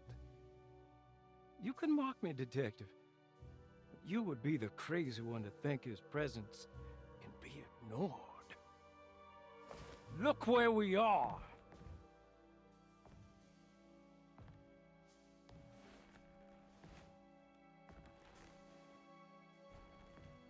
We didn't get to finish our last conversation, did we? You were about to tell me how to break the contract with the Dark Man. No, we can't. We would turn her loose on the world. So many innocent would die. But there is a way to break out of the deal. There is. He offered me a way out. Steps to take. What are they? You'll never find them. They're forever entombed in his sunken desert temple. Jeremy, I'm not your enemy. Tell me where to go. How do I find the temple? No, we can't. I have to make this sacrifice. God damn it, Jeremy. I'm gonna save you. Don't worry. He's got that savior complex.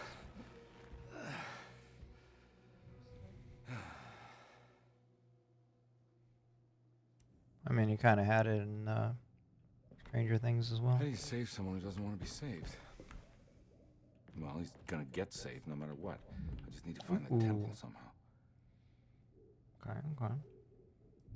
Wait. Mm-hmm.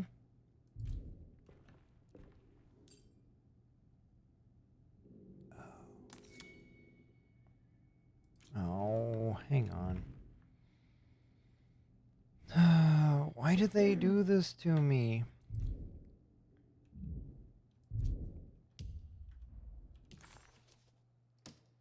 H.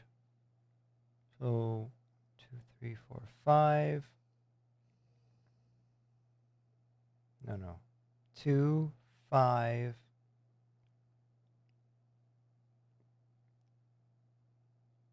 2, 5, 10.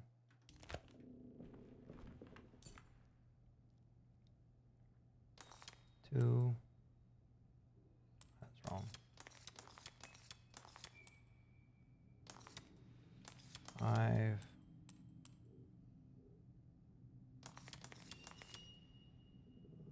8. Oh, 2, 5, 8, not 10.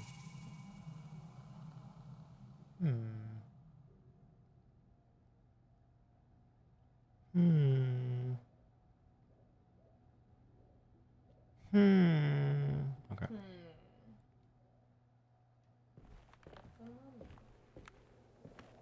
I want my mummy.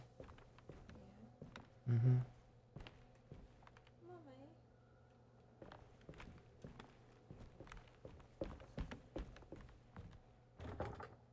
All right.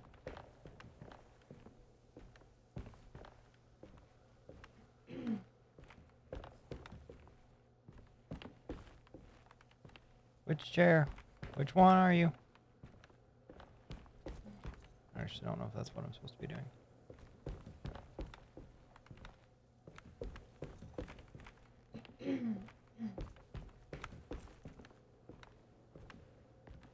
Oh. Okay. Well, that's creepy. I guess we'll go through.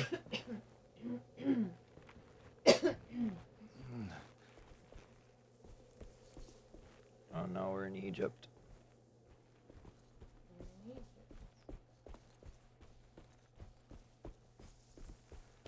Oh, we are in Egypt.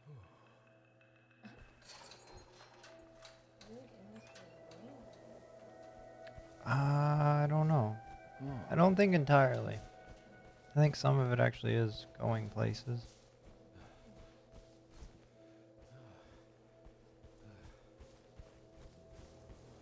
I think it's with this like talisman for like traveling places. And also like memories. It like lets you go to memories.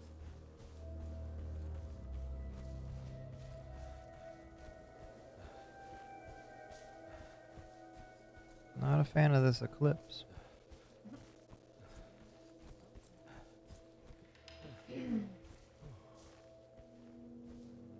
Ooh.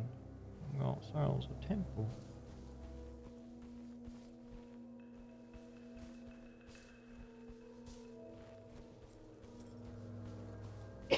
Now I feel like I need to go play Assassin's Creed.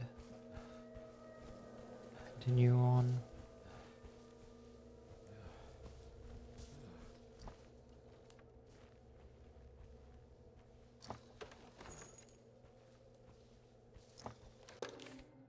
The Temple of Nephron-Ka lies under our camp. Despite all efforts, that unholy site did not collapse, but sink beneath the sand. The pharaoh is long dead, his name meticulously stricken from all ancient writing. But that stage meant for blood and terror remains. The temple is said to be lightless, built to harbor all the haunters of the dark found in the very depths of our universe. Calling on the gods meant creating a bridge between our world and theirs. The terrible Aldebaran of Taurus, the Black Sun, was seen as the most important star in the night sky. Because, according to the Kitab al-Azif, it was said to be the home of that crawling chaos known as Nyarlathotep. Through ancient mechanisms, it was said that the priests could open shafts channeling the light emitted by that strange stone called the Shining Trapezohedron. Several streams pooled together above the statue of that dark man would then be sent through space towards the Black Sun, a message to the gods. The gifts bestowed on the sender are completely undocumented, but often assumed to involve dark blood pacts, where souls are traded for malicious miracles. Malicious miracles? Don't mind if I do take that rope. Game, I need you to give me a good stopping point. But instead you just keep giving me more intriguing mystery.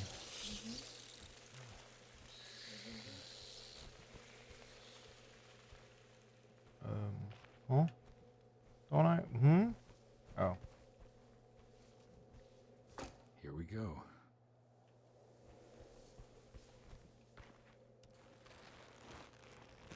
Ooh. Some kind of constellation. On the ground. They'll probably show it again. Here. This. Use the old temple mechanism to reveal the contract. Oh boy. We gotta end up signing the contract ourselves. It's the star constellation from one of Jeremy's books. The Taurus. Ooh. One star's clearly bigger. Must be important.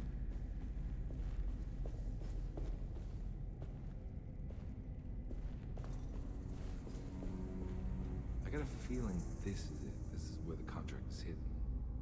But how do I get to it?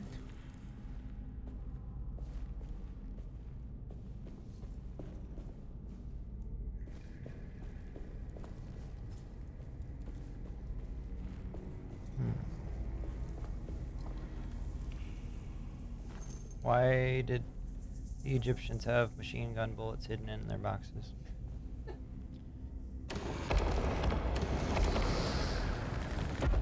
Yeah, exactly. Okay.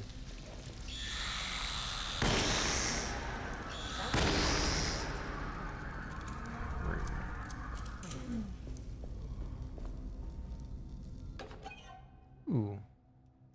A jar.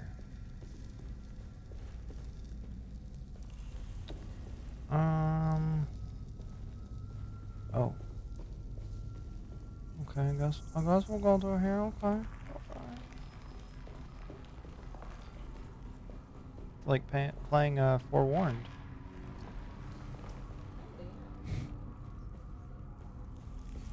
I'm here for it.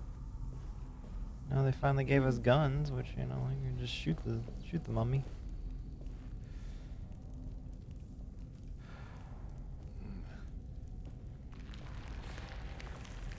Hey, little guy. What you doing in here all by your lonesome? Okay. Well, what if we... There's something missing.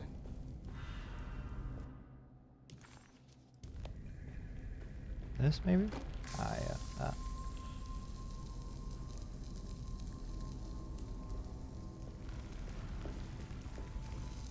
This one looks operational. Good work.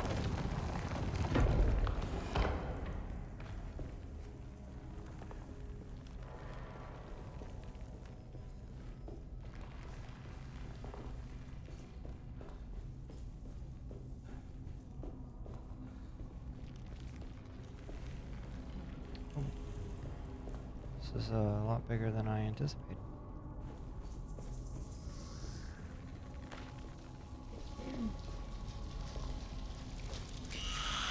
Ah, stupid bat bird things. Can I, like, take them out with this? Nope.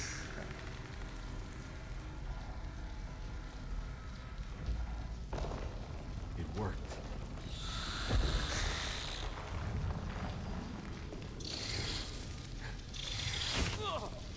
Alright.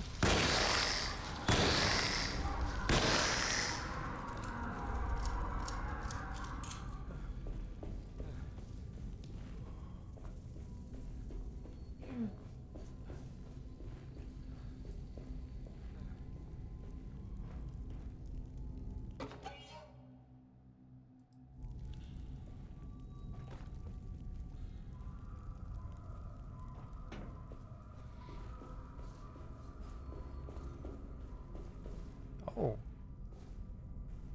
Oh, this is the final spot I need to be. On top of the Pharaoh's head.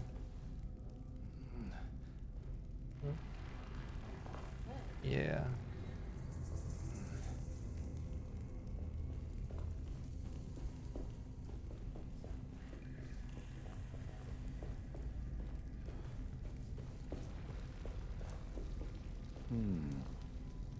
Oh, I need the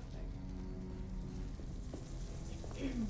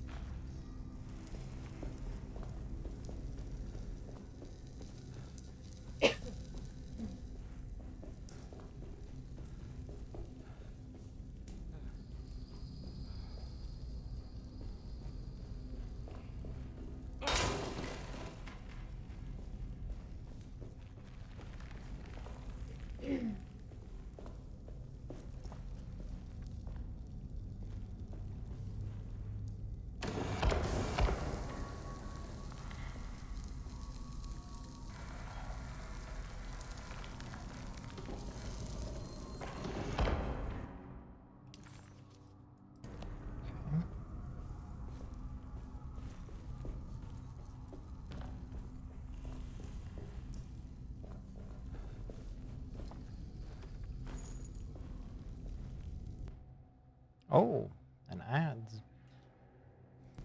All right, all right.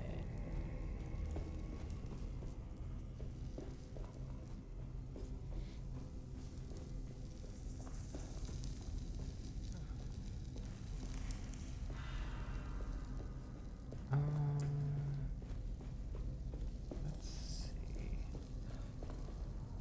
Yeah, this is where we want to put it.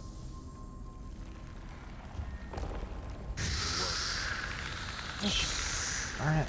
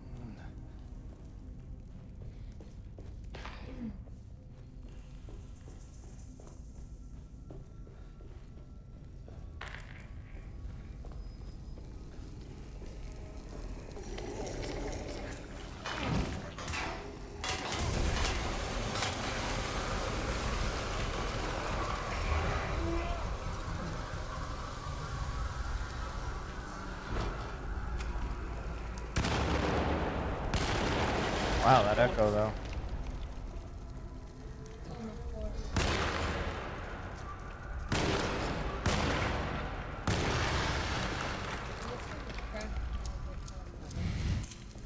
Maybe he is. Yeah. Maybe.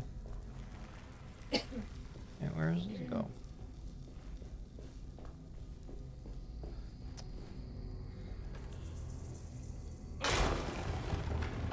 Ah, nice.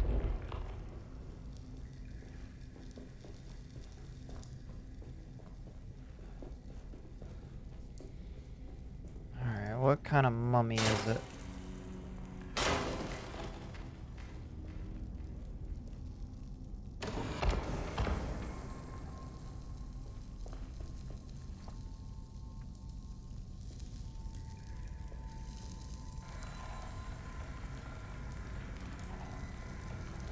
Ooh.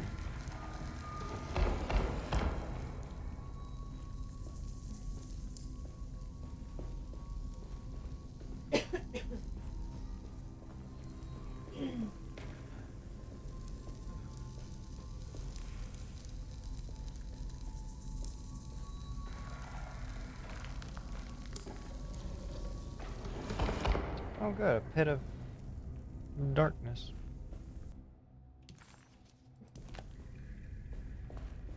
Alright, let's get out of here.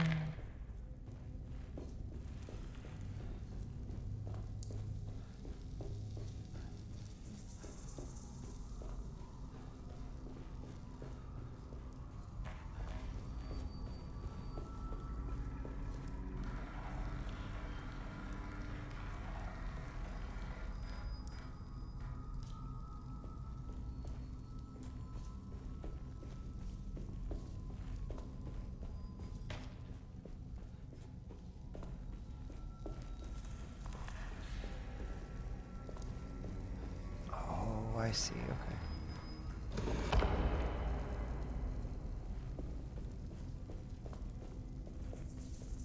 I think I need to go back to this one. And then that one.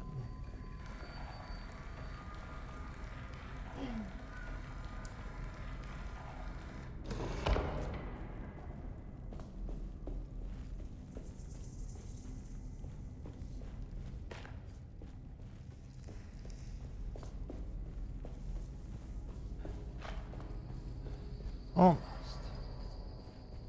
This is the final one to do this dude.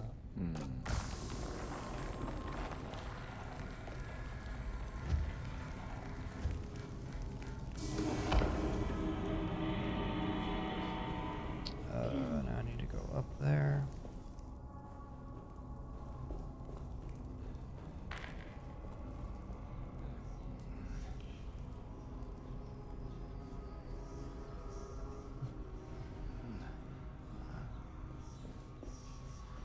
Here we go.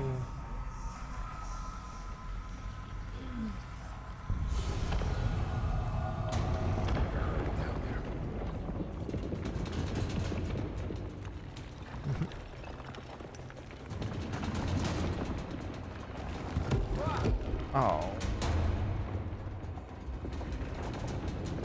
Let me out. Yeah, let's go under this while that's happening. Yeah.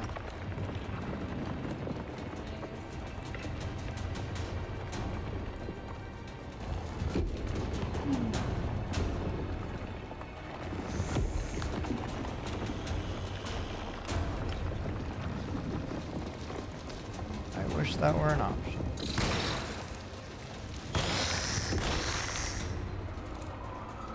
Hmm? Oh, okay. Oh, okay.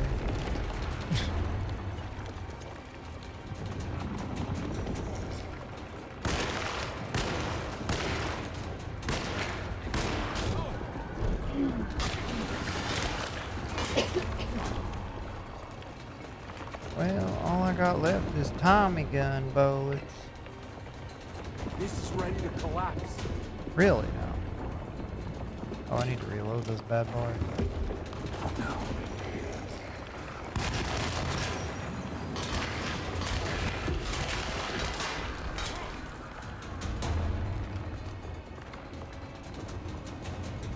My tool's about to break. I need a new one, please, game.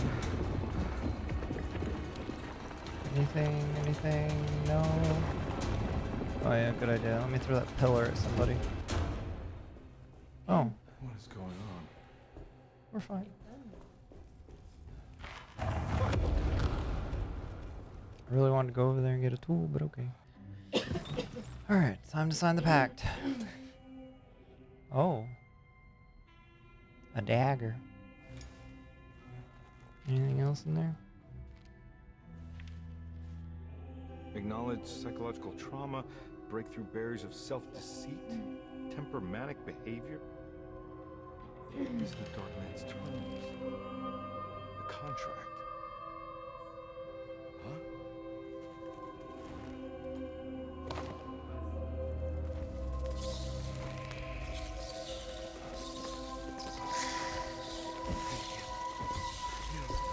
Oh, I don't like these. Oh. I believe I can fly.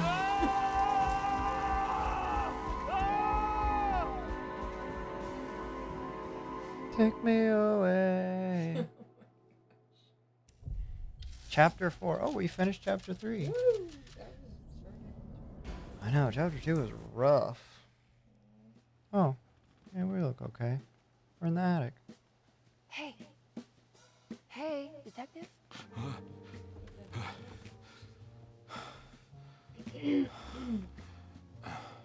What are you doing? Oh, I found some. Great. Was it alcohol? God, no, I just got the wind knocked out of me. I think I know how to break the contract with the Dark Man. What exactly does that mean? Everything going back to normal. All right. I found some more information on Dorsetto and the patients. There are some seriously strange things going on here. I'm pretty sure 2 of the patients are dead and maybe even the clerk. Oh, yeah. I kind of just gave up on worrying about that. Well, just keep your eyes open, I suppose. What were you doing again? Jeremy made a pact with the Dark Man to keep all the madness locked inside Dorsetto. All right. I'm gonna break it. I just have to... Where is it? Where's the talisman? It's around your neck? I worry, Detective. Don't, I'm fine. I worry that you're not much help on this case. At least you're a good distraction. Trust me. You're getting your money's worth. At this rate, I'm an absolute bargain.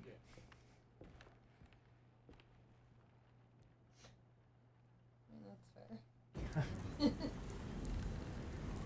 Alright. Ooh. That says, oh yeah, the contract. Knowledge psychological trauma. Break through the barriers of self-deceit. Temper manic behavior.